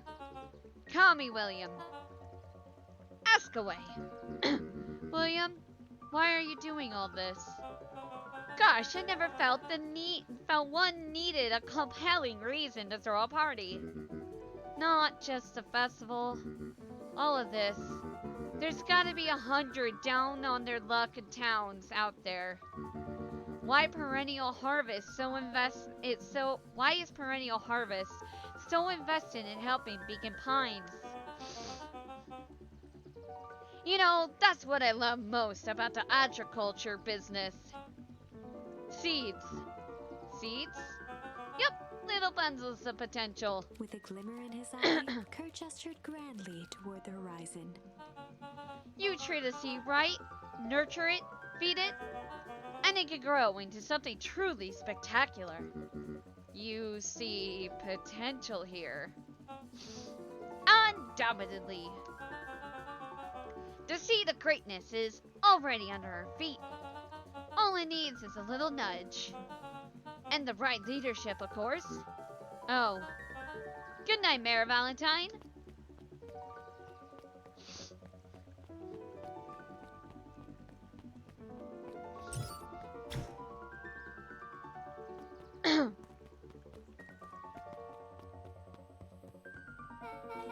Oh, this is nice. Yeah, the treehouse is just a little further on from here. So what's your buddy Rolo like? Rolo? He's Rolo. Not particularly helpful. Sorry, I've just never thought about it. Lots of energy. He's funny, even when he's not trying to be. Things have been tough for his family since the Val harvest. It's about damn time you tell me what this Val harvest thingy is. It's kind of a long story. Hit me with the highlights. Okay. There used to be a fertilizer company here called Valentine's. They were kind of a big deal. Oh, big deal fertilizer. It was a big deal to us. Their stuff really worked. Farmers loved it. So Valentine's grew and grew. Beacon Pines pretty much grew around it. Most everyone in town either worked for Sharper Valentine or used his fertilizer. Things were good. I'm sensing a big but. Around 6 years ago, Sharper Valentine suddenly died. And something changed. Changed? How? Could have been a bad batch. Maybe it was in the water or air or soil. Nobody knows. But all the crops died. And everyone blamed the Valentines. The foul harvest. Yeah. Valentine's fertilizer went out of business. Half the town lost their jobs. Sheesh. Next year, the crops came back, but something was different. You plant a crop, do everything right, and it's sort of a crapshoot what happens. And no one knows why. Nope. I take it Rolo's farm got the short end of the stick. Yep, for some reason their farm was hit harder than the others. That sucks. Things have gotten better since Perennial Harvest came to town. The Beacon Pines Reborn Initiative. Yup, first thing they did was give the town a deep scrub. They even put us up in hotels one town over for a week while they decontaminated the groundwater. We'd better get going. Hold on. Double checking. Luca gently baited a foot first.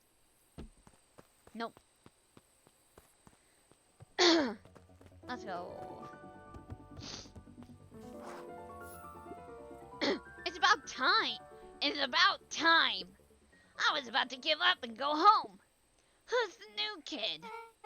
Name's Beck. You must be Rolo. I see my reputation precedes me. Welcome to Mission Control. Rolo waggled his head with pride. You'll find we've spared no expense in construction. Well, I've seen worse looking piles of junk. Thanks. Hey, Luca, you know security concerns we talked about?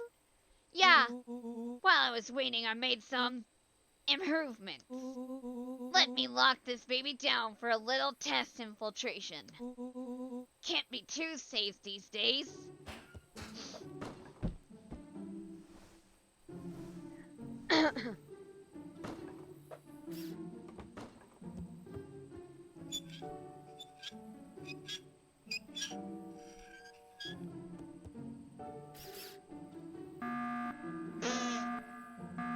Hi, Among Us! He goes all out, doesn't he? Always.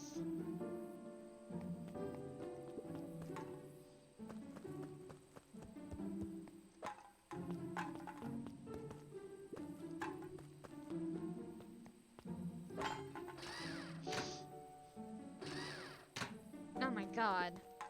Rolo, what the fuck is this?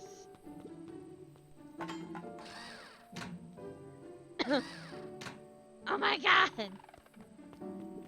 Oh, it moves. Bruh. Where did you guys get all this junk in the first place? There's a guy in town named Jeff who trades us junk for snacks. Junk food for junk. Nice.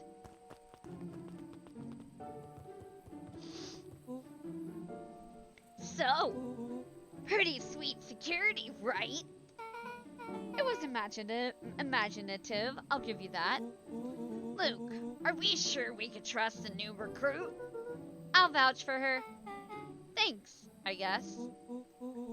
Okay, Luca, you promised to fill me in about the Valentine warehouse. Luca sucked in a long breath. So like I said, there was someone there. What were they doing? I don't know, but the place was lit up and active. Maybe they were squatters? I don't think so. It seemed more organized. When the man pulled me in, I saw some sort of equipment running. A man pulled you in? Yeah, but he got away. You keep saying it was a man. They were wearing a mask, right? Yeah.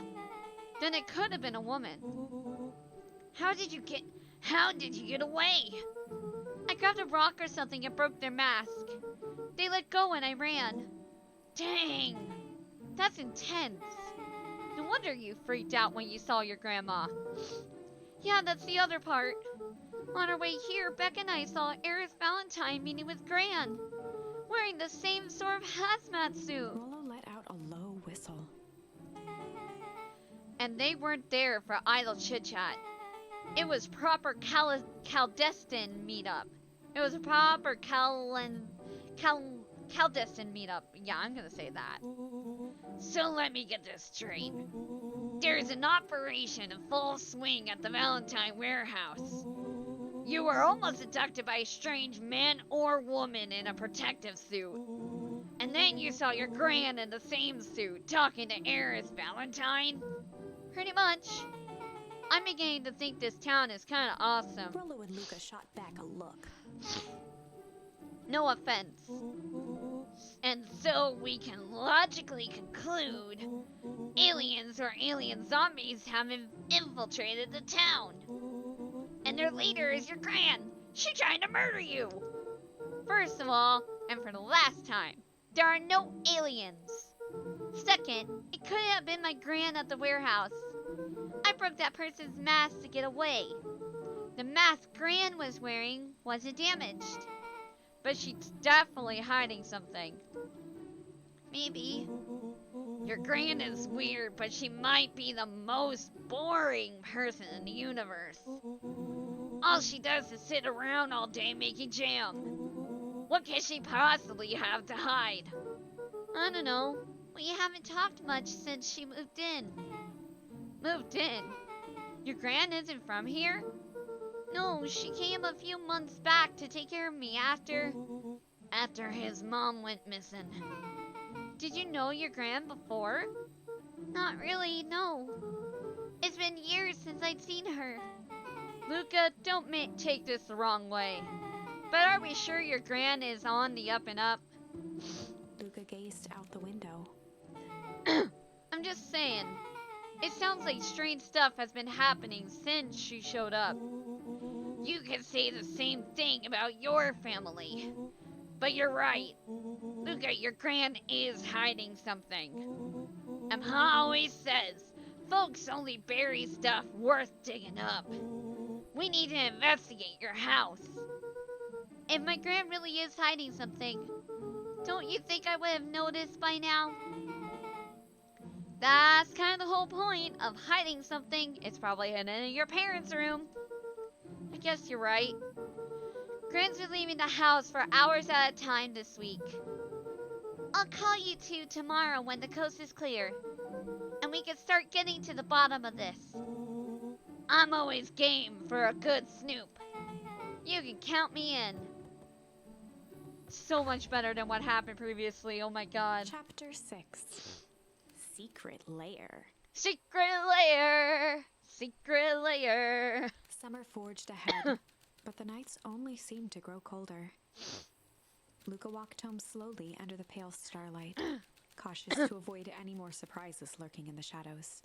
Reaching home, he slipped quietly into bed, half dreading what they might discover the next day.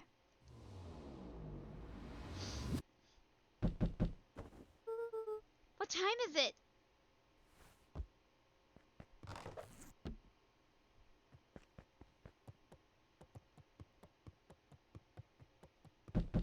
Ah, I'm coming, hold up. Rolo, what on earth is that? That ridiculous thing on your head. Oh, this? It helps me think. You're gonna need a lot more of those. Joke all you want. We'll see who's laughing when I crack this case wide open. The coast is clear? Yep. Whatever she's been up to this week, it's been keeping her busy most of the day. Very well. The game is afoot. Luca and Beck rolled their eyes as Rolo strutted across the room. If I were Gran, where would I hide my deepest, darkest secrets? Perhaps where you might least expect it. Rolo flung open the cabinet with confidence. Aha! Coughed as a veil of dust hit his face.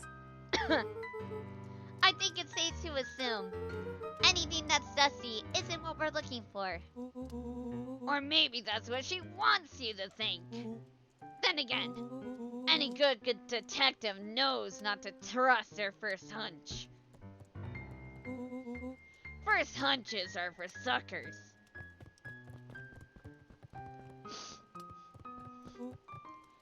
Eureka! She lit a fire in order to burn the evidence. She keeps that fire going every day, Rolo. Drat, it may already be too late. To think of the mounds of documents lost to ash. Okay, I'm gonna stop you right there. Can we just think for a moment? Luca, is there anywhere your Gran doesn't want you to go?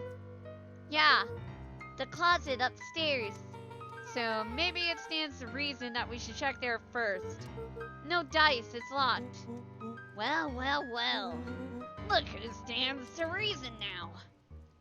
And I have no idea where the key is. If it's really important, she probably keeps it with her. Anywhere else? She has berry bushes. Who has ever thought? I'm going to take this important thing and huck it in a bush. True. Anything else? Maybe something out of the ordinary? Well, she is always worried I'll break her fancy dishware in the kitchen. Oh my god, Rolo, don't. But it doesn't matter anyway. I can't reach the latch. A look of realization crept onto Luca's face. All three kids snapped to glance at each other, then sprinted and turned toward the kitchen. Don't smash dishes. All right, Rolo. This is your time to shine. Ah, yes. You called upon my expert detective skills. And now I shall proceed with... Before he could finish, Luca scrambled up Rolo's back. Hey, this isn't my idea of detective work. Every squad needs a good lockpick. And every good lockpick needs a sturdy head to sit on. This is beneath my standing.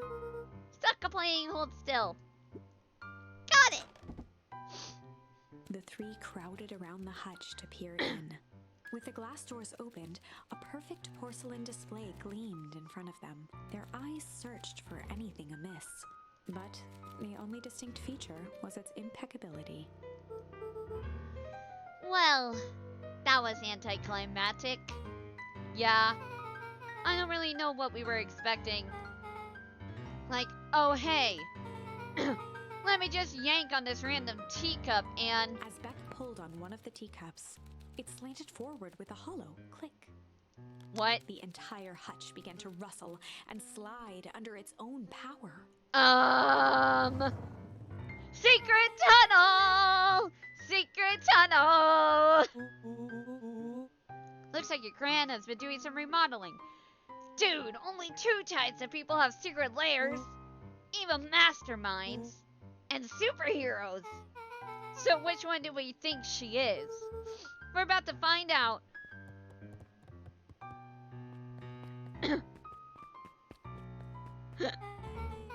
Okay, so more of an unhinged conspiracist vibe. Oh, wow. Yeah, this cannot be good. We need to look around before jumping to conclusions. Hazardous waste? What do we have here? Barrels marked caution. Explosive! And jam jars? That's enough jam to feed the whole town. What kind of incendiary jam is your gram making?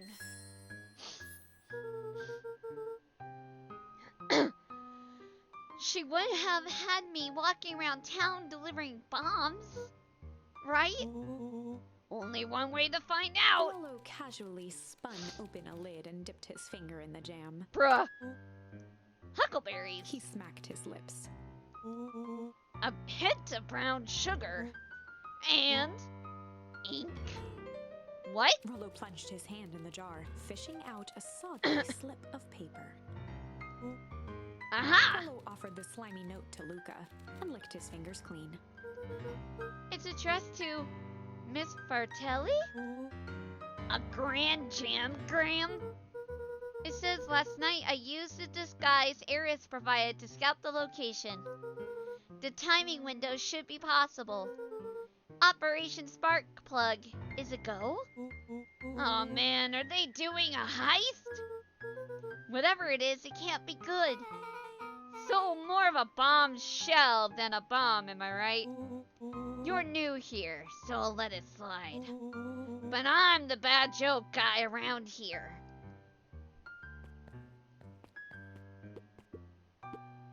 Luca jostled each cabinet drawer in turn. Only one was unlocked. He fingered through the filing cabinet, pausing at a bulging folder labeled Walter. For a long moment, he just stared at it. What do you got there? It's my dad? Looks like some of his old medical files. Your dad was a doctor? Luca nodded and caressed the label with his thumb. Well, are you gonna read it? Here, let me help. Rollo swiped the folder from the drawer and began leafing through the pages. He whistled to himself, barely looking at the text. How about you actually read some of it? One sec. Dense documents such as this are a lot like a cheeseburger. It's best to skip straight to the middle. That's where all the meaty bits live. Wow, I had no idea we were in the presence of the preeminent scholar in dense documents. And cheeseburgers. By all means, proceed. He stopped at a page and mimed, holding up a monocle. Here we are. Follow-up examination of Terrence Wilby. Patient shows further signs of paleness and malaise. Body temperature continues to drop. He now describes the soreness of muscles and joints. This is similar to symptoms exhibited by Mrs. Wilby just a few days past. Still waiting on the lab results from Joseph. Rollo looked up with heightened surprise. See? Creepy. Yeah, that's kind of disturbing. Who's Joseph? That's Mr. Nuncreed's name. Wait, Rollo's finger traced across the page. there's more scribbled in the margins. Could it be contagious? Mr. Wilby claims the tap water at his home has been contaminated. Perhaps environmental? Lab results only raise more questions. It's like he came back to this report later and made those notes. So it might be related to something else. Rollo scanned through several more pages. Here, the writing looks shaky. I just couldn't help her. This disease, or whatever it is, progresses so fast. With his wife passing, Terrence's condition follows close behind. Exasperated by the loss. Enough is enough. I need to take matters into my own hands. Luca, staring blankly at the cabinet this whole time, spoke softly. What does it say next? Rollo rustled the folder, trying to loose more pages. That's where it ends. What? There has to be more. Luca frantically shoved the remaining cabinet holders, trying to find another labeled Walter. Luca, I think that's the only one. It's alphabetical. See? Wait, what did he mean? Enough is enough. How did he take matters into his own hands? This is bullshit. Luca slammed the drawer shut. A spider web of string connected photos of people from the town, interspersed with hastily scrawled notes. Well, she sure has kept herself busy. Is your gran a serial killer? 'Cause I'm starting to get a vibe. Don't be ridiculous. Sure, she's just tracking the movements of everyone in town. Out of the kindness of her heart. She put little symbols by some of them. Yeah, Mr. Nuncreed has a check mark. The clipboards are all inside of a big circle. My mom's are both on here. Both with question marks.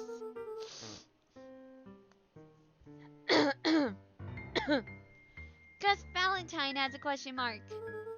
Harris has a question mark that's been crossed out. Mr. Kerr has a bullseye.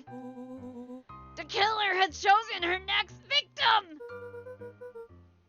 We don't know what any of this means. Whatever it means, it's probably not good. They crowded around a worn-down old map of Beacon Pines. Cool, this looks like a treasure map. Not every old map is a treasure map, Rollo. Yeah, but every treasure map is an old map. Can't fault that logic. Look, there's even a pathway drawn on it. It starts at the entrance to town. And if we follow Rollo it, carefully traced the path with his finger. it leads right to He jabbed down at the end point. town square. That's the fountain in the middle of town. What a weird place to hide treasure. Rollo, that doesn't look like treasure to me. And the end of the path on that map has the same symbols as as those explosives over there. So it's not hiding treasure? Not treasure. A real bummer. Rollo, what's that thing you've been excited about for the past month? The festival. Gulp! Did you just say gulp? This feels like a gulp kind of situation. Everyone will be gathered near the center of town. She's gonna blow up the festival! Not if we stop her. What was that? Luca looked up from the map. What was what? No, I heard it too. That was the front door. Which means someone just shut the door. Which means someone is upstairs. Shh, quiet. Hit the lights. Beck flicked off the light, and they became statues in the dark. Uh-oh. Overhead, creaking floorboards bent under slow, deliberate steps. Uh-oh. The kids looked up, the tilt of their necks following each footfall. Ah, fuck. Then suddenly, it stopped. Without realizing, they'd been holding their breath. All three exhaled shakily and glanced at each other. A muffled male voice broke the Oh silence. no!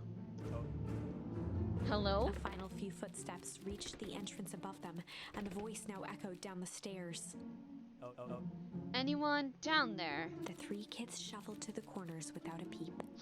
As he began to descend the stairs, the man's voice punctuated every new step. Thump, Yoo-hoo! I'm not here to hurt anyone. I don't fucking trust you. thump, I'm just here to help.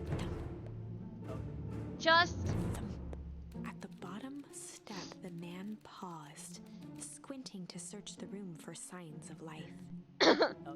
huh? Just is nothing. Rollo shifted suddenly. Luca gave him an intense, chastising look and whispered through clenched teeth. Rollo, dude. It was too late. Rollo was already inching toward the stairway. He screeched as he charged toward the shadowy figure. Flaming chicken coop! With all his weight, Rollo tackled the man to the ground. Rollo? Mysterious creepy man? Anyone there? From the dark corner, they saw something move. Well, I didn't know I had it in me. But there was only one way to find out. Holy crap, Rollo, that was awesome.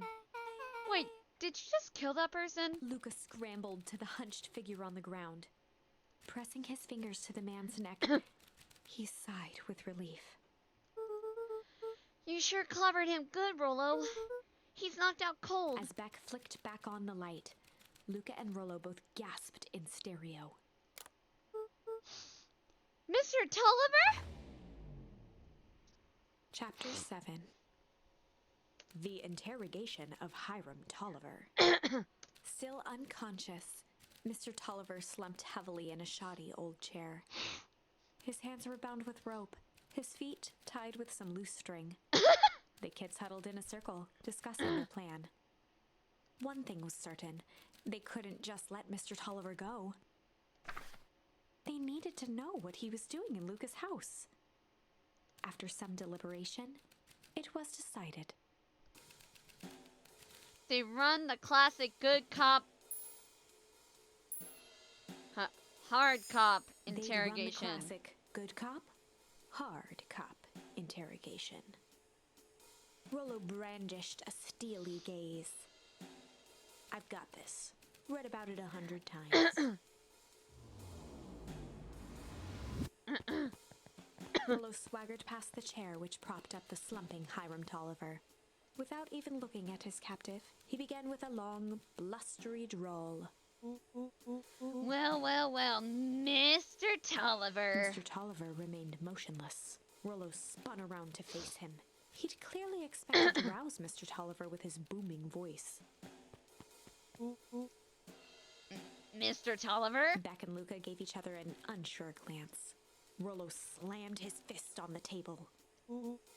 I said, Mr. Tulliver! He grabbed the table lamp and beamed it onto the unconscious face.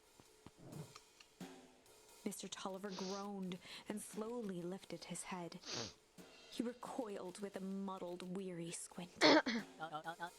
What in the world? The chair wobbled as he attempted to straighten up. Who? Who's there? Mr. Tolliver could only make out rough shapes through the glaring light. With a gruff tone, Rollo hoped to both conceal his voice and intimidate. I'll be asking the questions here, punk. Now hold on, let's just calm down. Oh, I am calm. Calm as a Karen in dirt. As for you, looks like you're sweating. The doubtful expression on Beck and Luca's faces transformed into awe. We could do this my way. Or, well, let's just say I've never needed another way. Rollo, hitting his stride, was now channeling every detective trope his memory could recall. He slammed the table again. Now damn! What? I don't Mr. even... Tolliver's voice became desperate. He was nearly in tears. You tie me down! How on earth could I dance? Dance with your mouth, punk! Spill the beans! What are you doing poking around this house? I'm here to help Juniper! To make sure everything's ready! Oh, so you're in cahoots with Gran? Gran? Mr. Tolliver was in a daze, now more confused than ever. Gonna help her blow up the festival, eh? Blow up the festival? Good He lord! shook his head, feeling more and more dizzy. No, you've got it all wrong! Where is she now? She's heading to the source. Source? What the source. It's where His voice faded to a whisper. the town began. Where it all began. What is Operation Spark Plug? With that, Mr. Tolliver passed out cold. Ah, God. Rollo swung around with a repentant grimace. Damn, Rollo. I think you went a little too hard on him. What do you say about the source? It's where the town began? We need more information. Yeah, but we better not push Mr. Tolliver any further. Is there anyone else who might know more? What about the History Museum? It just got set up for the festival. Nah, that tent was put up by the Valentines. Everything they do is just a bunch of fluff to glorify themselves. Is there anything more reliable? The library. Is there any information about this source thing? Kato can help us find it. Let's go get some answers. Hold up. Okay, can't talk to him. We're good. This is a dang nice library. Thanks, we work hard on it. Aren't you a little young to be a librarian? Oh, Kato hung out here so much, eventually they gave him a set of keys. I just keep an eye on the place for Miss Novak sometimes. They got you working for free? That's quiet, and I get access to all the books I can read. What more could a person want? Fair enough. What can I do for you all? We need a favor. I already told you and Rollo. I can't put you any higher on the wait list for the next Hank Atomic. And if you're here for with more candy, I'll have you know I can't be bought. Call it a personal code of conscience. Actually, we're looking to do some research. Now you're speaking my language. What are you looking for? That's the thing, we sort of don't know. What do you got on the history of the town?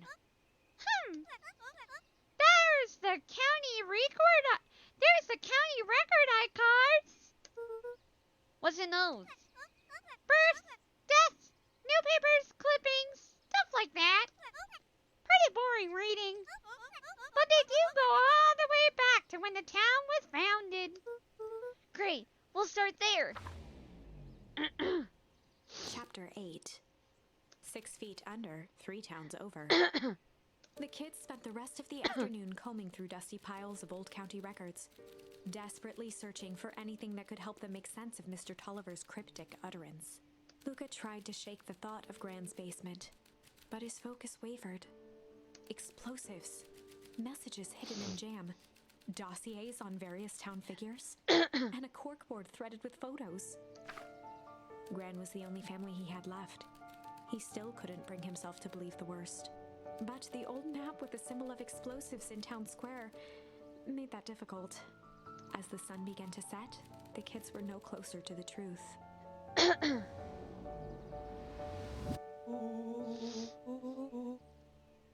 If I have to read any more records, my eyeballs are gonna pop. We have to keep digging. If I dig another word, I'm gonna end up in one of those asinine death records. Rollo Cotter lived a full and wonderful life. Till he read so much boring crud that his brain oozed out of his ears. Rollo shut his book with an assertive nod. If you've got a better idea, spit it out. You sound like my sister. Keep pushing your luck, pal. And it won't be boring county records that kill you. If you I'll put you into obituaries myself. Rollo muttered under his breath. You're a county record. Really, that's the best you've got. When I'm done with you, you'll be in the footnote history. You'll be the footnote in history. Just like Beck slammed her finger down on the open page before J. Hartford here. I'd love to see you try. Hey! We're all a little tired here. let's just take a minute and... Something tickled the back of Luca's mind. Wait, what was that name back? In the obit, J. Hartford. From the Brookville Tribune 20 years ago. That can't be right. What is it? J. Hartford. That's my grand's name. Juniper Hartford. That's not Gran! That's not Gran! That's not Gran! Maybe there's two J. Hartfords? Mrs. Hartford is survived by her young daughter, E. Hartford. My mom's name is Eleanor. Okay, this is getting creepy.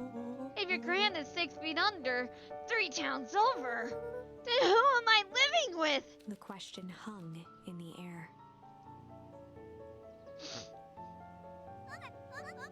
Alright, gang. I gotta close up for tonight. Beck rubbed her eyes. How late is it? Almost 10. Oh crap, Pa is gonna kill me. I gotta go. Yeah, my parents will be worried sick. Okay, let's meet up as early as we can at the festival tomorrow. What are you gonna do about the unconscious man in your basement? I'll think of something. Who the fuck is this lady? Luca's heart was pounding as he approached the house. If he was lucky, Gran, or whoever it was, hadn't gotten back yet. And of course, there was Mr. Tolliver tied up and unconscious in the basement. Dealing with him would be the first order of business. Luca shook out his arms to calm his nerves before entering.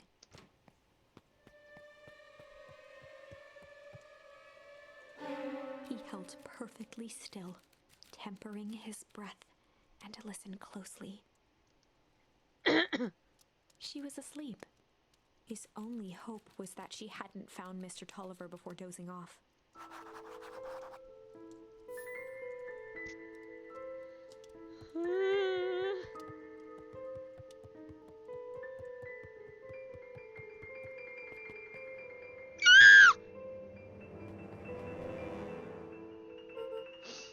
Oh Mr. Tolliver was nowhere to be seen. no. Maybe he woke up, escaped from the bindings, and left without a trace. Or maybe Gran knew everything. What do I do? Luca's hungry stomach groaned. Not realizing it, he'd gone the entire day without eating. Okay, I can figure this out. I just need a little bit of brain food. Luca rushed over to the pile of jam jars, unscrewed one, and shoveled a handful into his mouth.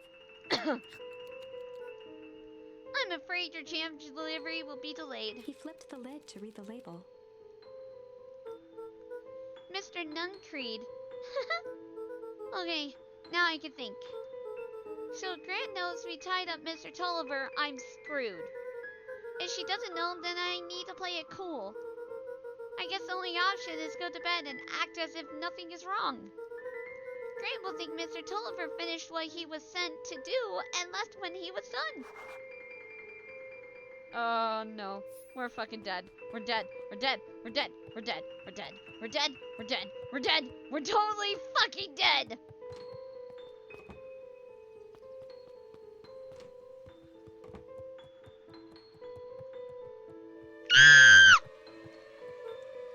Grant? Okay.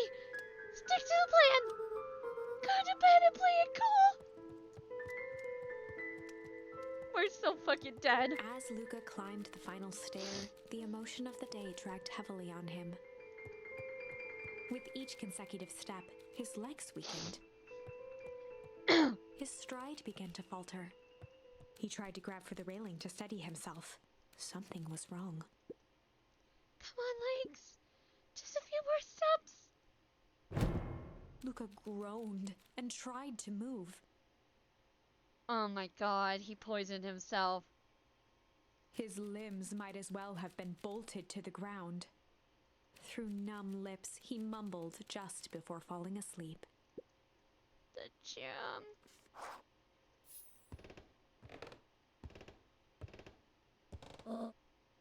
Sweet boy. What did you get yourself into?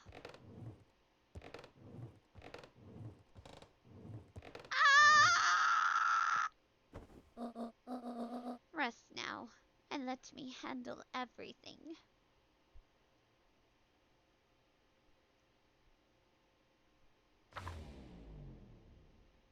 Chapter 9.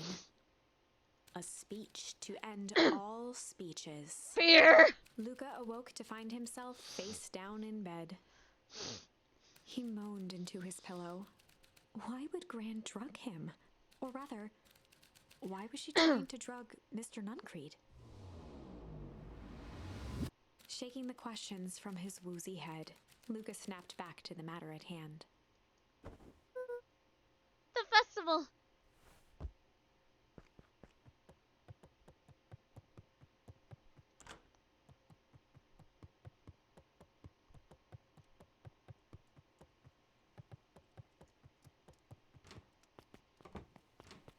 Oh. Who is this random ass lady in our house? Who is this random ass lady in our house? Why are you pretending to be family when you're fucking not?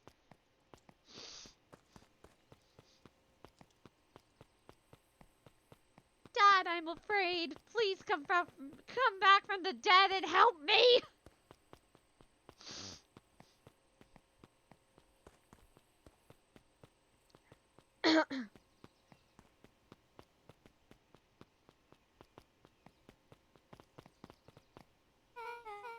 Where have you been?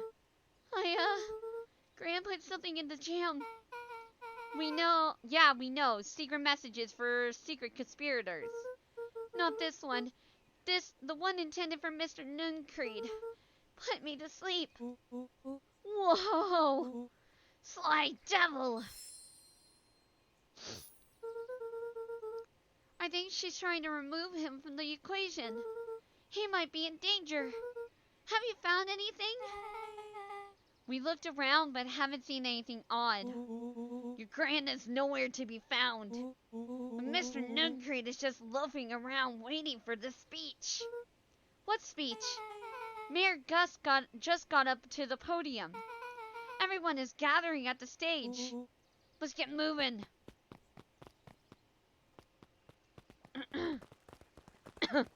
Augustus Valentine nervously wiped his brow. Is this thing... hello, Beacon Pines.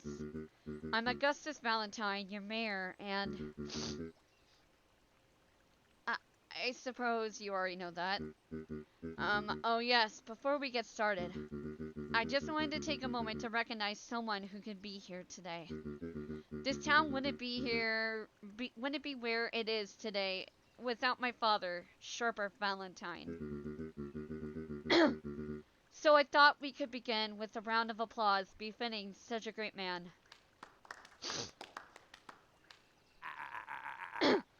Even that's more than the old codger deserved. Gus cleared his throat and awkwardly loosened his tie. Right. Where was I? William Kerr bounded on the stage with the energy of a preacher at a big tent revival. Gus Valentine, everyone! He gave Gus a hearty slap on the back and motioned him off the stage. Let's hear it for our mayor.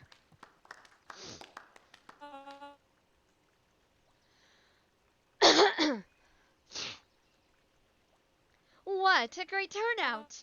Aw, heck, I didn't prepare anything. But I suppose I could say a few words. What would be a shame to waste such a beautiful podium? Mr. Kerr pulled a thick stack of note cards out from his vest. Ah, Jesus. Community, conviction, commitment. These are the things we celebrate a perennial harvest. For us, these are the pillars of the bridge to a better tomorrow. But I think it's time to add a new pillar. Change. Change is a powerful thing. It's inexplorable, unavoidable, and undeniable. And I am dadgum thankful for it. Change is the reason we're all here together today. It is hard for me to believe that it was only 4 years ago when fate brought me here. simple business trip, which brought me to a small town, which would change my life forever. Mr. Kerr took a moment to survey the crowd. You know what? He wiped away a single tear. From the second I set foot in Beacon Pines, something about this place has held me captive. You see, change represents opportunity. It represents potential. It was change that helped me recognize the potential of this place. To see that the people of this town, despite suffering great loss, still held on to the thing that made them special. He thumped the podium to emphasize each word. Community, conviction, commitment, change. Mr. Kerr nodded confidently, biting his lip. The crowd was silent, in rapt attention. Fate made a perfect match that day. Nothing is more important to you all than community. And Perennial Harvest is a community first and foremost. Mr. Kerr methodically made eye contact with each section of the crowd. The only way you made it through the foul harvest was an unshakable conviction. A conviction that a better tomorrow was just over the horizon. Perennial Harvest was founded on the conviction that we are that horizon. This festival is a symbol of our commitment to each other. His voice began to build to a crescendo. We now walk hand in hand into a future we will shape together. And that is what change is all about. Grabbing the future by the scruff of the neck and making things happen. Change is a choice. I am tickled pink that we will all be making that choice together. How great is that? Just imagine what we can accomplish. Oh, fuck. We're all about to die. What was that? The crowd began to look around nervously. Don't worry, a little thunder isn't going to ruin this day. Everyone remain calm. Mr. Kerr quickly flicked through his note cards. Where was I? Through all my travels, I have learned one true thing. One always reaps what they sow. We have all planted a lot of good in this town. And so, it is with a happy heart that I can proclaim... He raised his hands up to the heavens. A harvest awaits, and we're all dead.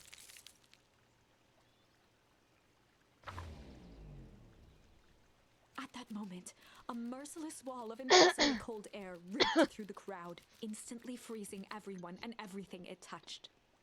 Ah, fuck. For a man like William Kerr, this was a fitting way for things to end. On a stage, with an entire town frozen in rapt attention for the rest of time. The end. There's that ice again! Whenever I think we're getting close, it comes along and ruins everything! Maybe we should just quit? Maybe you should just close the book, walk away, and never think of me again. Nah. No, I don't mean that. We got a little closer this time. We just need to try again. Please. Yeah, I'll try again. Don't worry.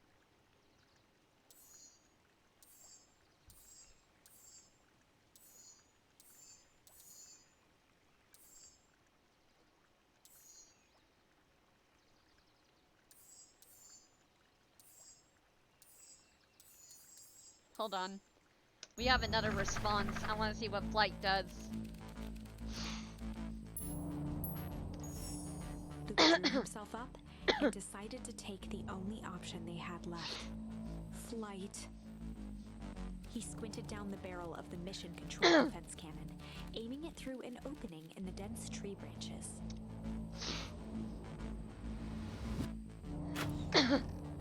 He looked up with surprise as it struck true and taut.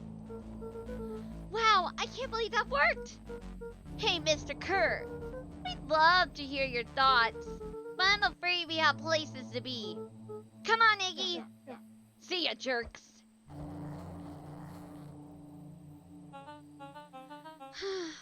Fine. We know where that leads them. this way. We'll take the tunnels.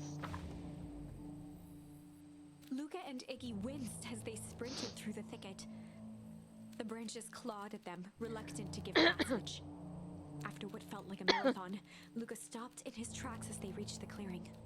What the? That was all he was able to say before Iggy slammed into his back. The boys tumbled down a steep decline and crashed with a wheezing thud on a surface as hard as ice. In fact, it was ice. Chapter 5. Signs. They stood silently, catching their breath. The sky was like sapphire.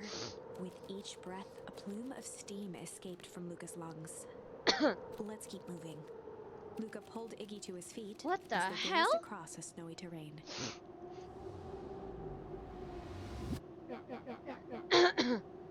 That was actually pretty badass. Uh-huh. I think we lost them. Are we up in the mountains? I don't think so. If anything, we went downhill. Then what's up with the Winter Wonderland? All I know is There's no going back the way we came. let's see if we can get our bearings. Follow me. Pardon. A disc of smooth metal was lightly covered in snow. Two faint seams were visible along the surface. A manhole cover? If it is, I never seen one like it.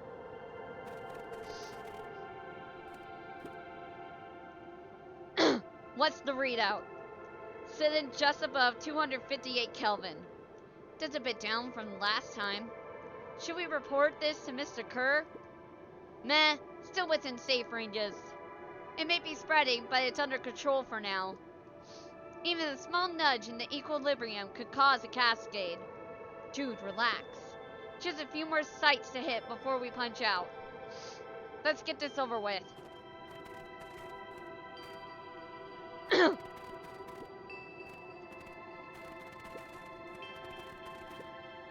What's all this? Hard to say with all the snow. I think it's a town sign. I can almost make out the letters under there. What town could this even be? Is this Beacon Pines?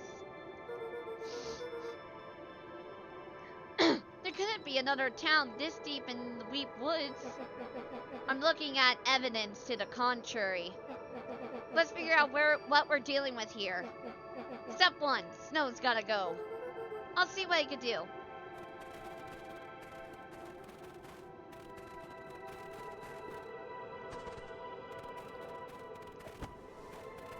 Oh my god.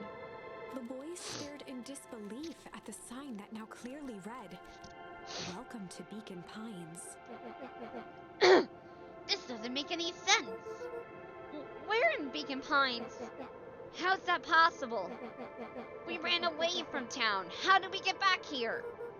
I guess we got turned around. Where did all this snow come from? Well, it's been colder than normal lately. There's a pretty big difference between sweater weather and this Arctic hellscape. This puddle we fought at, the puddle we fought at before, it was cold too.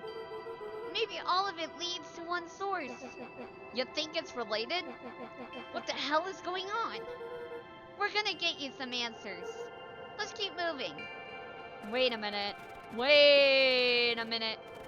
Wait a minute. Luca! Luca, are you there? Luca had almost forgotten the walkie-talkie he was carrying. It's that bozo Kerr. I hope nothing bad has happened to you out in those woods. Luca looked at Iggy with hesitation. No need to be rude. With a resigned sigh, Luca responded. It seems like the only dangerous thing in the woods is you. He speaks, the young man of the hour. Now, how in tarnation did you end up in one of our radios? Just lucky, I guess. Boy howdy, you Van Horns are full of surprises, aren't you? You knew my parents? I never had the honor to meet your father, but your mom was a handful. Luca winced, shoving the walkie-talkie back into his pocket. We gotta keep moving.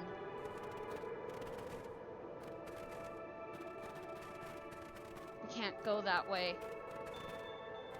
That's... Oh my god.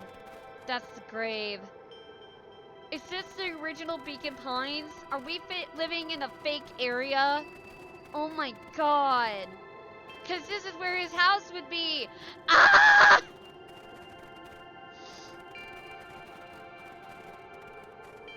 The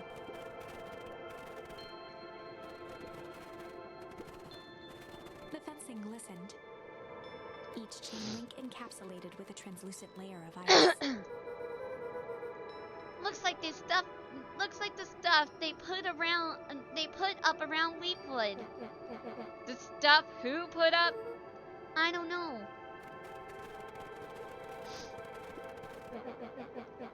This stuff look familiar to you? It looks like the barrel near the puddle I shoved me into. Yeah. This is the town. It's all frozen. Looking down at the frozen stream, Luca could faintly see a school of minnows encased in the ice. Whatever happened here, it happened fast. The fish didn't even have time to run. Or, you know, swim run. The crunching of footsteps trailing Luca went hush. He looked back to see Iggy's face twisted with confusion. Everyone's gone. What? There's nothing here but more snow. There must be an explanation for all this. We have to keep looking. You can look all you want. I quit. Iggy, we have to keep going. You don't get it, do you? This isn't one of your pathetic fake Hank Atomic stories. We aren't going to save the day. We aren't even gonna save ourselves. My face is mangled. The town is destroyed. And everyone we ever known is gone. We don't know that. And you can't just quit. Do whatever you want. I'm done. Iggy, it's gonna be okay. Luca peered upward at the darkening sky. He let out a long, foggy breath. Faintly, Iggy began to cry. Seeing Iggy in such a pathetic state gave Luca a sense of compassion, and more than a little guilt. It is getting pretty late, I think. Probably not a great idea to stumble around in the dark anyway. Luca allowed himself to collapse next to Iggy. Let's just rest for a bit. The boys huddled together for warmth and comfort. If not for exhaustion, their minds would be racing, trying to make sense of the events of the day. As it was, all they had energy for was to sit in silence, numb.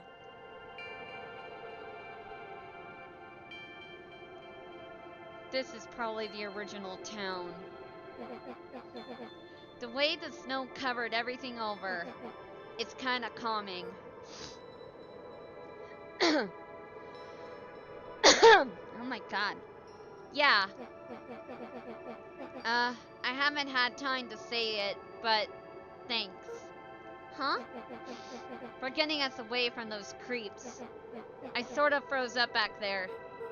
Iggy, I should be the one apologizing. This all happened because I lost my temper. Nah, that's bull hockey. First of all, you didn't know what that gunk would do. You didn't, right? Of course not. And second, stop with this baloney about losing your temper. Well, I did lose my temper. Iggy motioned sarcastically to his half-deformed face. Obviously. But that's exactly what you should have done. Huh? I was being a horse's ass. You were supposed to be a horse's ass in response. That's how it works. Iggy, I'm having a hard time following. You wanted me to fight you? Of course. Jeez, you goody-goody types take forever to understand this very basic point. Why would you go around saying cruel things trying to get into fights? Iggy shrugged. It's something to do. You're an asshole because you're bored? Sometimes I just feel empty. You wouldn't understand. You and Rollo are always having a blast together. Laughing and laughing and calling that dinky little treehouse mission control. Iggy now wept openly. Perfect little Luca Van Horn. With his perfect little life. My life is not perfect. Everybody in town likes you. Not everybody. Hell, that new girl hasn't even unpacked yet, and even she already likes you. You have He Tish. wiped his nose with his sleeve. I love Tish. Tish is great. But she ain't exactly the world's greatest conversationalist, you know. Luca gave a warm chuckle. I get that impression. Iggy cleared his throat as he wiped his eyes. Huh. It must be raining out here. Definitely. Iggy arched into a wide yawn. We should probably try to get some sleep. Yeah. Let's lay low for now. Tomorrow we'll get to the bottom of all this. Luca's eyelids began to slowly drift shut. Luca? Yeah? I always did want to see the inside of your dinky little treehouse. What do you think? Not bad. I'll give you the full tour when we get back. You know what? That's all Luca could whisper before succumbing to sleep. Iggy snuggled in some more. When it comes to the worst days of my entire life, this one wasn't half bad. The house smelled of warm bread. Luca was playing with toy blocks on the living room rug. He looked up to see his parents on the couch. His mother held his father's head in her lap. She idly stroked his hair while humming a song. A voice behind Luca spoke. This is how you remember them, huh? Luca turned to see his own face, the doppelganger from his dreams, still clad in a yellow hazmat suit, still carrying a look of disdain behind empty eyes. Aww, look at this perfectly cozy scene. You know, it wasn't really like this. The figure picked up a toy block and inspected it. It's amazing the facades that one can build given the right materials. Not that I blame us. These are a child's memories, all warm and fuzzy. You don't remember, do you? Don't remember what? Lucas snatched the block from the figure's yellow-gloved hand. Remember what?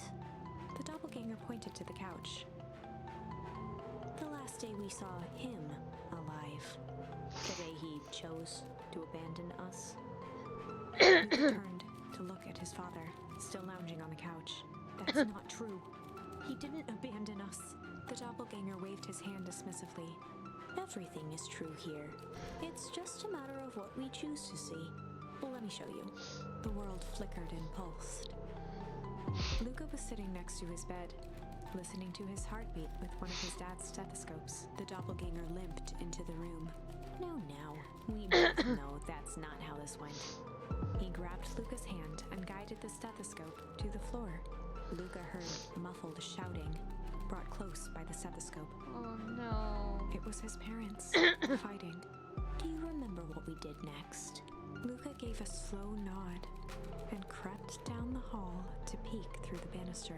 He could see the outline of his mother at the bottom of the stairs. Damn it, Walt. We can't afford to get involved in this. She was scared. His father stepped forward. What am I supposed to do? Just watch? There's a sickness in this town, and we both know who's behind it. I swore an oath to help people. I won't turn my back on them. Luca's mother grabbed Walt. She was crying, pleading. I can't lose you. Walt calmly removed Eleanor's hand from his shoulder. What's right is right, and what's wrong is wrong. I could never live with myself if I let Sharper get away with this. Eleanor raised her voice. Spare me your bullshit platitudes. What about our son? Luca flinched, dropping the stethoscope down the stairs. Walt turned with a panicked smile. Luca, is that you, buddy? With tears in his eyes, Luca descended the stairs. Mom? Dad? What's going on? Walt dropped to a knee to meet Luca eye to eye. Nothing, buckaroo. Your mom and I just got a little overexcited is all. Luca placed the stethoscope against his father's chest. His heart was racing. It sounded like you were going somewhere. Walt gently removed the device from Luca's ears. Listen to me, Luca. I have some business to take care of. I'll be back in time to tuck you in. Oh no! Luca hugged his father tightly. Promise? Walt stood up and walked to the door. He glanced over his shoulder. I promise. He did it! Ah! He lied! With a wink and a grin, he put on his hat and strode out into the evening sun. He lied! A Hello? figure approached soundlessly from the foggy snowfall. It stood above them, lingering in contemplation. Slowly raising one hand above Iggy, it snapped out 2 brisk raps on his head. From a deep slumber, Iggy sprang up defensively. Get your hands off me! Whether it was the calming presence or the recognition that he was not in danger, Iggy felt his clenched fists lower. Just what do you think you're doing? Luca looked up, gradually remembering his whereabouts. The figure exhaled a cloud of warm vapor. You two certainly have caused a lot of commotion. What's that supposed to mean? Take it easy, Iggy. We were asleep, minding our own business. You're the one running around knocking on people's heads. I'm sorry if I hurt you, Iggy. You didn't hurt nobody. Anybody. Huh? Oh, I see. You think you're better than me, you. When it came to complete strangers, Iggy had trouble cobbling together an insult. You big-hatted, scarfy-necked, furball. Okay, let's lower the temperature a bit here. It's an interesting choice of words. I mean, let's all just calm down. Who are you? A friend. An observer. A hitchhiker on the infinite expanse of possibility. Great. How about a name? If you must call me something, you could call me Nat. Iggy huffed with gratification. How about you make like a gnat and buzz off? Very well. Nat began to turn away indifferently. Wait! Do you live here? You might say that. So you know where we are. You might also say that. Look, pal, we just want to find a safe way out of here. You gonna help us or not? Before knowing how to leave, one must know where they are. Alright, that does it. Luca, I don't know about you, but I'm getting out of here one way or another. Iggy turned sharply and began to stomp off. Enough with the riddles. Iggy, wait up. Realizing he'd won their patience then, Nat relented. Very well, I suppose this isn't the time for metaphors. I'll show you how to get back home. Luca and Iggy turned around with hope in their eyes. Come here. Nat took a deep breath in. Close your eyes. Nat exhaled slowly, then snapped his fingers. Okay, open them. For a brief moment, Luca and Iggy let themselves believe that some great magic was about to unfold. Until they opened their eyes and found themselves in the exact same place. Cold and disheartened. This is your home. This is Beacon Pines. Look, Nat, we don't know how we got here. Maybe we stumbled through some time travel gate and we would. Or we teleported to some alternate universe. Or this is all just some cruel experiment by Kerr and his goons. But this is not our home. You're inching closer to the truth. Alas, the reality is much less fanciful. Just give it to us straight. So be it. As I said, this is Beacon Pines. The original, true Beacon Pines.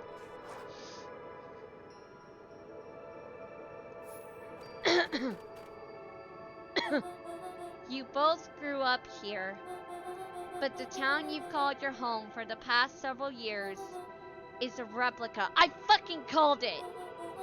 A remarkable achievement of engineering, to be fair, but a replica nonetheless. That's impossible. It's too much work. You'd need a whole town to replicate a whole town. Indeed, to pull off such a feat would require immense labor power. That which could be moved would be moved. That which cannot would require a precise duplicate. We would have noticed. Someone would have noticed. You'd think so, unless the auditing was impeccable. A mind-numbing attention to detail. As for the innumerable trivialities which complete the tapestry, well, you could leave that to your miraculous thing we call a brain. It has a real aversion to discontinuity. I'm bad with words. A revulsion, even. The brain has a wonderful way of smoothing out rough edges, keeping us sane. Luca and Iggy looked around uncomfortably. So you're saying that someone made an entire new town and moved us all and no one noticed? Precisely. But why? Why is one question that can never be answered with certainty. The best one could do is to uncover. Nat narrowed his eyes, furrowed his brow, and uttered, The source. Why'd you say the source like that? Why indeed? Luca began to laugh uncomfortably. It's all ridiculous. There's no way they could. He looked down at his feet. His eyes started back and forth in contemplation. With a sudden pain, a thought struck him. If this really is home. The He grave. sprinted off into the pale distance. As Iggy turned to follow, Nat called out. Iggy, it's not too late to turn back. Simple head west through the Weepwood.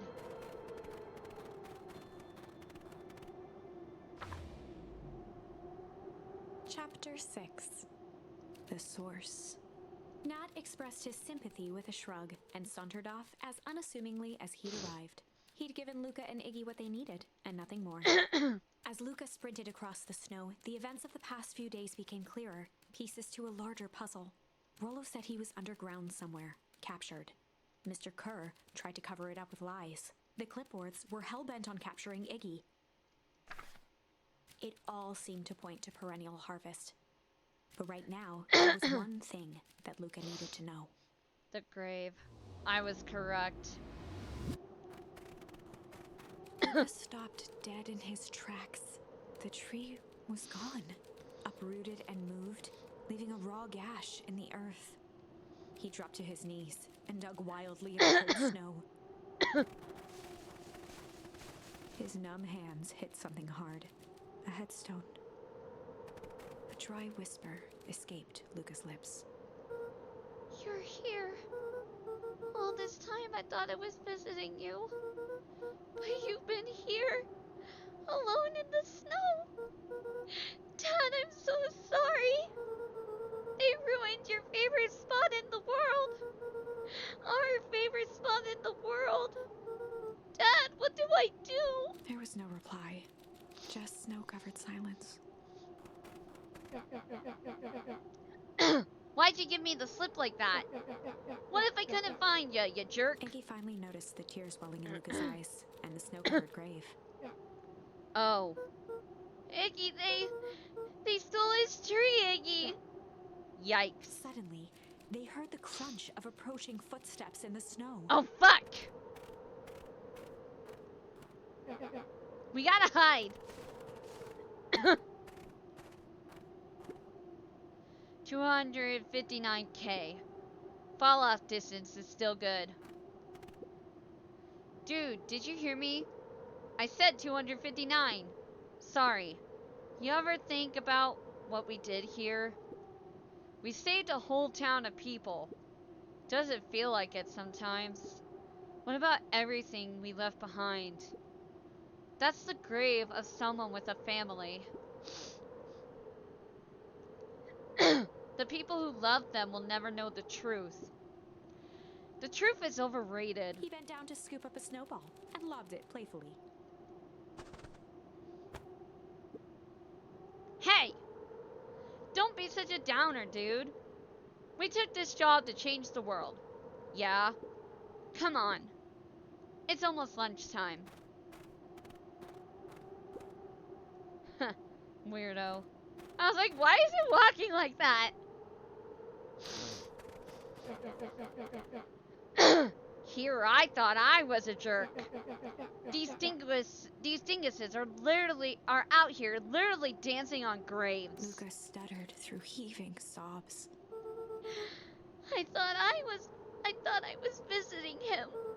I thought he was with me. Not gonna lie, that's a bad break. Here's some advice. Iggy gave Luca a solid smack on the back of his head. Hey! Who's any of this helping? What? Sitting here in the snow, crying like some pushover? Who ya helping? Iggy, look what they did. They lied to everyone. Blah, blah, blah. Luca Fanhorn, you're a lot of things, but you ain't no pushover. What did I tell you before? When some jerk comes at ya, acting like a horse's ass, I should stand up for myself. hell yeah! Kerr and his merry little band of clipboards pulled off this switcheroo for a reason, right? Not mention something about a source. Luca wiped his eyes with a sleeve. Whatever's at the source must be awfully valuable to perennial harvest. Sure would be a shame if something unfortunate were to happen to their precious source, wouldn't it? What do you have in mind? If it's small enough to steal, we snatch it. If it's too big to snatch, we smash it.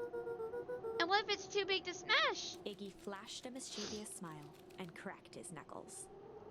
I'm always up for a challenge. I'm gonna make this right, Dad. I promise. Let's do this.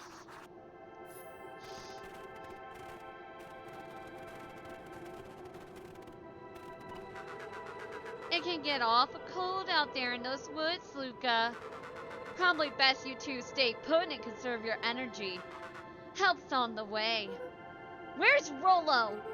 Where's my mom? Did you kill her? Oh, heavens no. Do I seem like a killer to you? Yes. Iggy and Luca shared a skeptical look. Well, do I? Ah, shucks, now that hurts my feelings. Screw that guy.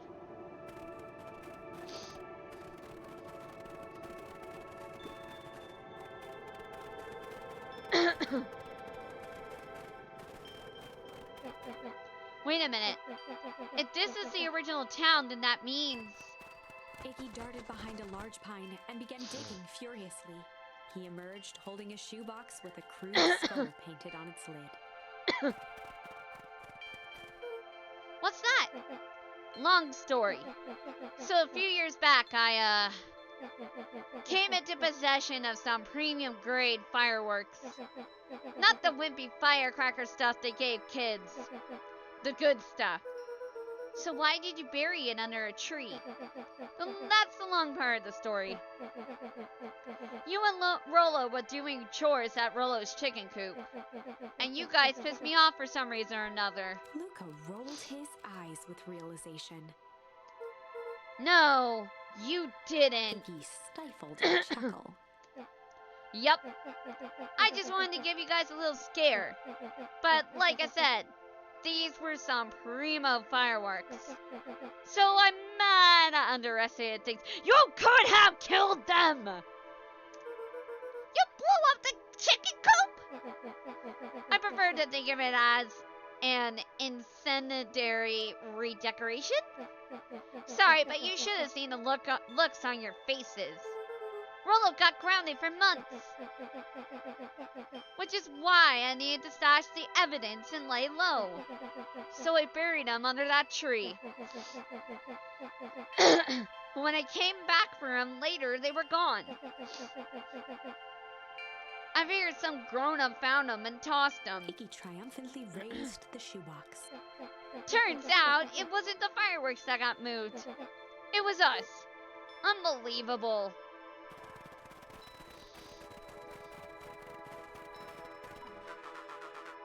Do you think this is a game?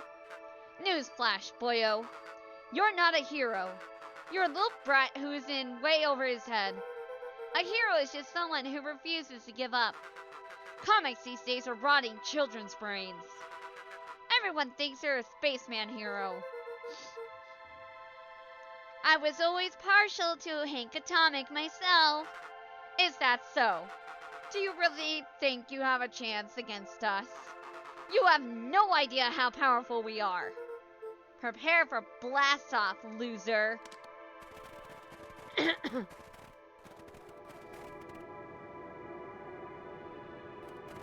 Oh shit.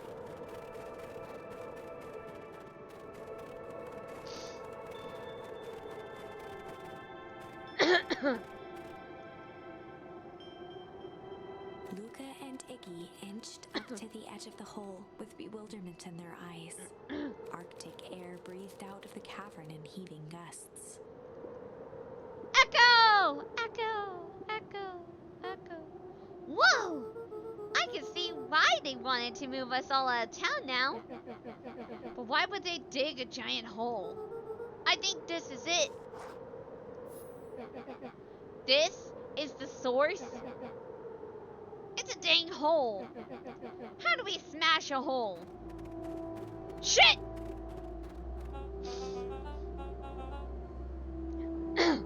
Oh, it's much more than that, my annoying little friend. Kerr! Where's Rollo? I wasn't lying before. He's safe. Well, safer than you two, at least. Drats is cold. You just had to drag me all the way out here, didn't you? Mr. Kerr gazed down the abyss in contemplation. It really is something, isn't it? What did you do to our town? What is all this? Well, that's a doozy of a question. This is the source, where they collect the unrefined, Kerr scratched the back of his head. Honestly, boys, I don't understand any of this well enough to explain it. Fact of the matter is, I'm not paid to know. What do you mean you don't know? Ain't you in charge?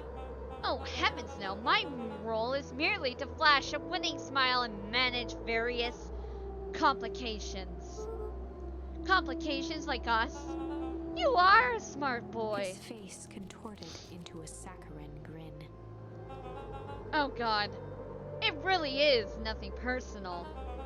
Some people are destined to strive for greatness, and others are simply obstacles along the way. Seems like you were destined to be a creepy lackey.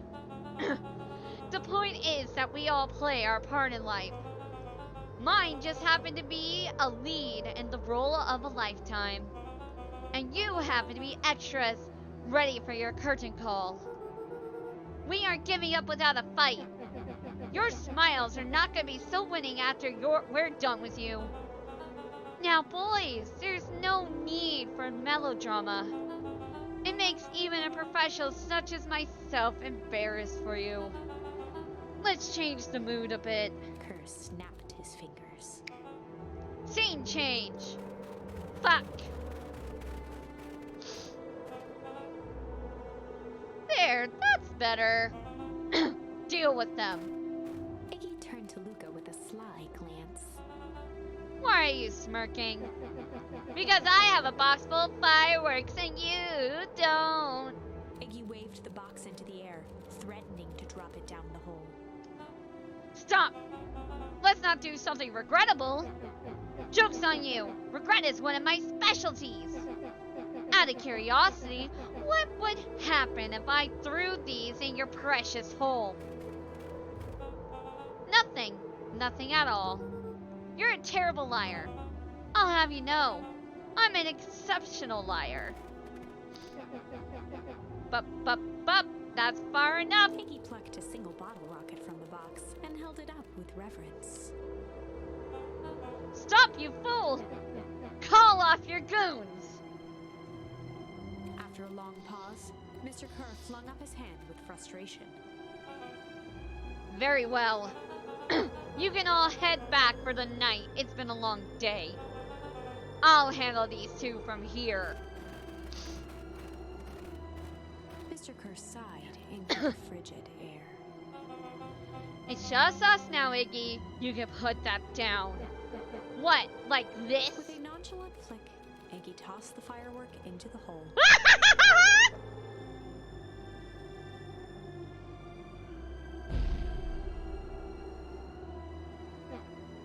Ooh. Whoa! With a growl, Kerr leapt at Iggy, crashing through Luca. Iggy! No! Iggy tried to twist away, but in the struggle they both tumbled over the side. Luca dove forward, bracing Iggy's hand just before it slipped. His grip was made precarious by the cold, wet snow. He could see Kerr further down, clinging to Iggy's coat. You reckless child! What have you done?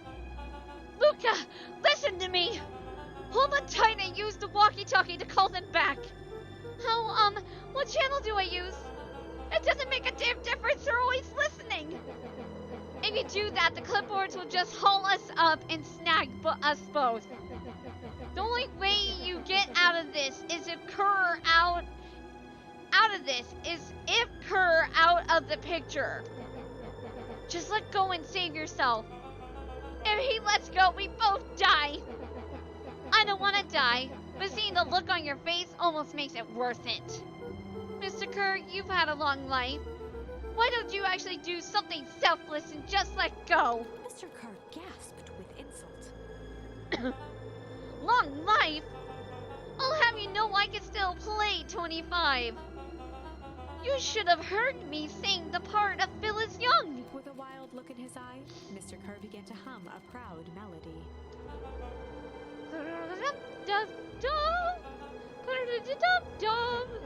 Wow, can you believe this guy?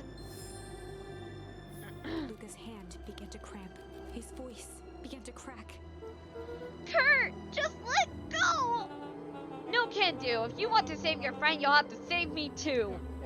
Luca, look at me. It's okay. Luca felt Iggy loosen his grasp. No! You aren't going to kill your friend like that, are you? Every muscle in Luca's body burned. I'm not his friend. Yes, you are! Nah, I'm just a no-good bully. Like you, Kerr. Iggy, no! Luca felt his hand slipping. And I told you what you need to do with bullies. I can't. It's your only way out of this mess. Two birds with one stone. It makes sense for us to fall together. Wackadoos travel in packs. A calm settled over Iggy's face. Luca, let me do this. Iggy's voice was colder than the bitter air billowing from the chasm. Let me do the right thing for once. No! Luca had no choice but to Iggy's request.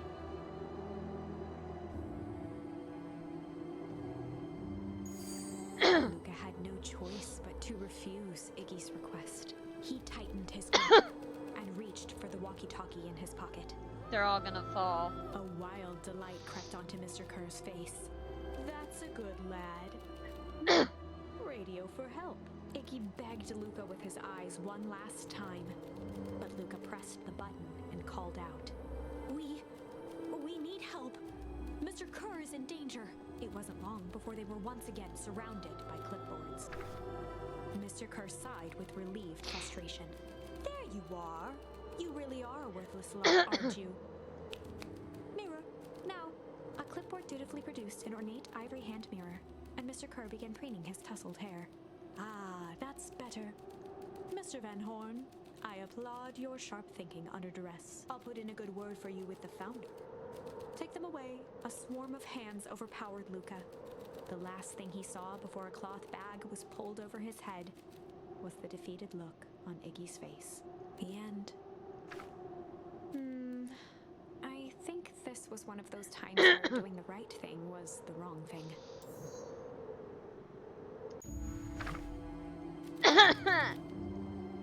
I don't wanna go! Iggy, I'm sorry! Luca had no choice but to accept Iggy's request. With a quiet blink, Luca watched a teardrop sail down into the howling void. As his fingers slowly gave up, he met eyes with Iggy. Good. Iggy! The two silhouettes were swallowed by darkness.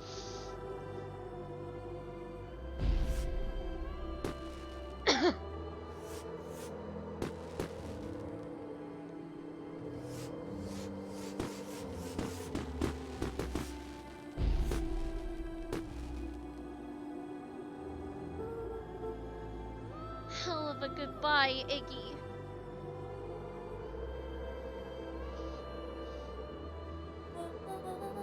Luca, you should really step back. What? Quickly.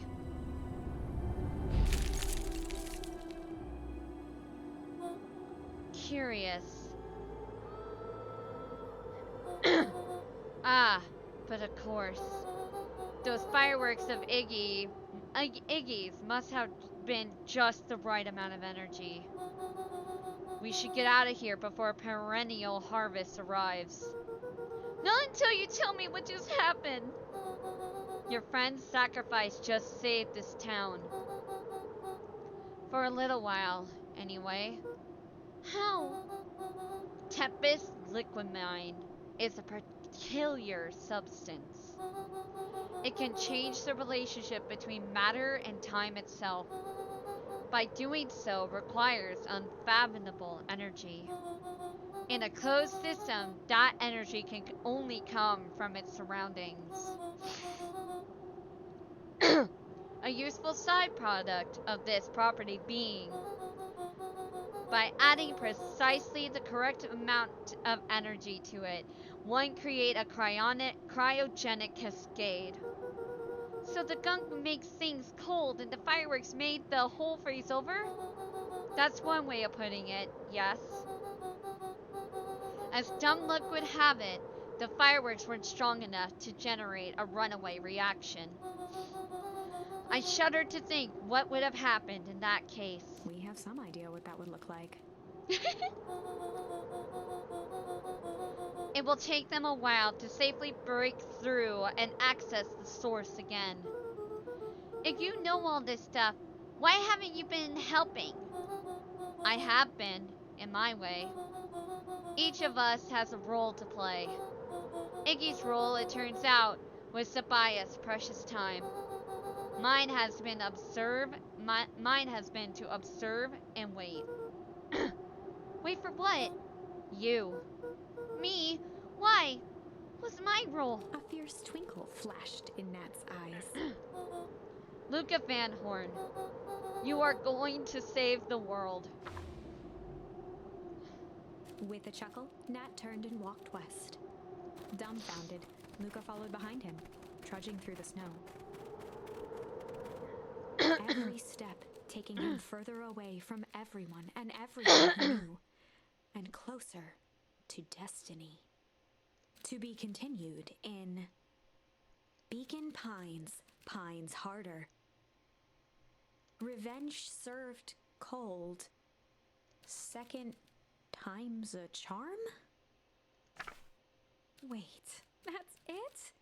This ends with a crummy cliffhanger just when it was getting good? I was even starting to like Iggy. No way. I refuse to be associated with some never-ending parade of sequels. Let's go back and find something more definitive. I was about to say, yeah, no, I agree with the voice lady.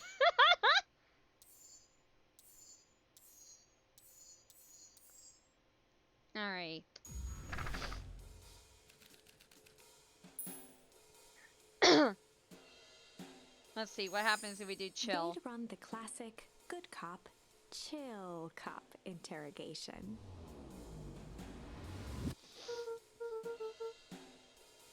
I'll handle this. Just gotta play it cool. Luca walked calmly to the light switch, flicking it off and on a few times. Mr. Tolliver shook his head, gathering his wits. Golly, I sure got my He bell looked over rung. to find Luca, who returned a calming grin. Sorry, Mr. Tolliver. This was all a big mistake. Luca, what's going on here? Why do you have me strapped down? No one's fault, really. Rollo just got a little startled. Rollo's here. Rollo and Beck emerged from hiding to give a timid wave. Well, alright. Mistakes happen. You kids gable, here I'm good scared. Let me just get out these ropes and call it even. Luca glanced over to Rollo and Beck, who replied with skeptical looks. Mr. Tolliver, why are you in my grand's basement? I'm here to help, of course. Help us what? What's my grand up to? If you'll just cut me loose, I can show you. How do I know we can trust you? Mr. Tolliver exhaled with disappointment. Luca, have I ever done wrong by you? No? And since your grand moved to town, haven't I been nothing but welcoming? Yeah. So why would I turn my back on your family now? Yeah, you would. It's just, all this stuff seems pretty weird. A board with the names of people from town? An archive of my dad's old disturbing patient notes? Luca gestured to the corner. Barrels of explosives! I can explain everything. You just need to untie me. You kids deserve an explanation. Luca looked again to Rollo and Beck. This time they shrugged. Luca began to slowly loosen the bindings. He's gonna run. Mr. Tolliver gently rubbed his wrists. That's a good lad. I fucking knew it. This all makes sense in time. He edged imperceptibly toward the stairs as he spoke. You see, this town has secrets, Luca. A very dark past indeed. Before the kids had even noticed his movement, Mr. Tolliver was at the light switch. A past that must be brought to... He punctuated his final words by flicking the switch and rushing up the stairs. Fuck. Light. Son of a... Beck darted to the wall and turned back on the lights. It was too late. Rollo confirmed what they all heard. He just locked us down here. Mr. Tolliver's muffled voice came from behind the door. I wasn't lying, you know. This is for your own good. You kids just keep tight down there. And let the adults handle this. They looked bewildered at each other. Play it cool, huh? Not now, Beck.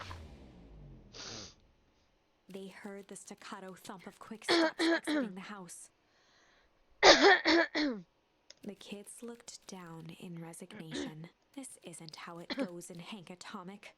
For some reason, they'd always assumed it was up to them to save their town. Luca opened his mouth, hoping to conjure some magical words to make this right. Only a hollow croak escaped. The end. Well, we certainly aren't going to find a grand resolution to our tale locked in a basement. Back to the drawing board. Yup.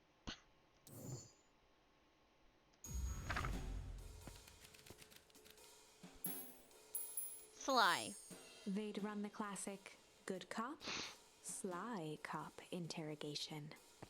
Luca and Rollo ducked behind a barrel, leaving Beck to her task.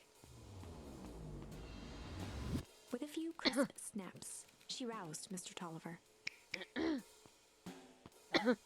What? What's going on here? You're the Modwell girl. Please, call me back. Sorry about all this. Mr. Tolliver looked down and shifted a bit, testing his restraints. It seems there's been a mix-up. You see, I'm down here for the same reason you are. Juniper sent you here? Beck caught herself before letting the surprise manifest on her face. She'd already gotten him to reveal his relation to Gran. This was gonna be easy. You know how Juniper is with her precautions. Operation Sparkplug has us all on edge. I guess she thought you needed some backup. But she sent a child? What better way to avoid prying eyes? Who would suspect a kid? I suppose that makes sense. Mr. Tolliver wriggled a bit in his restraints. Oh, I'm so sorry. Quickly removed the ropes. That had to be uncomfortable. A little, yeah. But you understand. We never know who to trust in this town. Mr. Tolliver rubbed the growing knot on his forehead. Very true. So it turns out we're both here Beck to twirled her hand, as if to prompt Mr. Tolliver to finish her thought. destroy the evidence. Beck shook her head and clicked her tongue. Yep, the old girl is nothing if not thorough. Mr. Tolliver let out an amused huff in agreement. She sure is. Can't blame her though. If I were to find out we're going to destroy the source, well, we both know how bad that might be. Now, no one will know anything once I finish cleaning things up down here. Beck was on a roll now, playing Mr. Tolliver like a fiddle. You're sure you can finish this up on your own? Juniper trusted me for a reason. You can leave the rest to me. Good, there is one more loose end I'll work on. Loose end? Oh, it's nothing really. The other day I had the radio on scan while restocking the candy shelf. And when you know it, I intercepted an odd phrase in the Perennial Harvest transmission. Underground secrets. That's ominous. I think it might be a password, but Juniper dismissed it. She said it wasn't mission critical. What's the password for? We don't know. So we have a password and know where to put it. It's gotta mean something, right? Good thinking. You should probably go work that out. I've got this under control. That's a relief. Between you and me, this basement gives me the willies. Heading for the stairs, Mr. Tolliver hesitated and turned to Beck with a puzzled look. She grinned and gave him a peppy wave. With a shrug, he continued up the stairs, whistling a jaunty tune. You guys catch that? Sure did. This whole time, Mr. Tolliver's had a candy shell. But all he ever sells us is apples. Beck blinked slowly in disappointment. The password, Rollo. Well, sure, but once things are back to normal, I'll be having a word with Mr. Tolliver about that candy shelf. Fine. In the meantime, I've got an idea. She turned to the table and began tearing small scraps of paper. He said he heard a password on the radio. Any good spy transmission is never what it seems. Beck marked each scrap of paper and leaned back. We just need to find the hidden meaning.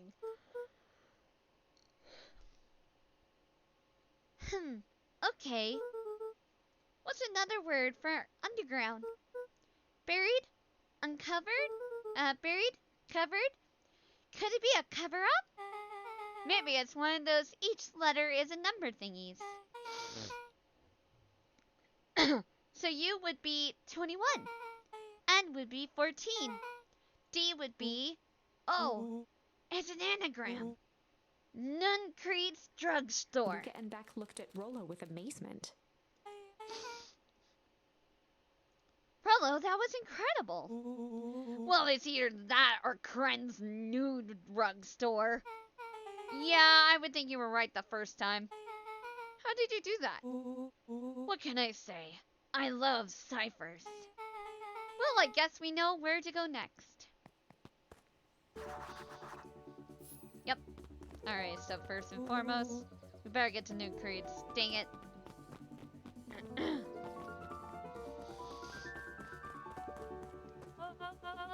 You scared me half to death. Sorry. You kids haven't seen Mr. Tolliver around, have you? Nope. He's got me waiting around like the last slice of pie. I I swear, that man would be late to his own funeral.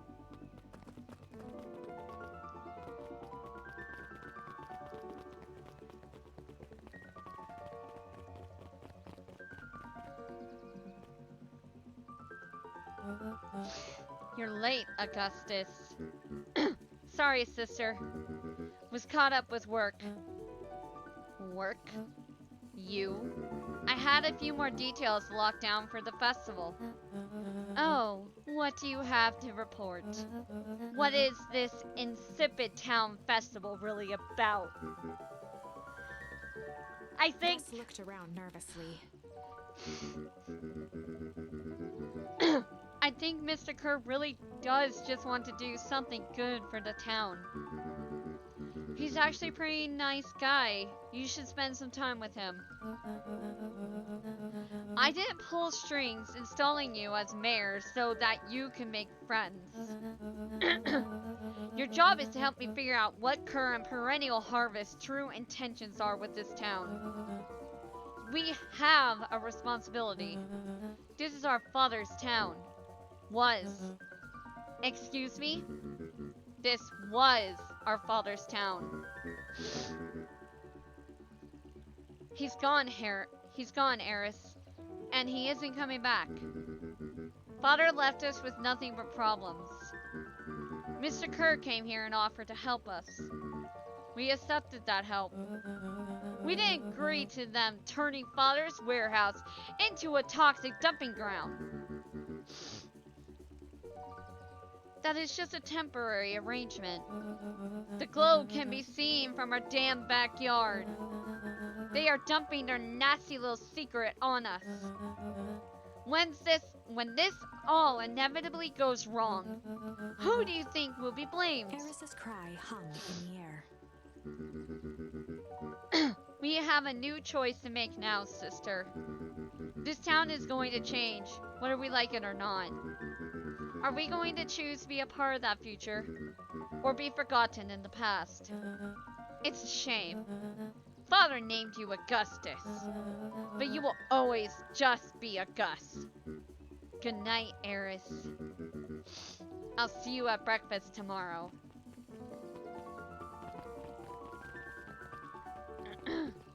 It's getting late, children.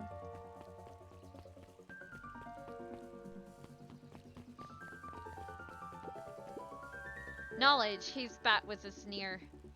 There exists a gulf between knowing something and being able to do a damn thing about it. I do hate when the villain makes a good point.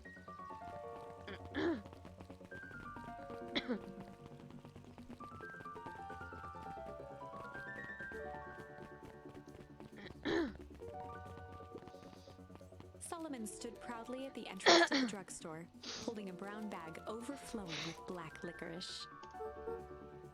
Hey, Solomon. We're looking for Mr. Nuncreed. Is he still in there? I'm afraid not. Then where'd you get the candy from? You might say we have an arrangement. Solomon shoveled a surprising amount of licorice into his mouth. Sometimes it's the small pleasures in life. Though we might not always have family to rely on. Licorice has never let me down. Well, I can't say licorice would be my first choice, but whatever floats your boat. You could tell a lot about a person by their choice of confection. Oh, yeah, I guess. I like sour gobs. I'm certain you do.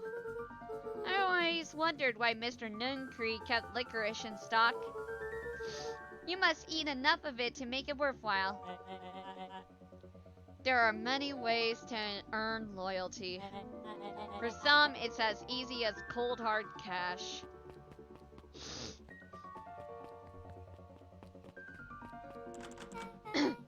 Well, he's right, it's locked.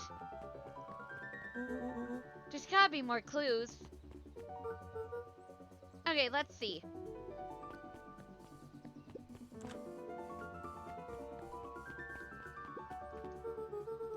Have you ever seen anyone actually use this thing? Besides Mr. Nuncreed, no. Beck cupped her hands on the glass to peek inside. That is not a normal phone booth. It's got like a blinky keypad. Why would there be a blinky keypad? Cred's nude rock star! I mean, underground secrets! The password! Beck flung open the door and they all squeezed in. Alright, let's see here. Luca cracked his knuckles and entered the letters into the keypad. Underground secrets. Sounds like that did something. Great, now what? I guess we... The inside of the phone booth dropped loose from its shell. Without even the space to panic, they closed their eyes, held their breath, and accepted their fate. Suddenly, the chaotic descent slowed to an effortless landing. It was unclear where they ended up, but at least it was solid ground. Oh. The air was stagnant. and smelled The broken vaguely of helmet! rain. I knew it. You knew that there was a secret hub full of strange tubes under the phone booth? Of course I did. Didn't I say that? No. I definitely thought it. Luca, do you remember when I said how cool it would be if the trans-dimensional conduits from Hank Atomic issue 12 were real? Rollo, at one point or another, you've said about every technology ever discussed in Hank Atomic. That's why I'm such a good predictor. It looks like each of these has something written on them.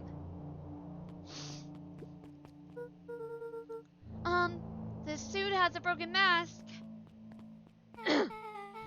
So, have we found our mystery warehouse creeper? We've at least found their hazmat suit. If it walks like Noon Creed and talks like Noon Creed, let's not jump to conclusions. Just saying.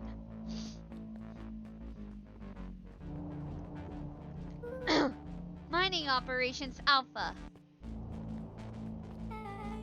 You guys have mines here? Not that I know of. This town is all farms and fertilizer. And a series of tubes. I always said you can only trust a miner up to the point when they hit gold. Not sure how that wisdom applies in this exact situation. That's the thing about Pa. You don't always realize what he means until it's too late. Perennial Harvest main office. That's where my mom works. What does she do? Science stuff? Is she involved in all this? We just moved here. How could she be involved? True. Valentine Fertilizer Warehouse. Isn't that where you almost got snatched? Yeah? Why would Perennial Harvest have a tube going to the old Valentine place? This is starting to feel like something big. That's a lot of buttons.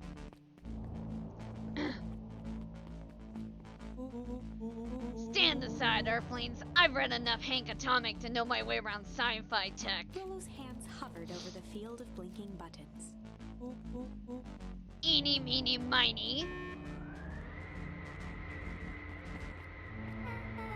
Rollo, what did you do? Nothing! I didn't even mow yet! What was that? Hide! Where? There's nothing but weird tubes down here! Just get back!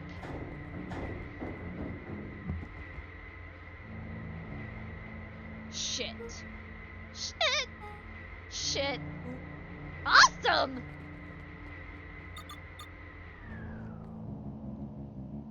You all need to come with me. Now. We aren't going anywhere with you. Not until we get some answers. Mr. Underground Secrets. I told them it was an absurd password. But they love anything that makes them feel clever. They who? That's no matter. If I can keep you hidden until after the festival, I might be able to save your skins. don't care about our skins. Hold on now, I like my skin. This all stops now, Nuncreed. Joseph waited for a moment in silence. You sound just like him. Who? Walt. You don't get to talk about my dad. You know, your father and I were friends back before He gestured toward the strange tubes. all of this. That's a lie. It's true. I used to bounce you on my knee. What happened? Same thing that always happens. Reality, complications, life. We were a team, Walt and I. An idealist doctor and a bright-eyed pharmacist. Both hell-bent on helping folks. So you were his sidekick? No, we were partners. He helped the patients and I helped him. Yep, total sidekick. Nuncreed let out a growl of a sigh. Luca, I need you to know this.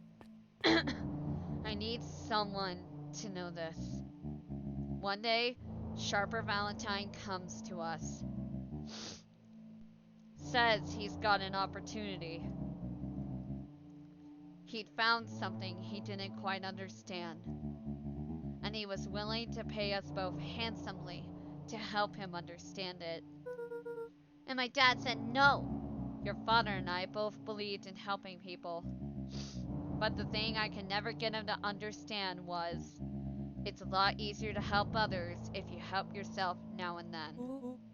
Classic sidekick and the villain plotline. Walt loved being righteous almost more than he loved his family. He was wrong about one thing, though. When he begged me not to take Valentine's offer, he said, Joseph, if a person says yes one time to Sharper Valentine, he'll make sure they keep on saying yes to him until the day he's dead and gone. He shook his head wistfully. Sharper's long gone, but he still got me saying yes. Is there a point to this sob story? Not really, no. Just an old man trying to delay what needs doing. Nuncreed took a menacing step towards the children. I tried to keep you safe. I tried to keep you and Juniper out of this. But you forced my hand. Luca began to laugh. What? You really don't know? My gran isn't out of this. She's been scheming right under your nose. Juniper? She seems like she's planning on crashing the town's party. She's going to disrupt the festival? Why would she? The color drained from Nuncreed's face. How does she know? Apparently, she knows a lot of things. What? Let's just say this isn't the only underground layer we've busted into today. And honestly, hers is way cooler. She's got maps and explosives and bad intentions, big man.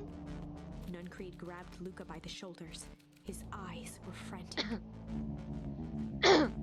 You need to tell me what she's going to do. Right now. She doesn't understand what it is she's messing with. Tell me now. She's in danger, boy. I don't know. She had a map with a mark on the fountain in town square. The fountain? But why would... A jolt of realization struck Mr. Nuncreed. She knows about the source. What the heck is the source? If she tries to destroy the source, it could catalyze and... Dear God, she's going to freeze us all!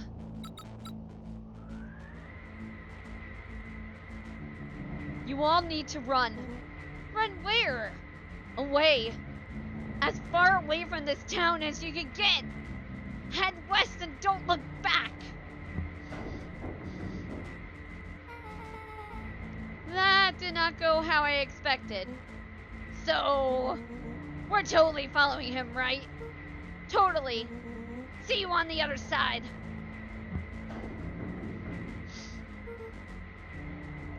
You good? You good? Yep. I love this town. Whee! Chapter 8. The Cold, Hard Truth. Ah, yes. Well, I would love to continue, but it's like kind of late now. So, yeah. But anyway, thank you so much for watching today's stream. It was a lot of fun, and we're definitely going to continue this game on Thursday. So, let's go ahead and see who we could potentially raid on Twitch. Yes, yes. Alright, let's take a look. There we go. It's like if Twitch would like to load, then yes. Mute. Alright, let's see. Do do do do.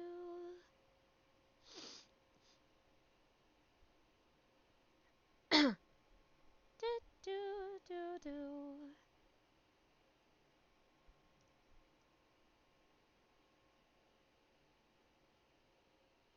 Do do do do. Do do do do do. Let's take a look at you.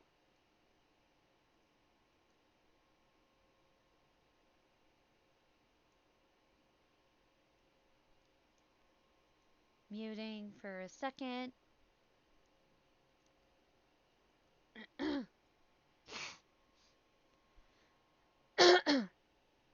Waiting for the ad to end and make sure we're not rating somebody who's ending. Because I've done that like twice.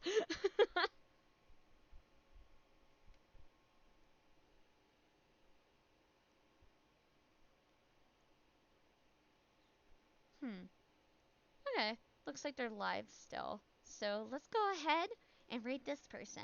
We are gonna go rate the Spider VTuber, Spirited Spider. They are currently playing the game RimWorld. Don't really know what it is, but it looks like a pixel game of some kind, and it looks interesting. So we're gonna go show them some support. But anyway, thank you so much for watching today's stream. We will continue with Beacon Pines on Thursday, 2:30 p.m. PST. Till next time, Overworld, this is Phantom Vendor signing out. Goodbye, Overworld!